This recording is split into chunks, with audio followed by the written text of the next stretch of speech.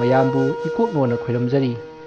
ngasi mayamgi mafamda tahanjagadoriba wari asi mamangda thagatchakraba asiba thawai gi mami amadi asiba thawai gi mami season 2 mapok langon hariba wari asida asoiba khara yaukre aduna amuk nauna semtokjaraga full story oina thagatchabani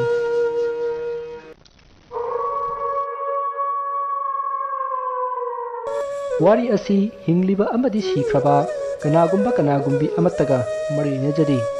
aibana wakanna sagatcharaga tabiribasingi nungainabagidamagta semjaba warini hojik mayabda khudol tamjari manipuri horror story asiba thawaigi mami numitu nong kanna taba numitni nong maraktuda khakpa lawbagi khonjel sum lepte khakpa lawbagi khonjel duna yumda kunduna leiriba hui phawba khangprek khangduna mangol kachinda tasenduna leiribani matamdo ahingi pung ama taraklabani mi punamak akhak araugi nongju maraktuda magi yumda ningaidana tumnaribani bubol amadi malika mokhoigi yumgi maning thong adu hangtok hangjin tawbagi gap lawbagi khonjal duna mikap thokhalle malikana tamo tabiri bro maning thong je hangduk lamale amta yemuse masida bubol du ingakna kainune hai sibo mama kanana hangduk liba khangdi hogalo amta yemuse ba hoida asumna bubol amadi malika mukhoi ani maning thongdomda lakle haiba ka tawbaga maning thong adu hangdoklaga leramki masida bubolna ingakna karinoda asuk chekchinna paliba thungsibu mathanda karamna hanglibano ne ha mama malika du wangangdi tuminna lei malika yamna kauganba nupini aduna mana hangdoklamaga thingdillamdraba jatla haina khalli asumna khallingai nong kanna thaklai malika du khangprek khangi aduga hai ngasai aina lochinba kauramna male malika nangbo karam tawsige ati hidak su phana yam sarabani nangbo ikan kana dene asumna bubolna ngang duna maning thong adu lonchilli aduga makhoi ki kada lakle malikana hu ngangbodo to ai tumba yadre ba somda asumna hayaduna tumkhri makhoi na tumkhiba pungkhai muk leraga makhoi na lonchillamba thong adu hangtorakhi aduga amuk thingjinki asumna ahing tu hokre nong alamdaida nong tariba adusu hangkhre taruba ayukki phajaraba saktam adu anganba korongna mating pangduna taibang pumbada uhali ayukki inglaba nungsit marakta nuksiba usjek kayaki khonjelna taibang pumbabu mikap thokhalli khabar yonba iyamba inaw kayanasu khabar lauri mi punamak hogatnare ayukki pung taruk khara helakle bubolga malikagadi hojiksu hogatri tanja aduda bubolgi yumgi nakanda thamliba gari thampam adudagi gari start tori bubol du mamit khangpang pangi aduga hai malika gari huran khena hingsida tabo nangbo asumna law duna chenthorpadadi kanasu leramdi aduga gari su start toramdi malika du pakhatpai lakpoi makok maru isau sauna mapi maron ga du mathong maram khangdaba makai prap chenthori ha karaidano huran ma changebo gari pukrabo haima mama kaino nangna tawiduna hai chalo imunga chango makhoi bana huran ma changi haidaine ngahak tang dudi amuk toiba thongren gi lan lakpa simangai ne hai hauji gari start tawkhibadu nangdi nana du tadro ha ho tade aipa saruga changkhreine masidi asumna bubol amadi malika imungta changkhre tanja aduda gari adugi light tu phat thalamlaga amuk mutki adubu bubol amati malikadi imungda changkhibana uhode masigi matung bubol mamai mamit taba loiraga thongal da thori aduga makhoi gi khabar adu loksin lure aduga mangol da phamduna pari khabar sina karibu yauriba ngarang sangaba thong ama ningkhaire mi ani sire phajai masigi pauksi ठिकादार दुनगा थिंगजरदी करी खलमगनी मी अहुम सिरिदो फरबनी कायना खलमगद्रा सीना canoe सिंखोंग नोंमै कापनाबदा नोंमैना पालगा कदर अमा सिरे अहुम नानथोखरे लोरे ꯅꯣꯡꯃꯩꯅꯕꯨ ꯄꯥꯜꯂꯕꯗꯤ ꯁꯤꯕ ꯅꯠꯇ꯭ꯔꯒ ꯁꯣꯛꯄ ꯍꯥꯏꯕꯁꯤꯗꯤ ꯁꯣꯏꯗ꯭ꯔꯕꯅꯤ ꯃꯁꯤꯗꯤ ꯑꯉꯥꯡꯗꯤ ꯂꯥꯏꯔꯗꯅ ꯍꯨꯏ ꯍꯧꯗꯣꯡ ꯐꯥꯎꯕꯅ ꯈꯪꯂꯕ ꯋꯥꯐꯝꯅꯦꯕ ꯃꯁꯤꯕꯨ ꯄꯥꯎꯅꯦꯅ ꯃꯤꯅ ꯈꯪꯅꯔꯕ ꯋꯥꯐꯝꯁꯤꯕꯨ ꯍꯥꯞꯅꯦꯅ ꯍꯥꯞꯄꯤ ꯂꯣꯏꯔꯦ ꯇꯟꯖꯥ ꯑꯁꯤꯗ ꯃꯥꯂꯤꯀꯥ ꯄꯔꯄꯞ ꯆꯪꯉꯛꯏ ꯍꯣ ꯀꯔꯤꯅꯣ ꯅꯊꯟꯗ ꯃꯔꯩ ꯌꯦꯠꯂꯤꯗꯨꯕꯣ ꯍꯥꯏ ꯃꯔꯩ ꯌꯦꯠꯅꯤꯡꯉꯥꯏ ꯂꯩꯔꯛꯇꯗꯅ ꯈꯕꯔꯗ ꯃꯔꯩ ꯌꯦꯠꯂꯝꯂꯤꯅꯤ ꯇꯨ ꯁꯦ ꯎꯔꯕ ꯀꯥꯞꯅꯕꯗ ꯑꯃ ꯁꯤꯔꯦ ꯑꯍꯨꯝ ꯅꯥꯟꯊꯣꯛꯈ꯭ꯔꯦ ꯍꯥꯏꯔꯤꯅꯦ ꯍꯩꯃꯥ ꯃꯈꯣꯏꯕ ꯅꯥꯟꯊꯣꯛꯈꯤꯕ ꯃꯈꯣꯏꯗꯨꯗꯤ ꯌꯦꯟ ꯆꯥꯅꯔꯝꯒꯅꯤꯕꯣ ꯀꯔꯤꯒꯤ ꯍꯩꯃꯥ ꯍꯤꯡꯍꯧꯔꯤꯗꯨꯗꯤ ꯍꯣꯏꯅꯦ ꯃꯃꯥ ꯃꯗꯨꯁꯨ ꯆꯨꯝꯃꯤꯅꯦ ꯑꯁꯨꯝꯅ ꯃꯕꯥꯅꯤ ꯅꯣꯛꯇꯨꯅ ꯋꯥꯔꯤ ꯁꯥꯟꯅꯔꯤꯉꯩ ꯀꯥꯁꯨꯠ ꯃꯅꯝ ꯅꯝꯂꯛꯈꯤ ꯃꯁꯤꯗ ꯕꯨꯕꯣꯜꯅ ꯍꯥꯏ ꯀꯥꯁꯨꯠ ꯃꯅꯝꯁꯤꯅ ꯀꯔꯣꯝꯗꯩꯅꯣ ꯑꯩꯁ ꯅꯝꯊꯤꯗ ꯃꯁꯤꯗ ꯃꯥꯂꯤꯀꯥꯅ ꯍꯩꯃꯥ ꯑꯩꯗꯤ ꯒ꯭ꯌꯥꯁꯇꯨ ꯃꯨꯊꯠꯂꯝꯗ꯭ꯔ ꯃꯥꯜꯂꯤꯅꯦ ꯑꯁꯨꯝꯅ ꯃꯥꯂꯤꯀꯥꯗꯨ ꯍꯣꯕꯦ ꯆꯦꯟꯁꯤꯟꯈꯤ ꯃꯁꯤꯗ ꯕꯨꯕꯣꯜꯅ ꯅꯪꯅꯦ ꯅꯄꯥꯝꯗ ꯍꯟꯈ꯭ꯔꯣꯀꯣ ꯑꯩ ꯅꯪꯒ ꯂꯩꯃꯤꯟꯅꯔꯗꯤꯅꯦ ꯃꯩ ꯆꯥꯛꯂꯒ ꯁꯤꯕ꯭ꯔꯥ ꯈꯪꯗꯦ ꯅꯠꯇꯦ ꯀꯌꯥꯔꯛ ꯁꯨꯔꯒꯦꯕ ꯅꯪꯅ ꯑꯗꯨꯝꯅ ꯇꯧꯔꯤꯗꯨꯕꯣ ꯑꯁꯨꯝꯅ ꯕꯨꯕꯣꯜꯅ ꯃꯥꯡꯒꯣꯜꯗꯒꯤ ꯀꯣꯏꯂꯥꯎ ꯂꯥꯔꯤꯉꯩ ꯃꯥꯂꯤꯀꯥ ꯑꯗꯨ ꯆꯥꯛꯈꯨꯝꯂꯣꯝꯗꯒꯤ ꯀꯟꯅ ꯂꯥꯎꯔꯛꯏ ꯃꯁꯤꯗꯒꯤ ꯕꯨꯕꯣꯜꯗꯨ ꯍꯥꯏ ꯀꯩꯗꯧꯔꯒꯦꯅꯦꯍꯦ ꯃꯃꯥ ꯍꯥꯏꯗꯨꯅ ꯆꯦꯟꯁꯤꯜꯂꯤ ꯕꯨꯕꯣꯜꯅ ꯆꯦꯟꯁꯤꯜꯂꯛꯄꯗꯗꯤ ꯃꯥꯂꯤꯀꯥ ꯑꯗꯨ ꯆꯥꯛ ꯊꯣꯡꯂꯒ ꯂꯩꯔꯝꯈꯤ ꯕꯨꯕꯣꯜꯅ ꯍꯣꯕꯦ ꯆꯦꯟꯁꯤꯜꯂꯛꯄ ꯑꯗꯨꯗ ꯃꯥꯂꯤꯀꯥꯅ ꯃꯈꯣꯏꯕ ꯀꯩꯗꯧꯔꯒꯦ ꯅꯁꯥꯗꯨꯕꯨ ꯍꯨꯃꯥꯡ ꯏꯀꯥꯡ ꯀꯥꯡꯂꯗꯅ ꯅꯠꯇꯦ ꯀꯩꯗꯧꯕ ꯌꯥꯎꯔꯒꯦꯕ ꯍꯥꯏ ꯃꯃꯥ ꯅꯪꯅ ꯀꯟꯅ ꯂꯥꯎꯔꯛꯄꯗꯨꯗ ꯑꯩ ꯄꯥꯈꯠꯇꯅ ꯆꯦꯟꯁꯤꯜꯂꯛꯏꯕꯅꯤꯅꯦ ꯆꯠꯂꯣꯗ ꯑꯩꯗꯤ ꯂꯥꯎꯁꯨ ꯂꯥꯎꯈꯤꯗꯦꯅ ꯅꯠꯇꯦꯅꯦ ꯃꯈꯣꯏ ꯕꯥꯕꯨ ꯑꯩꯒꯤ ꯈꯣꯟꯖꯦꯜꯗ ꯇꯥꯔꯒ ꯂꯩꯔꯕꯣ ꯆꯠꯊꯣꯛꯑꯣ ꯍꯩ ꯔꯣꯃꯥꯟꯁ ꯃꯇꯥꯡ ꯆꯥꯗꯦꯀꯣ ꯅꯪ ꯇꯁꯦꯡꯅ ꯂꯥꯎꯗꯕ꯭ꯔꯥ ꯃꯤ ꯂꯥꯎꯗꯦꯃꯤ ꯃꯈꯣꯏ ꯕꯥ ꯑꯗꯨꯗꯤ ꯑꯩꯅ ꯇꯥꯔꯤꯕ ꯈꯣꯟꯖꯦꯜꯗꯨꯅ ꯀꯅꯥꯒꯤ ꯑꯣꯏꯔꯖꯥꯠꯅꯣ ꯍꯥꯏ ꯉꯁꯥꯏ ꯀꯥꯁꯨꯠ ꯃꯅꯝ ꯅꯝꯈꯤꯗꯨꯅ ꯀꯔꯤ ꯑꯣꯏꯔꯝꯂꯦ ꯉꯁꯥꯏ ꯑꯩꯅ ꯆꯥꯗꯣ ꯍꯩꯔꯒ ꯒ꯭ꯌꯥꯁꯇꯣ ꯃꯨꯊꯠꯂꯝꯗ꯭ꯔꯦ ꯑꯗꯨꯗ ꯀꯪꯁꯤꯜꯂꯝꯕ ꯆꯥ ꯀꯥꯕꯒꯤ ꯃꯅꯝꯅꯦ ꯑꯗꯣ ꯃꯈꯣꯏꯕ ꯑꯩ ꯒ꯭ꯌꯥꯁꯇꯤ ꯃꯨꯊꯠꯂꯝꯕꯒꯨꯝ ꯇꯧꯕꯅꯤ ꯑꯗꯨꯒ ꯀꯃꯥꯏꯅ ꯇꯧꯔꯤꯅꯣ ꯈꯪꯗꯦ ꯑꯩꯅ ꯆꯪꯉꯛꯄꯗꯁꯨ ꯒ꯭ꯌꯥꯁꯇꯣ ꯑꯔꯣꯏꯕꯗ ꯂꯩꯈꯠꯂꯒ ꯂꯩꯔꯝꯃꯤ ꯃꯥꯂꯤꯀꯥꯅ ꯍꯥꯏꯔꯤꯕ ꯋꯥꯐꯝꯗꯨ ꯕꯨꯕꯣꯜꯗꯨ ꯋꯥꯈꯜ ꯌꯥꯝꯅ ꯈꯟꯈꯤ ꯐꯔꯦꯁꯦ ꯆꯥꯛ ꯂꯣꯏꯁꯜꯂꯣ ꯑꯩ ꯑꯣꯐꯤꯁ ꯊꯦꯡꯈꯤꯅꯤꯀꯣ ꯑꯁꯨꯝꯅ ꯍꯥꯏꯔꯝꯃꯒ ꯕꯨꯕꯣꯜ ꯊꯣꯔꯛꯂꯦ ꯃꯥꯂꯤꯀꯥꯁꯨ ꯆꯥꯛꯈꯨꯝꯗ ꯆꯥꯛ ꯊꯣꯡꯍꯧꯔꯦ ꯕꯨꯕꯣꯜꯗꯨ ꯕꯥꯠꯔꯨꯝꯗ ꯆꯪꯂꯒ ꯏꯔꯨꯖꯔꯤ ꯁꯝꯄꯨꯅ ꯃꯀꯣꯛ ꯑꯗꯨ ꯇꯨꯝꯂꯤꯉꯩ ꯃꯥꯒꯤ ꯇꯨꯡꯗ ꯃꯤ ꯑꯃ ꯂꯩꯕꯒꯤ ꯁꯅꯤꯜ ꯑꯃ ꯐꯥꯎꯈꯤ ꯃꯁꯤꯗ ꯕꯨꯕꯣꯜꯅ ꯇꯨꯡꯗ ꯌꯦꯡꯕꯗ ꯃꯨꯁꯤꯟ ꯃꯨꯕ ꯑꯃꯨꯕ ꯑꯃ ꯂꯦꯞꯄꯝꯈꯤ ꯑꯗꯨꯕꯨ ꯕꯨꯕꯣꯜꯗꯤ ꯍꯥꯏꯐꯦꯠ ꯎꯍꯧꯕꯅꯤ ꯃꯃꯤꯠꯇꯨ ꯈꯪꯄꯥꯡ ꯄꯥꯡꯂꯒ ꯌꯦꯡꯂꯨꯕ ꯑꯗꯨꯗ ꯃꯃꯤꯠꯇ ꯁꯝꯄꯨ ꯃꯆꯨꯝ ꯆꯪꯕꯗꯒꯤ ꯊꯨꯝꯃꯟꯗꯨꯅ ꯃꯃꯤꯠꯇꯨ ꯀꯟꯅ ꯎꯏꯁꯤꯜꯂꯤ ꯑꯗꯨꯒ ꯑꯃꯨꯛ ꯄꯥꯡꯊꯣꯔꯛꯄꯗꯗꯤ ꯀꯅꯥꯁꯨ ꯂꯦꯞꯄꯝꯗ꯭ꯔꯦ ꯑꯗꯨꯒ ꯃꯥꯒꯤ ꯇꯥꯋꯦꯜꯗꯤ ꯌꯥꯜꯂꯒ ꯂꯩꯔꯝꯈꯤ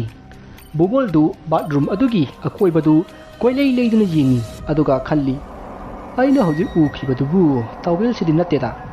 ꯀꯩꯅꯣꯅꯦ ꯇꯧꯔꯤꯁꯤꯕꯣ ꯑꯁꯨꯝꯅ ꯈꯟꯅ ꯃꯍꯥꯛ ꯏꯔꯨꯖꯕꯗꯨ ꯂꯣꯏꯁꯤꯜꯂꯦ ꯑꯗꯨꯒ ꯕꯥꯠꯔꯨꯝ ꯑꯗꯨꯗꯒꯤ ꯊꯣꯔꯛꯏ ꯇꯟꯖꯥ ꯑꯗꯨꯗ ꯕꯥꯠꯔꯨꯝ ꯑꯗꯨꯗ ꯊꯝꯂꯤꯕ ꯁꯥꯄꯣꯟ ꯑꯗꯨ ꯃꯈꯥꯗ ꯇꯥꯔꯛꯏ ꯕꯨꯕꯣꯜꯗꯨ ꯁꯥꯄꯣꯟ ꯇꯥꯕꯒꯤ ꯃꯈꯣꯜ ꯇꯥꯕ ꯑꯗꯨꯗ ꯕꯥꯠꯔꯨꯝ ꯑꯗꯨꯗ ꯃꯃꯥꯏ ꯂꯩꯁꯤꯜꯂꯛꯏ ꯑꯗꯨꯒ ꯁꯥꯄꯣꯟ ꯑꯗꯨꯗ ꯌꯦꯡꯉꯤ ꯃꯁꯤꯗ ꯁꯥꯄꯣꯟꯗꯨ ꯃꯆꯤ ꯂꯦꯡꯕꯒꯨꯝ ꯇꯧꯔꯛꯏ ꯑꯗꯨꯗ ꯕꯨꯕꯣꯜꯅ ꯁꯥꯄꯣꯟ ꯑꯗꯨ पाइगे हाइना नोन्थरकपदा मागी मखोंग अदु मी अमना चिंखिबगुम खंचिंग चिंगी मसिदा बुबोलदु ममाइना सापोन अदुदा उपसिंदुना तुखी ममाइना सापोनदा लेछिन बदुदा नातोन मपा ताबदगी महाक नही ताखी मसिदा बुबोलदु नही तारमबदुदा इपा पाखना ए करिनो ने हाइना कन्न लाउखी मांग लाउब ताबदा मालिका चाखुमदगी सेंसलई महाकना बुबोलगी मनाक जोरकपददी नही तारगा लेरंबा अदुदा मालिका यामना पाखतखी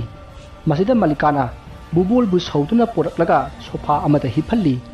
मखोइना हेक चटखिबगा लैमाइजा तारिबा सापोन अदु बुबोलगी मनातोंदिगी ताहौबा ई अदुगी मरकता असुम असुम चंगसिनदुना थरो थरो ओनई सोमदा बुबोलदु मालिकाना सेवा तौरी रुमाल अमा लौरगा इसिंग चोटहल्ले अदुगा खरा सुमदोकलगा बुबोलगी नखांगदा थम्मी अदुगा मादी चाक्संगदा अमुक चटखरे अदुगा गैस अदु मुथलगा बाथरूम अदुदा अमुक चत्तुना बुबोलगी ई सिंग अदु चामथोकली अदुगा ई मरकता तारिबा सापोन अदुसु सेंगना चामथोकलगा थमखरे नकन अमदा ममित उसिलगा लेरिबा बुबोलदा मालिकाना मखोइबा खरा फरबो खरा फरे अदो कमाय तौरिनो ngसाइगिदुबो अस अइसु ज्ञान अमता तहौदेदा ꯑꯩꯅ ꯏꯔꯨꯖꯕ ꯂꯣꯏꯔꯒ ꯊꯣꯔꯛꯄꯗ ꯁꯥꯄꯣꯟꯗꯨ ꯃꯈꯥꯗ ꯇꯥꯔꯛꯑꯦ ꯑꯩꯅ ꯈꯨꯟꯒꯠꯀꯦꯅ ꯅꯣꯟꯊꯕꯗ ꯈꯣꯡꯁꯦ ꯇꯨꯡꯗ ꯁꯤꯠꯇꯣꯛꯑꯒ ꯎꯞꯁꯤꯜꯂꯒ ꯇꯨꯔꯤꯕꯅꯤ ꯇꯥꯟꯖꯥ ꯑꯁꯤꯗ ꯃꯥꯂꯤꯀꯥꯅ ꯃꯈꯣꯏꯕ ꯏꯁꯥ ꯈꯔ ꯅꯨꯡꯉꯥꯏꯕꯤꯔꯕꯣ ꯕꯥꯠꯔꯨꯝꯗ ꯏ ꯈꯔ ꯇꯥꯔꯝꯃꯦ ꯑꯗꯨ ꯇꯩꯊꯣꯛꯎꯕꯅꯦ ꯁꯥꯄꯣꯟꯗꯨꯁꯨ ꯏ ꯉꯥꯛꯇ ꯇꯩꯔꯝꯗꯅ ꯑꯃꯨꯛ ꯆꯥꯝꯊꯣꯛꯑꯒ ꯊꯝꯂꯝꯃꯤꯕꯅꯤ ꯃꯥꯂꯤꯀꯥꯅ ꯉꯥꯡꯉꯒ ꯆꯪꯂꯛꯄ ꯑꯗꯨꯗ ꯕꯨꯕꯣꯜꯗꯨ ꯃꯃꯤꯠ ꯈꯪꯄꯥꯡ ꯄꯥꯡꯊꯣꯔꯛꯏ ꯑꯗꯨꯒ ꯌꯦꯡꯕꯗꯗꯤ ꯃꯥꯂꯤꯀꯥ ꯑꯗꯨ ꯕꯥꯠꯔꯨꯝ ꯑꯗꯣꯝꯗꯒꯤ ꯂꯥꯛꯏ ꯕꯨꯕꯣꯜꯅ ꯃꯥꯒꯤ ꯑꯀꯣꯏꯕ ꯑꯗꯨ ꯀꯣꯏꯌꯦꯡ ꯌꯦꯡꯉꯤ ꯀꯔꯤꯅꯣꯅꯦ ꯍꯧꯖꯤꯛꯇ ꯑꯩꯒ ꯋꯥꯔꯤ ꯁꯥꯔꯝꯕ ꯃꯥꯅ ꯕꯥꯠꯔꯨꯝ ꯁꯦꯡꯉꯨꯕꯅꯤ ꯍꯥꯏꯁꯤꯕꯣ ꯀꯔꯤꯅꯣꯅꯦ ꯑꯩꯒꯤ ꯏꯅꯥꯛꯇ ꯂꯩꯔꯝꯃꯤꯗꯨꯅ ꯀꯅꯥ ꯑꯣꯏꯔꯖꯥꯠꯅꯣ ꯑꯁꯨꯝꯅ ꯈꯜꯂꯤꯉꯩ ꯃꯥꯂꯤꯀꯥꯅ ꯃꯈꯣꯏꯕ ꯀꯩꯗꯧꯔꯒꯦ ꯍꯥꯏ ꯅꯪ ꯑꯩꯒꯤ ꯏꯅꯥꯛꯇ ꯐꯝꯂꯝꯕ꯭ꯔꯥ ꯑꯧ ꯉꯁꯥꯏ ꯐꯝꯂꯝꯃꯤꯗꯨꯗꯤ ꯍꯥꯏ ꯑꯗꯨ ꯅꯠꯇꯦꯅꯦ ꯍꯧꯖꯤꯛ ꯐꯝꯂꯝꯕ꯭ꯔꯥ ꯍꯥꯏꯕꯅꯤꯅꯦ ꯍꯧꯖꯤꯛꯇꯤ ꯐꯝꯗꯦꯅ ꯑꯩꯗꯤ ꯕꯥꯠꯔꯨꯝꯗꯒꯤ ꯍꯜꯂꯛꯄꯗ ꯉꯥꯏꯔꯤꯁꯤꯗꯤ ꯑꯁ ꯀꯔꯤꯅꯣꯅꯦ ꯍꯥꯏꯁꯤꯕꯣ ꯍꯧꯖꯤꯛ ꯑꯩꯒ ꯋꯥꯔꯤ ꯁꯥꯟꯅꯔꯤꯗꯨꯅ ꯀꯅꯥ ꯑꯣꯏꯔꯖꯥꯠꯅꯣ ꯃꯈꯣꯏꯕ ꯀꯩꯗꯧꯔꯒꯦ ꯀꯩꯁꯨ ꯇꯧꯗꯦꯗ ꯅꯪꯒꯤ ꯆꯥꯛꯇꯨꯕꯨ ꯀꯃꯥꯏꯅ ꯇꯧꯔꯒꯦ ꯂꯣꯏꯗ꯭ꯔꯤꯕꯣ ꯂꯣꯏꯔꯒꯨꯝꯕꯅꯦ ꯑꯗꯣ ꯃꯈꯣꯏ ꯕꯥꯕꯨ ꯑꯣꯐꯤꯁ ꯆꯠꯄ ꯉꯝꯒꯗꯧꯔꯤꯕ꯭ꯔꯣ ꯍꯦꯔꯥ ꯉꯝꯅꯤꯗ ꯅꯥꯇꯣꯟ ꯂꯩꯁꯤꯟꯈꯤꯕꯗꯨꯗ ꯀꯣꯛꯁꯤ ꯈꯔ ꯉꯥꯎꯕꯒꯤ ꯋꯥꯅꯤ ꯀꯩꯁꯨ ꯇꯧꯗ꯭ꯔꯦꯗ ꯅꯪꯒꯤ ꯆꯥꯛꯇꯣ ꯂꯣꯏꯁꯤꯜꯂꯨꯔꯣ ꯑꯩꯁꯨ ꯂꯥꯛꯑꯒꯦ ꯍꯣꯏ ꯑꯁꯨꯝꯅ ꯃꯥꯂꯤꯀꯥ ꯆꯥꯛꯈꯨꯝ ꯆꯪꯈ꯭ꯔꯦ ꯕꯨꯕꯣꯜꯁꯨ ꯁꯣꯐꯥꯗꯒꯤ ꯍꯧꯒꯠꯂꯛꯑꯒ ꯃꯐꯤ ꯂꯣꯏꯁꯤꯜꯂꯤ ꯑꯗꯨꯕꯨ ꯃꯍꯥꯛ ꯇꯔꯪ ꯑꯃꯗ ꯇꯥꯎꯕꯒꯨꯝ ꯂꯩꯔꯤ ꯃꯥꯅ ꯏꯔꯨꯖꯐꯝꯗ ꯇꯧꯈꯤꯕ ꯑꯃꯗꯤ ꯃꯥꯒꯤ ꯃꯅꯥꯛꯇ ꯐꯝꯂꯒ ꯋꯥꯔꯤ ꯁꯥꯔꯝꯕ ꯃꯗꯨ ꯄꯨꯝꯅꯃꯛꯇꯨ ꯀꯔꯤꯅꯣ ꯀꯅꯥꯅꯣ ꯋꯥꯈꯜꯅ ꯑꯣꯏꯒꯗꯧꯔꯤꯕ꯭ꯔꯥ ꯍꯥꯏꯅ ꯃꯋꯣꯟ ꯈꯜꯂꯤꯉꯩ ꯃꯥꯂꯤꯀꯥꯅ ꯃꯈꯣꯏꯕ ꯆꯥꯛ ꯊꯤꯔꯦ ꯂꯥꯛꯄꯤꯔꯣ ꯑꯁꯨꯝꯅ ꯂꯥꯎꯔꯛꯄ ꯇꯥꯕꯗ ꯕꯨꯕꯣꯜꯗꯨ ꯒ꯭ꯌꯥꯟ ꯈꯪꯂꯥꯛ ꯂꯥꯛꯇꯨꯅ ꯑꯧ ꯂꯥꯛꯑꯦ ꯑꯁꯨꯝꯅ ꯕꯨꯕꯣꯜꯗꯨ ꯆꯥꯛꯈꯨꯝꯂꯣꯝꯗ ꯆꯠꯈ꯭ꯔꯦ ꯃꯍꯥꯛꯅ ꯂꯣꯟꯁꯤꯟꯕ ꯀꯥꯎꯔꯝꯂꯕ ꯎꯄꯨ ꯑꯗꯨꯒꯤ ꯊꯣꯡꯗꯨ ꯃꯁꯥ ꯃꯇꯣꯝꯇ ꯂꯣꯟꯁꯤꯟꯈꯤ ꯃꯁꯤꯗꯒꯤ ꯕꯨꯕꯣꯜ ꯆꯥꯛꯈꯨꯝ ꯌꯧꯗꯨꯅ ꯆꯥꯛ ꯆꯥꯔꯤ ꯃꯥꯂꯤꯀꯥꯅ ꯑꯋꯥꯠ ꯑꯄꯥ ꯌꯦꯡꯂꯤ ꯃꯁꯤꯗ ꯕꯨꯕꯣꯜꯅ ꯍꯩꯃꯥ ꯃꯃꯥ ꯑꯩꯗꯤ ꯎꯄꯨꯗ ꯂꯣꯟꯁꯤꯟꯕ ꯀꯥꯎꯔꯝꯂꯦ ꯑꯝꯇ ꯂꯣꯟꯁꯤꯜꯂꯨꯆꯣ ꯑꯩꯕꯨꯗꯤ ꯀꯥꯎꯒꯜꯂꯤ ꯍꯥꯏꯔꯤꯌꯦ ꯑꯗꯨꯒ ꯃꯈꯣꯏꯕꯥꯗꯤ ꯀꯥꯎꯒꯟꯗꯦ ꯍꯥꯏ ꯋꯥꯊꯤꯗꯣ ꯉꯥꯡ ꯂꯩꯔꯅꯨ ꯆꯠꯂꯣ ꯇꯧꯔꯤꯁꯤ ꯌꯦꯡꯉꯨꯅꯦ ꯆꯥꯛꯁꯨ ꯆꯥꯔꯤ ꯑꯗꯨꯒ ꯃꯥꯂꯤꯀꯥꯅ ꯍꯥꯏꯔꯝꯂꯤꯕ ꯋꯥꯐꯝꯗꯨ ꯕꯨꯕꯣꯜꯗꯨ ꯀꯔꯤꯅꯣ ꯍꯥꯏꯅ ꯈꯜꯂꯤ ꯀꯔꯤꯅꯣ ꯃꯥꯅ ꯍꯥꯏꯔꯝꯃꯤꯁꯤꯅ ꯑꯩꯕꯨ ꯀꯔꯤ ꯍꯥꯏꯈ꯭ꯔꯒꯦꯅꯦ ꯋꯥꯊꯤꯗꯨ ꯉꯥꯡ ꯂꯩꯔꯅꯨ ꯍꯥꯏꯕꯇꯅꯤ ꯑꯣ ꯑꯩ ꯚꯥꯞ ꯇꯥꯔꯦ ꯍꯦꯔꯥ ꯋꯥꯏꯗ ꯁꯨꯝ ꯌꯥꯎꯈꯤꯕꯕꯨ ꯀꯩꯗꯧꯋꯦꯒꯦꯔꯥ ꯑꯁꯨꯝꯅ ꯕꯨꯕꯣꯜꯗꯨ ꯆꯥꯛ ꯆꯥꯔꯤꯉꯩ ꯃꯥꯒꯤ ꯃꯃꯥꯡꯗ ꯂꯩꯔꯤꯕ ꯆꯧꯀ꯭ꯔꯤ ꯑꯗꯨꯗ ꯃꯤ ꯐꯝꯊꯔꯛꯄꯒꯤ ꯁꯥꯎꯝ ꯑꯃ ꯐꯪꯈꯤ ꯕꯨꯕꯣꯜꯗꯨ ꯆꯥꯛ ꯆꯥꯕꯗꯨ ꯂꯦꯞꯄꯒ ꯆꯧꯀ꯭ꯔꯤ ꯑꯗꯨꯗ ꯃꯨꯟꯅ ꯌꯦꯡꯗꯨꯅ ꯂꯩꯔꯤ ꯇꯟꯖꯥ ꯑꯁꯤꯗ ꯃꯥꯂꯤꯀꯥꯅ ꯇꯥꯃꯣ ꯎꯄꯨꯗꯤ ꯂꯣꯟꯁꯤꯜꯍꯧꯋꯤꯅ ꯍꯥꯡꯁꯨ ꯍꯥꯡꯍꯧꯗꯦ ꯑꯁꯨꯝꯅ ꯉꯥꯡꯅ ꯕꯨꯕꯣꯜꯅ ꯃꯨꯟꯅ ꯌꯦꯡꯗꯨꯅ ꯂꯩꯔꯤꯕ ꯆꯧꯀ꯭ꯔꯤ ꯑꯗꯨꯗ ꯃꯥꯂꯤꯀꯥ ꯐꯝꯊꯈꯤ ꯍꯩꯃꯥ ꯉꯁꯥꯏꯗꯒꯤ ꯆꯥꯍꯧꯕ ꯆꯥꯛꯇꯨꯕꯨ ꯍꯧꯖꯤꯛꯐꯥꯎ ꯃꯆꯤ ꯂꯦꯡꯉꯝꯗ꯭ꯔꯤꯅꯦ ꯀꯅꯥ ꯌꯦꯡꯉꯒ ꯂꯩꯔꯤꯅꯣ ꯆꯧꯀ꯭ꯔꯤ ꯌꯦꯡꯉꯝꯃꯤꯅꯤ ꯆꯧꯀ꯭ꯔꯤꯗꯗꯤ ꯀꯔꯤꯒꯤ ꯌꯦꯡꯉꯤꯕ ꯑꯃꯨꯛꯇ ꯎꯗ꯭ꯔꯤꯕꯣ ꯕꯨꯕꯣꯜꯗꯨ ꯊꯛꯊꯛꯀꯅ ꯍꯥꯏ ꯑꯩꯅ ꯍꯥꯏꯗꯤ ꯀꯩꯁꯨ ꯅꯠꯇꯦ ꯂꯣꯏꯁꯤꯜꯂꯣ ꯉꯁꯤꯗꯤ ꯊꯕꯛ ꯑꯃ ꯆꯠꯂꯨꯁꯤ ꯍꯧꯖꯤꯛꯄꯣ ꯑꯣꯐꯤꯁꯇꯤ ꯀꯝꯗꯧꯕ ꯉꯁꯤꯗꯤ ꯑꯣꯐꯤꯁ ꯆꯠꯂꯔꯣꯏ ꯀꯣꯏꯕ ꯑꯣꯏꯅ ꯆꯠꯂꯅꯤ ꯆꯠꯂꯣ ꯐꯥꯒꯤ ꯅꯠꯇꯦ ꯂꯣꯏꯁꯤꯜꯂꯨꯔꯣ ꯊꯕꯛ ꯑꯃ ꯆꯠꯂꯨꯁꯦꯕ ꯑꯗꯣ ꯑꯩꯗꯤ ꯆꯥꯛꯁꯨ ꯆꯥꯗ꯭ꯔꯤꯁꯤꯗꯤ ꯍꯦꯔꯥ ꯍꯣꯔꯦꯟ ꯍꯣꯇꯦꯜꯗ ꯑꯆꯥꯄꯣꯠ ꯑꯍꯥꯎꯕ ꯃꯌꯥꯝ ꯑꯃ ꯄꯤꯖꯒꯦꯁꯦ ꯆꯠꯂꯣ ꯂꯣꯏꯁꯤꯜꯂꯨꯔꯣꯃꯤ ꯑꯗꯨꯗꯤ ꯂꯣꯏꯁꯤꯜꯂꯨꯔꯒꯦꯀꯣ ꯑꯁꯨꯝꯅ ꯃꯥꯂꯤꯀꯥ ꯃꯐꯤ ꯂꯣꯏꯁꯤꯟꯕ ꯆꯠꯈ꯭ꯔꯦ ꯉꯁꯤꯒꯤ ꯃꯑꯣꯡ ꯑꯁꯤꯗ ꯕꯨꯕꯣꯜꯅ ꯌꯨꯝ ꯑꯁꯤꯗ ꯃꯥꯂꯤꯀꯥꯕꯨ ꯃꯊꯟꯇ ꯊꯅꯝꯕ ꯄꯥꯝꯗꯕꯗꯒꯤ ꯀꯣꯏꯕ ꯆꯠꯂꯨꯁꯤ ꯍꯥꯏꯗꯨꯅ ꯄꯨꯊꯣꯛꯂꯤꯕꯅꯤ ꯑꯗꯨꯁꯨ ꯑꯃꯥꯏꯕ ꯍꯦꯝꯕꯒꯤ ꯃꯅꯥꯛꯇ ꯕꯨꯕꯣꯜꯗꯨ ꯆꯥꯛ ꯆꯥꯕ ꯂꯣꯏꯔꯒ ꯃꯈꯨꯠ ꯍꯥꯝꯗꯣꯛꯂꯤ ꯑꯗꯨꯒ ꯂꯩꯊꯣꯔꯛꯄꯗ ꯐꯗꯤ ꯑꯗꯨ ꯃꯥꯅ ꯐꯝꯂꯝꯕ ꯆꯧꯀ꯭ꯔꯤ ꯑꯗꯨꯒꯤ ꯃꯊꯛꯇ ꯂꯩꯔꯝꯈꯤ ꯕꯨꯕꯣꯜꯗꯨ ꯁ꯭ꯋꯥꯏ ꯂꯥꯎꯈꯤ ꯃꯈꯨꯠꯇꯨ ꯐꯗꯤꯗꯨꯗ ꯇꯩꯊꯣꯛꯇꯅ ꯆꯥꯛꯁꯪ ꯑꯗꯨꯗꯒꯤ ꯄꯔꯞ ꯊꯣꯔꯛꯂꯦ ꯑꯗꯨꯒ ꯊꯣꯡ ꯂꯣꯟꯁꯤꯜꯂꯝꯈꯤ ꯃꯇꯝ ꯑꯗꯨꯗ ꯆꯥꯛꯁꯪꯒꯤ ꯃꯅꯨꯡꯗ ꯃꯤꯅ ꯀꯣꯂꯤꯛ ꯂꯣꯏꯁꯤꯟꯕꯒꯤ ꯈꯣꯟꯖꯦꯜ ꯇꯥꯈꯤ ꯕꯨꯕꯣꯜꯅ ꯃꯁꯤꯗꯤ ꯃꯑꯣꯡ ꯑꯃꯅꯤ ꯈꯟꯗꯨꯅ ꯃꯥꯂꯤꯀꯥꯒꯤ ꯃꯅꯥꯛꯇ ꯄꯔꯞ ꯂꯥꯛꯂꯦ ꯃꯥꯂꯤꯀꯥ ꯃꯥꯒꯤ ꯀꯥꯗ ꯀꯤꯔꯒ ꯂꯩꯔꯝꯃꯤ ꯕꯨꯕꯣꯜꯅ ꯄꯔꯞ ꯂꯥꯛꯄ ꯑꯗꯨꯗ ꯃꯥꯂꯤꯀꯥꯅ ꯃꯈꯣꯏꯕ ꯀꯩꯗꯧꯔꯒꯦ ꯉꯁꯤ ꯑꯁꯤꯕꯨ ꯏꯄꯥ ꯄꯥꯈꯠꯄꯗꯧꯅ ꯇꯧꯔꯤꯁꯤꯕꯣ ꯏꯁꯥ ꯉꯝꯗ꯭ꯔꯕꯣ ꯀꯩꯁꯨ ꯇꯧꯗꯦꯗ ꯑꯩꯕꯨ ꯏꯄꯥ ꯄꯥꯈꯠꯄ ꯃꯥꯟꯕ꯭ꯔꯅꯦ ꯃꯥꯜꯂꯦ ꯕꯨꯕꯣꯜꯅ ꯃꯥꯒꯤ ꯅꯨꯄꯤ ꯃꯥꯂꯤꯀꯥꯗ ꯃꯉꯣꯟꯗ ꯊꯣꯛꯂꯤꯕ ꯊꯧꯗꯣꯛꯁꯤꯡ ꯑꯁꯤ ꯑꯃꯠꯇ ꯍꯥꯏꯗꯣꯛꯇꯦ ꯈꯪꯍꯟꯗꯦ ꯃꯁꯤꯒꯤ ꯃꯔꯝꯗꯤ ꯃꯥꯂꯤꯀꯥ ꯑꯋꯥꯕ ꯄꯥꯎ ꯇꯥꯕ ꯌꯥꯗꯕ ꯑꯀꯤꯕ ꯋꯥꯔꯤ ꯇꯥꯕ ꯌꯥꯗꯕ ꯃꯤꯑꯣꯏꯅꯤ ꯀꯔꯤꯒꯨꯝꯕ ꯇꯥꯔꯕꯗꯤ ꯋꯥꯟꯊꯕꯤ ꯍꯦꯛ ꯇꯧꯏ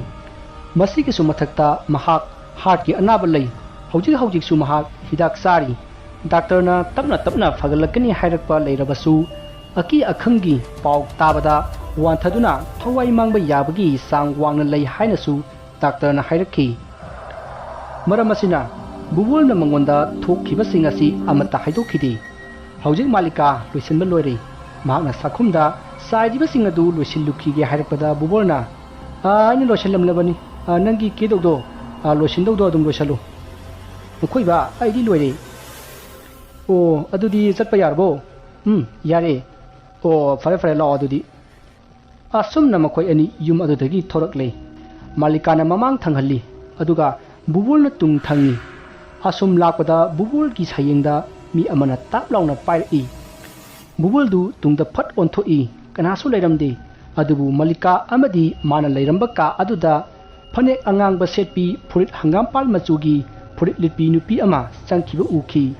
ꯑꯗꯨꯒ ꯊꯣꯡ ꯑꯗꯨ ꯒꯝ ꯂꯥꯎꯅ ꯂꯣꯟꯁꯤꯟꯈꯤ ꯃꯇꯧ ꯑꯗꯨ ꯎꯕꯗ ꯕꯨꯕꯣꯜꯗꯨ ꯃꯨꯟꯅ ꯌꯦꯡꯗꯨꯅ ꯃꯁꯥ ꯊꯛ ꯅꯤꯛꯂꯒ ꯌꯦꯡꯗꯨꯅ ꯂꯩꯈꯤ ꯃꯥꯂꯤꯀꯥꯅ ꯂꯩꯊꯣꯔꯛꯄꯗ ꯕꯨꯕꯣꯜꯅ ꯇꯧꯔꯤꯕ ꯑꯗꯨ ꯎꯔꯦ ꯃꯁꯤꯗ ꯃꯥꯂꯤꯀꯥꯅ ꯕꯨꯕꯣꯜꯒꯤ ꯃꯅꯥꯛꯇ ꯆꯪꯁꯤꯜꯂꯛꯂꯒ ꯃꯈꯣꯏꯕ ꯀꯩꯗꯧꯔꯒꯦ ꯀꯅꯥꯅꯣ ꯑꯗꯨꯛ ꯃꯨꯟꯅ ꯌꯦꯡꯕꯤꯔꯤꯗꯨꯕꯣ ꯑꯁꯨꯝꯅ ꯍꯥꯏꯔꯝꯃꯒ ꯃꯥꯂꯤꯀꯥꯁꯨ ꯕꯨꯕꯣꯜꯅ ꯌꯦꯡꯂꯤꯕ ꯑꯗꯣꯝꯗ ꯌꯦꯡꯒꯦ ꯇꯧꯕꯗ ꯕꯨꯕꯣꯜꯅ ꯍꯥꯏ ꯀꯩꯅꯣ ꯂꯥꯎ ꯀꯩꯁꯨ ꯅꯠꯇꯦꯗ ꯑꯁꯨꯝꯅ ꯍꯥꯏꯗꯨꯅ ꯃꯥꯂꯤꯀꯥꯕꯨ ꯄꯨꯗꯨꯅ ꯌꯨꯝ ꯑꯗꯨꯗꯒꯤ ꯊꯣꯔꯛꯂꯦ ꯑꯗꯨꯒ ꯕꯨꯕꯣꯜꯅ ꯌꯨꯝ ꯑꯗꯨ ꯁꯣ ꯂꯣꯟꯁꯤꯜꯂꯝꯃꯒ ꯃꯥꯂꯤꯀꯥ ꯑꯃꯗꯤ ꯕꯨꯕꯣꯜ ꯒꯥꯔꯤ ꯇꯣꯡꯗꯨꯅ ꯀꯣꯏꯕ ꯑꯣꯏꯅ ꯃꯥꯏꯕꯤꯒꯤ ꯃꯅꯥꯛꯇ ꯆꯠꯈꯤ ꯕꯨꯕꯣꯜꯅ ꯒꯥꯔꯤ ꯑꯗꯨ ꯌꯨꯝꯗꯒꯤ ꯈꯔ ꯊꯧꯗꯣꯔꯛꯂꯕ ꯃꯇꯨꯡ ꯃꯥꯒꯤ ꯃꯅꯤ ꯕꯦꯒꯇꯨ ꯌꯥꯎꯔꯛꯇ꯭ꯔꯦ ꯍꯥꯏꯕ ꯈꯪꯂꯛꯏ ꯃꯁꯤꯗꯒꯤ ꯃꯥꯂꯤꯀꯥꯗ ꯃꯥꯂꯤꯀꯥ ꯑꯩ ꯃꯅꯤ ꯕꯦꯒꯇꯨ ꯌꯥꯎꯔꯝꯗ꯭ꯔꯦꯅꯦ ꯑꯁ ꯀꯃꯥꯏ ꯇꯧꯅꯤ ꯑꯃꯨꯛ ꯍꯟꯖꯤꯜꯂꯨꯈꯤꯗ꯭ꯔꯣ ꯇꯧꯔꯤꯁꯤꯕꯣ ꯃꯁꯤꯗ ꯃꯥꯂꯤꯀꯥꯅꯁꯨ ꯁꯦꯟ ꯌꯥꯎꯗ꯭ꯔꯗꯤ ꯌꯥꯔꯣꯏ ꯑꯗꯨꯅ ꯍꯟꯖꯤꯜꯂꯒ ꯂꯧꯔꯨꯁꯤ ꯍꯥꯏꯕꯗꯒꯤ ꯕꯨꯕꯣꯜ ꯑꯃꯗꯤ ꯃꯥꯂꯤꯀꯥ ꯌꯨꯝꯗ ꯑꯃꯨꯛ ꯍꯟꯖꯤꯜꯂꯛꯏ ꯑꯁꯨꯝꯅ ꯃꯈꯣꯏ ꯌꯨꯝꯗꯨ ꯌꯧꯔꯦ ꯕꯨꯕꯣꯜꯅ ꯃꯥꯂꯤꯀꯥꯗ ꯒꯥꯔꯤꯗ ꯂꯩꯔꯝꯃꯣ ꯑꯩ ꯏꯃꯨꯡ ꯆꯪꯂꯨꯈꯤꯒꯦ ꯍꯥꯏꯔꯝꯂꯒ ꯏꯃꯨꯡꯗ ꯆꯪꯉꯛꯏ ꯇꯁꯦꯡꯅ ꯕꯨꯕꯣꯜꯗꯤ ꯌꯨꯝ ꯑꯗꯨꯗ ꯆꯪꯕ ꯇꯜꯂꯕꯅꯤ ꯑꯗꯨꯕꯨ ꯁꯦꯟ ꯌꯥꯎꯗ꯭ꯔꯕꯗꯤ ꯊꯕꯛ ꯆꯠꯄ ꯌꯥꯔꯣꯏꯗꯕꯅꯤꯅ ꯃꯍꯥꯛ ꯇꯉꯥꯏ ꯐꯗꯅ ꯏꯃꯨꯡ ꯑꯗꯨꯗ ꯆꯪꯉꯛꯏ ꯀꯤꯕꯗꯨ ꯈꯔ ꯐꯅꯕ ꯍꯥꯏꯗꯨꯅ ꯏꯁꯩ ꯍꯧꯅ ꯁꯛꯇꯨꯅ ꯃꯈꯣꯏꯒꯤ ꯀꯥ ꯑꯗꯨꯗ ꯄꯔꯞ ꯂꯥꯛꯂꯤ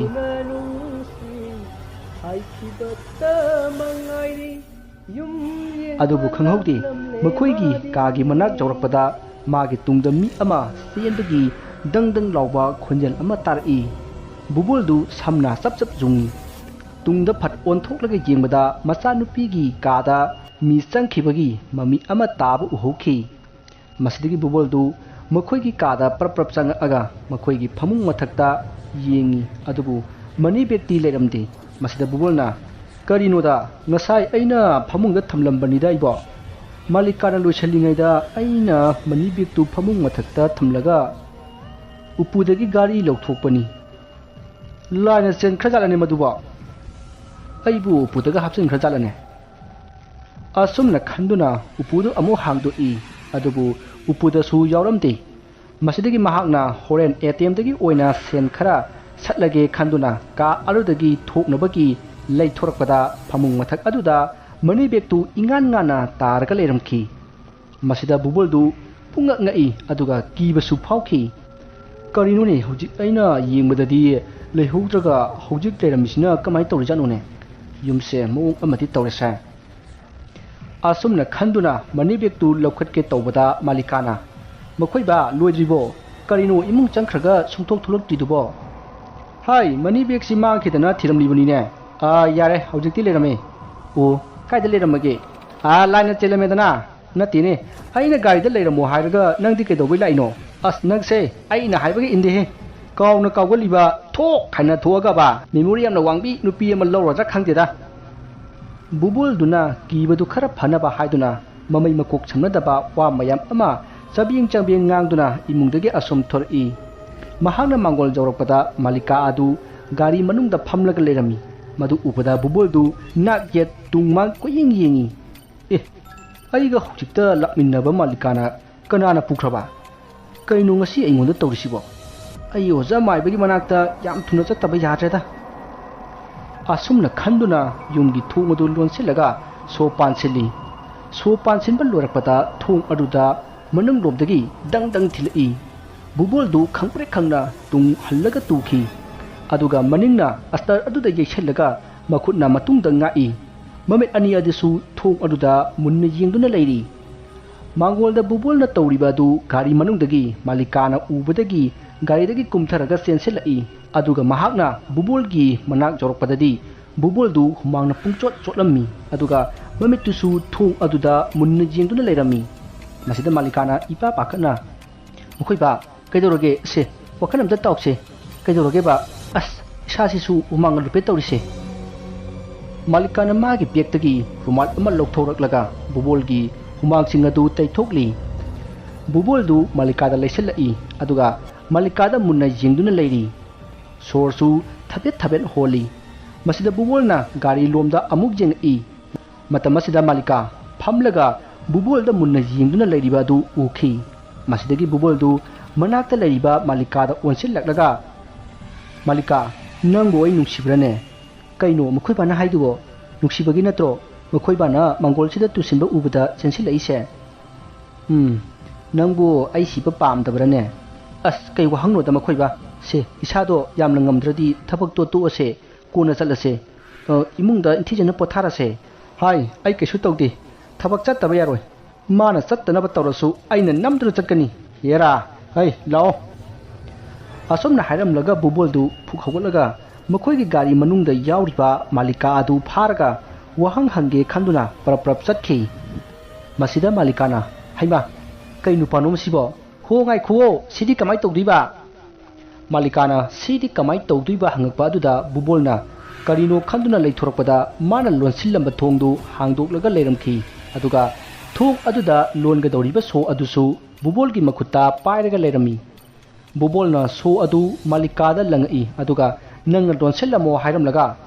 ꯒꯥꯔꯤꯔꯣꯝꯗ ꯑꯃꯨꯛ ꯂꯩꯊꯣꯔꯛꯄꯗ ꯉꯁꯥꯏ ꯒꯥꯔꯤ ꯃꯅꯨꯡꯗ ꯐꯝꯍꯧꯕ ꯃꯥꯂꯤꯀꯥ ꯑꯗꯨ ꯐꯝꯂꯝꯗ꯭ꯔꯦ ꯃꯁꯤꯗ ꯕꯨꯕꯣꯜꯅ ꯃꯥꯡꯒꯣꯜꯗ ꯂꯩꯔꯤꯕ ꯃꯥꯂꯤꯀꯥꯔꯣꯝꯗ ꯑꯃꯨꯛ ꯂꯩꯁꯤꯜꯂꯛꯄꯗꯗꯤ ꯃꯥꯂꯤꯀꯥꯁꯨ ꯑꯃꯨꯛ ꯂꯩꯔꯝꯗ꯭ꯔꯦ ꯑꯗꯨꯕꯨ ꯊꯣꯡꯗꯤ ꯍꯥꯡꯉꯝꯃꯤ ꯃꯁꯤꯗ ꯕꯨꯕꯣꯜꯗꯨ ꯏꯄꯥ ꯄꯥꯈꯠꯅ ꯃꯥꯡꯒꯣꯜꯂꯣꯝꯗ ꯆꯦꯟꯁꯤꯜꯂꯛꯏ ꯃꯍꯥꯛꯅ ꯃꯥꯡꯒꯣꯜ ꯌꯧꯔꯛꯄꯗ ꯃꯥꯂꯤꯀꯥ ꯑꯗꯨ ꯏꯃꯨꯡꯂꯣꯝꯗ ꯇꯞꯅ ꯇꯞꯅ ꯆꯪꯁꯤꯟꯈꯤꯕ ꯎꯏ ꯃꯗꯨꯗ ꯕꯨꯕꯣꯜꯅ ꯆꯦꯟꯁꯤꯟꯗꯨꯅ ꯃꯥꯂꯤꯀꯥꯕꯨ ꯃꯈꯨꯠ ꯐꯥꯈꯤ ꯍꯩ ꯀꯩꯗꯧꯔꯦ ꯃꯃꯥ ꯍꯥ ꯀꯥꯏ ꯆꯠꯀꯦ ꯍꯥꯏꯅꯣ ꯃꯈꯣꯏꯕ ꯍꯧꯖꯤꯛꯅꯦ ꯑꯩꯈꯣꯏꯒꯤ ꯀꯥꯗ ꯅꯨꯄꯤ ꯑꯃ ꯆꯪꯈꯤꯒꯨꯝ ꯇꯧꯋꯦ ꯑꯗꯨ ꯌꯦꯡꯒꯦ ꯇꯧꯕꯅꯦ ꯑꯁ ꯀꯗꯥꯏꯗꯅꯣꯗ ꯂꯩꯔꯝꯃꯣꯏ ꯂꯥꯛꯑꯣ ꯂꯥꯛꯑꯣ ꯊꯕꯛꯇꯣ ꯊꯦꯡꯈ꯭ꯔꯅꯤ ꯑꯁꯨꯝꯅ ꯕꯨꯕꯣꯜꯅ ꯃꯥꯂꯤꯀꯥꯕꯨ ꯃꯈꯨꯠ ꯁꯝꯗꯨꯅ ꯄꯨꯊꯣꯔꯛꯈꯤ ꯃꯥꯂꯤꯀꯥꯗꯤ ꯃꯈꯣꯏꯒꯤ ꯀꯥꯔꯣꯝꯗ ꯇꯨꯡ ꯍꯟꯗꯨꯅ ꯌꯦꯡꯉꯤ ꯇꯥꯟꯖꯥ ꯑꯗꯨꯗ ꯃꯈꯣꯏꯒꯤ ꯀꯥꯗꯒꯤ ꯃꯤ ꯑꯃ ꯍꯥꯏꯐꯦꯠ ꯆꯦꯞꯊꯔꯒ ꯌꯦꯡꯉꯛꯄꯒꯤ ꯃꯑꯣꯡ ꯑꯃ ꯃꯥꯂꯤꯀꯥꯅ ꯎꯈꯤ ꯑꯗꯨꯕꯨ ꯕꯨꯕꯣꯜꯅ ꯃꯥꯒꯤ ꯃꯈꯨꯠꯇꯨ ꯀꯟꯅ ꯄꯥꯏꯁꯤꯜꯂꯒ ꯃꯄꯥꯟꯂꯣꯝꯗ ꯄꯔꯞ ꯄꯔꯞ ꯑꯗꯨꯝ ꯆꯤꯡꯊꯣꯛꯈꯤꯕꯅ ꯃꯨꯟꯅ ꯌꯦꯡꯕꯗꯤ ꯐꯪꯈꯤꯗꯦ ꯃꯁꯤꯒꯤ ꯃꯇꯨꯡ ꯃꯈꯣꯏ ꯑꯅꯤ ꯃꯄꯥꯟ ꯌꯧꯔꯦ ꯕꯨꯕꯣꯜꯅ ꯊꯣꯡꯗꯨ ꯂꯣꯟꯁꯤꯜꯂꯦ ꯑꯗꯨꯒ ꯁꯣ ꯄꯥꯟꯁꯤꯜꯂꯦ ꯑꯗꯨꯕꯨ ꯍꯟꯗꯛꯇꯤ ꯀꯩꯁꯨ ꯇꯧꯔꯛꯇ꯭ꯔꯦ ꯃꯁꯤꯗ ꯕꯨꯕꯣꯜꯅ ꯈꯜꯂꯤ ꯃꯥꯂꯤꯀꯥꯒ ꯄꯨꯟꯅ ꯂꯩꯔꯗꯤ ꯀꯩꯁꯨ ꯇꯧꯔꯛꯇꯦꯅꯤ ꯑꯁꯨꯝꯅ ꯈꯟꯅ ꯈꯟꯅ ꯕꯨꯕꯣꯜ ꯑꯃꯗꯤ ꯃꯥꯂꯤꯀꯥ ꯒꯥꯔꯤꯗ ꯀꯥꯈꯠꯇꯨꯅ ꯌꯨꯝ ꯑꯗꯨꯗꯒꯤ ꯊꯧꯗꯣꯔꯛꯂꯦ ꯂꯝꯕꯤꯗ ꯃꯤ ꯃꯌꯥꯝ ꯑꯃ ꯊꯦꯡꯅꯔꯦ ꯒꯥꯔꯤꯁꯤꯡꯁꯨ ꯀ꯭ꯔꯤꯛ ꯀ꯭ꯔꯤꯛ ꯏꯟꯅꯕ ꯃꯈꯩ ꯊꯧꯅꯔꯤ ꯒꯥꯔꯤꯒꯤ ꯍꯣꯔꯣꯟ ꯃꯈꯣꯜꯅ ꯃꯅꯤꯄꯨꯔ ꯑꯁꯦ ꯄꯨꯡꯅꯤꯜ ꯅꯤꯜꯂꯕꯒꯨꯝ ꯈꯜꯂꯤ ꯅꯤꯜ ꯈꯣꯡꯕꯒꯤ ꯃꯈꯣꯟ ꯑꯃꯗꯤ ꯃꯤꯌꯥꯝ ꯑꯗꯨ ꯎꯕꯗ ꯉꯁꯥꯏ ꯃꯈꯩ ꯑꯀꯤꯕ ꯋꯥꯈꯜ ꯑꯃꯗ ꯐꯨꯝꯕꯪꯅꯔꯝꯕ ꯕꯨꯕꯣꯜ ꯃꯁꯥ ꯑꯗꯨ ꯈꯔ ꯅꯨꯡꯉꯥꯏꯖꯔꯛꯏ ꯃꯁꯤꯗꯒꯤ ꯕꯨꯕꯣꯜꯅ ꯒꯥꯔꯤ ꯑꯗꯨ ꯈꯥꯝꯈꯤ ꯑꯗꯨꯒ ꯑꯆꯥꯄꯣꯠ ꯈꯔ ꯆꯥꯈꯤꯁꯤ ꯍꯥꯏꯗꯨꯅ ꯃꯥꯂꯤꯀꯥ ꯑꯃꯗꯤ ꯕꯨꯕꯣꯜ ꯍꯣꯇꯦꯜ ꯑꯃꯗ ꯆꯪꯉꯛꯏ ꯑꯁꯨꯝꯅ ꯃꯈꯣꯏ ꯍꯣꯇꯦꯜ ꯑꯗꯨꯗ ꯑꯆꯥꯄꯣꯠ ꯆꯥꯔꯤꯉꯩ ꯅꯨꯄꯥ ꯑꯃ ꯍꯣꯇꯦꯜ ꯑꯗꯨꯗ ꯆꯪꯉꯛꯏ ꯑꯗꯨꯒ ꯍꯥꯏꯔꯛꯏ ꯁꯤꯗ ꯕꯔꯅꯥ ꯑꯃꯨꯕ ꯑꯃ ꯈꯥꯝꯂꯤꯁꯤꯒꯤ ꯃꯄꯨ ꯌꯥꯎꯕꯤꯕ꯭ꯔꯣ ꯕꯨꯕꯣꯜꯅ ꯑꯩꯅꯦ ꯀꯩꯗꯧꯕ ꯌꯥꯎꯔꯒꯦ ꯕꯨꯕꯣꯜꯅ ꯏꯄꯥ ꯄꯥꯈꯠꯅ ꯈꯨꯝꯂꯛꯄ ꯑꯗꯨꯗ ꯅꯨꯄꯥ ꯑꯗꯨꯅ ꯄꯥꯈꯠꯄꯤꯒꯅꯨ ꯀꯩꯁꯨ ꯇꯧꯗꯦꯗ ꯑꯩ ꯒꯥꯔꯤ ꯊꯩꯗꯣꯛꯀꯦꯅ ꯍꯥꯏꯒꯦ ꯇꯧꯕꯅꯦ ꯃꯁꯤꯗ ꯕꯨꯕꯣꯜꯅ ꯑꯩꯗꯤ ꯑꯩꯒꯤ ꯒꯥꯔꯤꯗꯨ ꯄꯥꯏꯈ꯭ꯔꯦ ꯀꯥꯏꯅ ꯍꯥꯏꯔꯛꯇꯧ ꯃꯥꯜꯂꯨꯔꯦ ꯌꯥꯅꯤ ꯑꯩ ꯊꯩꯗꯣꯛꯆꯒꯦ ꯍꯣꯇꯦꯜꯗ ꯑꯆꯥꯄꯣꯠ ꯆꯥꯔꯤꯕꯁꯤꯡꯗꯨ ꯋꯥ ꯅꯣꯛꯏ ꯑꯁꯨꯝꯅ ꯕꯨꯕꯣꯜꯅ ꯒꯥꯔꯤꯗꯨ ꯈꯔ ꯊꯩꯗꯣꯛꯏ ꯃꯁꯤꯗꯒꯤ ꯒꯥꯔꯤ ꯑꯃꯗꯨ ꯊꯧꯗꯣꯛꯂꯒ ꯆꯠꯈ꯭ꯔꯦ ꯕꯨꯕꯣꯜꯅ ꯃꯥꯒꯤ ꯃꯃꯥꯏ ꯃꯄꯥꯗ ꯂꯩꯕ ꯃꯤꯡꯁꯦꯜ ꯑꯃꯗ ꯃꯥꯒꯤ ꯒꯥꯔꯤ ꯃꯅꯤꯡꯗ ꯃꯥꯂꯤꯀꯥ ꯐꯝꯕ ꯑꯗꯨ ꯎꯈꯤ ꯃꯁꯤꯗ ꯕꯨꯕꯣꯜꯅ ꯇꯨꯡꯒꯤ ꯁꯤꯠꯇꯨꯗ ꯐꯠ ꯌꯦꯡꯊꯣꯛꯂꯨꯕꯗꯗꯤ ꯀꯅꯥꯁꯨ ꯐꯝꯂꯝꯗꯦ ꯇꯧꯔꯤꯕ ꯃꯑꯣꯡꯗꯨꯗ ꯕꯨꯕꯣꯜꯗꯨ ꯁ꯭ꯋꯥꯏ ꯂꯥꯎꯗꯨꯅ ꯒꯥꯔꯤꯗꯒꯤ ꯄꯔꯞ ꯄꯔꯞ ꯀꯨꯝꯊꯔꯒ ꯒꯥꯔꯤ ꯑꯗꯨ ꯁꯣ ꯐꯥꯎꯕ ꯂꯣꯜꯂꯝꯗꯅ ꯍꯣꯇꯦꯜ ꯑꯗꯨꯗ ꯄꯔꯞ ꯄꯔꯞ ꯆꯪꯉꯛꯏ मालिकादी अचापोत चादुना अदुम लेरमी मसिदा बुबोलना मालिकादा चाबा अदु लोइसलो थबक थेंखरनी हाइबदगी मालिकानासु चाबा लोइरे चटलसी हाइदुना होटल की सेन पिथोकलमलगा मखोय अनि थोरकले असुमना मखोय अनि असुम लापना अमाइबा हेमबगी लेकाय यौरकले मसिदा मालिकाना मखोयबा अखोयना लाइसिबु कताइदनो सिदा अखोय तादा अमा लइये अदु अमता उनगेना तौबनिदा ओ मखोयबागी तादा लेब्रो असुमना वारी साना साना लापना मखोय अनिदु माइबा हेमबगी युम जौरे ngarang nong takhibagi sumang adu leikhom phajana thoami bubol ga malika gadu leikhom tairoi daba jaga thira ga lakpata hingkhol da changba angau ba sandu mangai re kusin nachin hembagi mangol li yore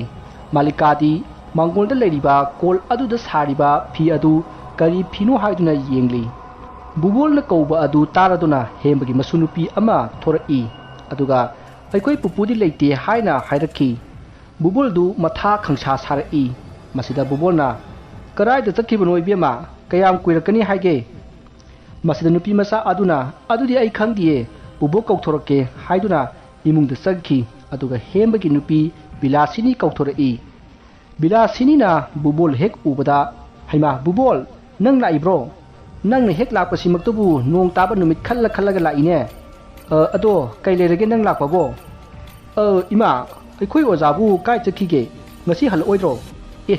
ꯏꯕꯨꯡꯉꯣ ꯍꯧꯖꯤꯛꯇ ꯆꯠꯈꯤꯗ ꯉꯥꯏꯔꯤꯅꯦ ꯈꯤꯇ ꯁꯨꯡꯉꯅ ꯂꯥꯛꯀꯦ ꯍꯥꯏꯗꯤ ꯅꯪꯁꯦ ꯃꯥꯗꯤ ꯉꯁꯤ ꯂꯥꯛꯇꯧ ꯃꯥꯟꯗꯦꯅꯦ ꯑꯗꯨ phone ꯇꯧꯔꯒ ꯍꯪꯉꯨꯗꯅ ꯏꯃꯥ ꯑꯩꯗꯤ ꯑꯣꯖꯥꯒꯤ ꯅꯝꯕꯔꯁꯨ ꯈꯪꯗꯅ ꯅꯝꯕꯔꯗꯨꯕꯨꯗꯤ ꯑꯩꯈꯣꯏ ꯄ꯭ꯔꯇꯤꯃꯥꯗ ꯌꯥꯎꯔꯝꯒꯅꯤ ꯍꯥꯏ ꯄ꯭ꯔꯇꯤꯃꯥ ꯅꯈꯣꯏ ꯄꯨꯄꯨꯒꯤ ꯅꯝꯕꯔꯗꯣ ꯑꯝꯇ ꯄꯤꯔꯛꯎꯁꯦ ꯑꯁꯨꯝꯅ ꯄ꯭ꯔꯇꯤꯃꯥꯗꯒꯤ ꯅꯝꯕꯔ ꯑꯗꯨ ꯂꯧꯔꯒ ꯑꯃꯥꯏꯕ ꯍꯦꯝꯕꯗ ꯕꯨꯕꯣꯜꯅ ꯐꯣꯟ ꯇꯧꯈꯤ ꯑꯃꯥꯏꯕ ꯍꯦꯝꯕꯅ ngasi mahak yararoi aduna hayeng ayung oina bubol gi jumda laklage haina hairi madugi matung phone adu thamnare tasengbadi bubol panthaba pamdrabani adubu oza aduna sangre hairabanina karidi upai leiri hayeng ngai batabani masidagi bubolna ima oza do hayeng oina laage na haire yamdi lupa chawnga se si ahan bagi poina oina thamjaram lage sodana ba imana khara haibiyo bilasini na hoi hoi imana su hairage hoi ima adudi akhoi amuk chalage hai mama laodana masida bilasini na haima bubol ibi ma yorok pro aidi ubu hodine ibi magi mingna kari koba masida malikana malika kawima a mingsu phajai saksu phajai onthok na ingkhre chalo krimta so hap lene tawrise bubol na hereima kari bu hapune geda hayeng oja kharangana lanbiro hoida aina soidanaba nang ojado hairage asumna bubol amadi malika kari tongduna maiba hembagi lekai thaudorakle lambida malikana mukhoiba ngasai amaibagi mangolda sahoba phido yam phajaye amta leisiko aina somda oja leramdabagi matha sari aduga mana taningde yam thina taningde malikadu ikai gum sauningum machindu pairaga mayu leithokre bubol di magi mamai mapada leiriba mingset aduda maningi situda tattana adum jingi adubu kanasu phumlamde kanasu leiramde bubol na khalli karino ne malika ga punna leiringaidana kaisu tawdi aduga ai thanta leirakandana he tawrisina karino malika sibu lightin changdana ba jantra siba jalane malika nangbu light changdana ba jantra ga sibro malika du khumdi tumina adum lei kapagumsu tawri maduda bubolna as nangbu tadrabo nangi phi haido leiraga loire kaino ada aidi somda matha khra saba sida sum panga ngangbani ne nangbu jantraga sibrami malika du leshalaga side pipamda leiri kanda su dongdongna jantra siba yadi aduna sirakte bubolna ado nangdi lai amta sangdrisina kaigino bubulna haira iba wafam aduda malika du ingakna kaino haisibo aibu lai changdi haiba aina haidi nangse lai changdong mande nasakto lai muk phajai haibanida bubulna hairiba wafam du malika ba men tadi kaino mokhoiba na haidubo ai gyan tati go farese nang gyan tadrido yam farabani kari leirukini yumda dum thauragadro ngai khoda mana masin khara lekhise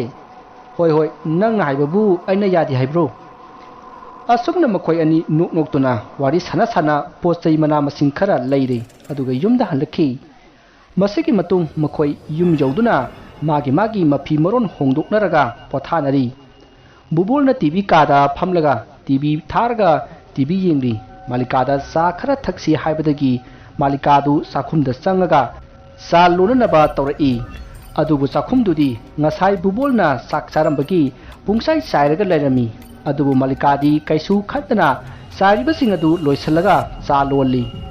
somda bubuldu TV yengli tanja aduda magi rumda leiriba ka aduda mi leibagi sanil phangki masida bubuldu hogolakle aduga ka aduda asubasum tapna changchili mahakna ka aduda phat changchinbada migi mami ama phaklangda taba ukhi aduga mami adu tapna mamsillaklaga mangkhre bubuldu mami mangkhiba phaklang aduda mun jingduna ngahak laikhi masidagi amuk ka adudagi thorakle aduga TV adu yengli TV tharga yengli haijabatani wakhaldi tarang amada leirabani tanja asida mana ngathariba sofa adugi tungda mi ama changakpagum tawri aduga tunglomdagi magi makhori adu melakhi masida bubolna magi makhori lakshilliba khuttu lokthoke khanduna makhori da marubada kanasu payamde ihang hangrami adubu mangaksamdi lakshinba asumasum henjalakhi bubuldu wabana humangna punglupluple masidagi kari tawsige khalakpada magi manakta leiriba TV remote adu urai mahakna TV remote adugi bulumdu kanna laikhatkhi TV aduna kanna laikhalakpaduda sakhumda sa loliba malika sakhumdagi prap chenthori mahakna TV ka yorokpada bubulgi mangaksamda lakshillambadu thadorai masida bubuldu lok khuduna tung onthoklaga yengi adubu kanasu leiramdi bubulna tawriba mawong aduda malikana chensilaktuna mukhoiba kaidorage se isaga se humangna punulupe kanano koyeng yengidubo wakhalmda tabise kaidorage ba hai mama nang ngasanya lakpa yadro ai sirimdorene hai karino mukhoiba na harisibo se amta nina tana phambirose TV sina asukana tharisina karigino TV du malikana muthatli aduga bubulda onsillaklaga masada kariba humangsinga du taithokli bubuldi malikada yengduna adum lei kari khalibano khangde mukhoiba kaino mitcha phum glauga yengaga leiridubo se ising khara thakse ai ising loruge hai ngaikho asida adum layune kaigino nang ai thaduk lamaga chakke tawrisibo kaino mukhoiba na haidubo ai kemta chaloye chakchangda sa thangalamane haige tawrakpada TV kanna tharakpa aduda ai lakpane phare adu oragana ibani punna chakchangda chalasi kaino asi haiduna bubulna malikagi makhut adu paiduna chakchangda pukhi bubulna tawriba mawongdu malika karino khangde asomna makhoi anina chatkibadu bubulna phamlamba sofa adudagi nupi amagi mami ama thoraklaga yengduna lehowi bubol amadi malika chakchangda sa thakli malikana bubulda mana tawriba singadu karino haina hangli bubuldu khumde aduga amuksu haidokla sira haina khalli aduga amuksu wakhan pakhanda khanjalaga phattanungda thokidra haina sukiri adubu malikana wafam adu hayana batakshilakpadagi bubulna wafam khara hairami adubu mangonda thukiba thongdoksing loinati takthoklamdi yum asida karigumba kharadi tawre haibasi khanghalli wafam adu tabada malika yamna kiki aduga mahaka thingkiba gas laikhalamba chatlamdaida makhoigi kada mi leibagi mugo ukhiba sing adu punamak mathang ningching luraga mahak pangkhanda khanjanba haurai maram asina mahak sor phungatuna makok ngauri bubol du chenchinduna mahak pu sogatkhi aduga phamungda pusilai aduga hifhanki matamsi numidang wairamgi matam oiraklabani nungsu taramdaigi mangsinba haurai malikana sor phungatli haibadagi bubulna Dr. Subhash ta phone tawki Dr. Subhash bubul hoigi leikaida leiba doctor ni bubul na phone tawtuna lakpina ba haibadagi Subhash tu magi gari da lakhi asomna Subhash laktuna malika bu yengli masigi matung mahakna porakpa hidak langthak khara kapadagi malika sor phungatpa phare masigi matung Dr. Subhash na chatlamdaida होरेन करिगुंबा कोक ngauroklabadi sigi guli si pijabiu haina guli ama pirami aduga satkhre bubol su malika gi seba tawduna leiri asumna matamadu haukhiduna numit phajana tare nongsu thili thili taba hori tanja asida malikana ising khara thakningi hai bubol du ising loba tatkadaba du tasengna tallabani adubu mahak chattaba yadabanina mahak ising loba saksingda lakhi adubu mahak nakjet tungmang kuyeng yengi asumna mahak usinna tin sakhumdi yorakle mahakna sakhumdagi ising lowraga halakpada mana ising kalamba kon adu makhata tar'i bubol du khangboi lakpoi tungda phat yengthoklubada mi marak sa marak oina tawba nupi gi mawong manba ama phaglangda matung onsillaga naplaga leiramkhi madu ubada bubol du kanna lauraga sakhum arudagi chelai mahaki tungda phaglangda naplaga lehuriba pot aduna sung songduna tanari aduga bubol gi mukhung adu pairaga sakhum lomda soro soro singduna pukhi somda malika bubona lawba tabadagi phuk hakulaga chelai adubu mahak makok ngawbadagi laimaida tusinkhi somda bubol du sakhum gi thungjinpal jawrakpada magi makhongda pairamba adu thadoklamaga makhongda pairamba adu mangkhre masida bubol na khangi magi manakta malika soidana laamgani haibasi mahak khangi mahakna phuk hawgalaga chensilakpada malika adu leimaida taraga leiramkhi bubol na malika bu konkhattuna phamungda porakli masida malikana kok jamna ngawre haibadagi ngasai subasna piramba guli adu pijakhi guli adu sarba matungdagidi malika asibagum tumthakhi hawjik bubol du malika ge manakta phamlaga leiri tanja asida makhoigi yumdugi yumjai tv ka amadi masa singi ka aduda mi leibagi mawongda ngarang ngarang wari sanari tanja asida dr subasna mapandagi kawri masida bubolna karinuni asuk thinga kansida mana kawri isiba nung numero lama khakpa lawa tawbune o tare tare ai thorke asomna bubol du mapalom da thori asomna bubol du mapalom da thori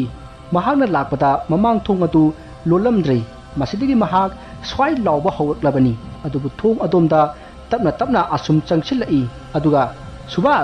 subas haina koikau kowi adubu kanasu khumlakte bubol du chingnarakpadagi thong adu lonsilamnaga malika gi manak tana chelai mahakna chelakpada makhoigi yumgi ceiling fan aduda partima thori jalaga mamit adu ngangsangna panglaga bubol de jengduna leiramkhi madu urubada bubol kanna lauraga gyan mangduna leimaida longna takhi masigi matung ngahak leiraga bubol gyan lakle mahakna gyan lakpada leiramliba phibam duda mahak ingak ngai aduga akoiba adu koyeng yengi tanja asida magi lukhamda ing lawba ama pharoi maduda bubolna makhutna maduna jinglubada chot chot launa makhutta thimnakhi chuliba adu karino haina jinglubada I oiramkhi madu ubada bubol du pakhatkhibana masa ado tofam khangdre masidagi mahak tapna hawgala aga magi mamangde jaliba ceiling fan aduda yengkhatli adubu kanasu yalamdi karisu tawramdi asumna mahak tapna asum laklaga yum aduda leiriba chokri amada phammaga mangonda thokiba singadu ningsingli mahakna malika gi manaktagi thoraklaga subas ki manakta lakhiba subas leiramdaba amadi partimana ceiling fan aduda thori yalaga leiramba singadu tapna ningsinglakhi punamaktu ningsinglubada mahak malika bu khangning ningsinglaktuna malika gi manakta lakhi adubu makoktu istiyarda yeshelubugi lukhamdu I thoklibadu mahak hidak langthak hapagi wakhal laikhide asumna bubolna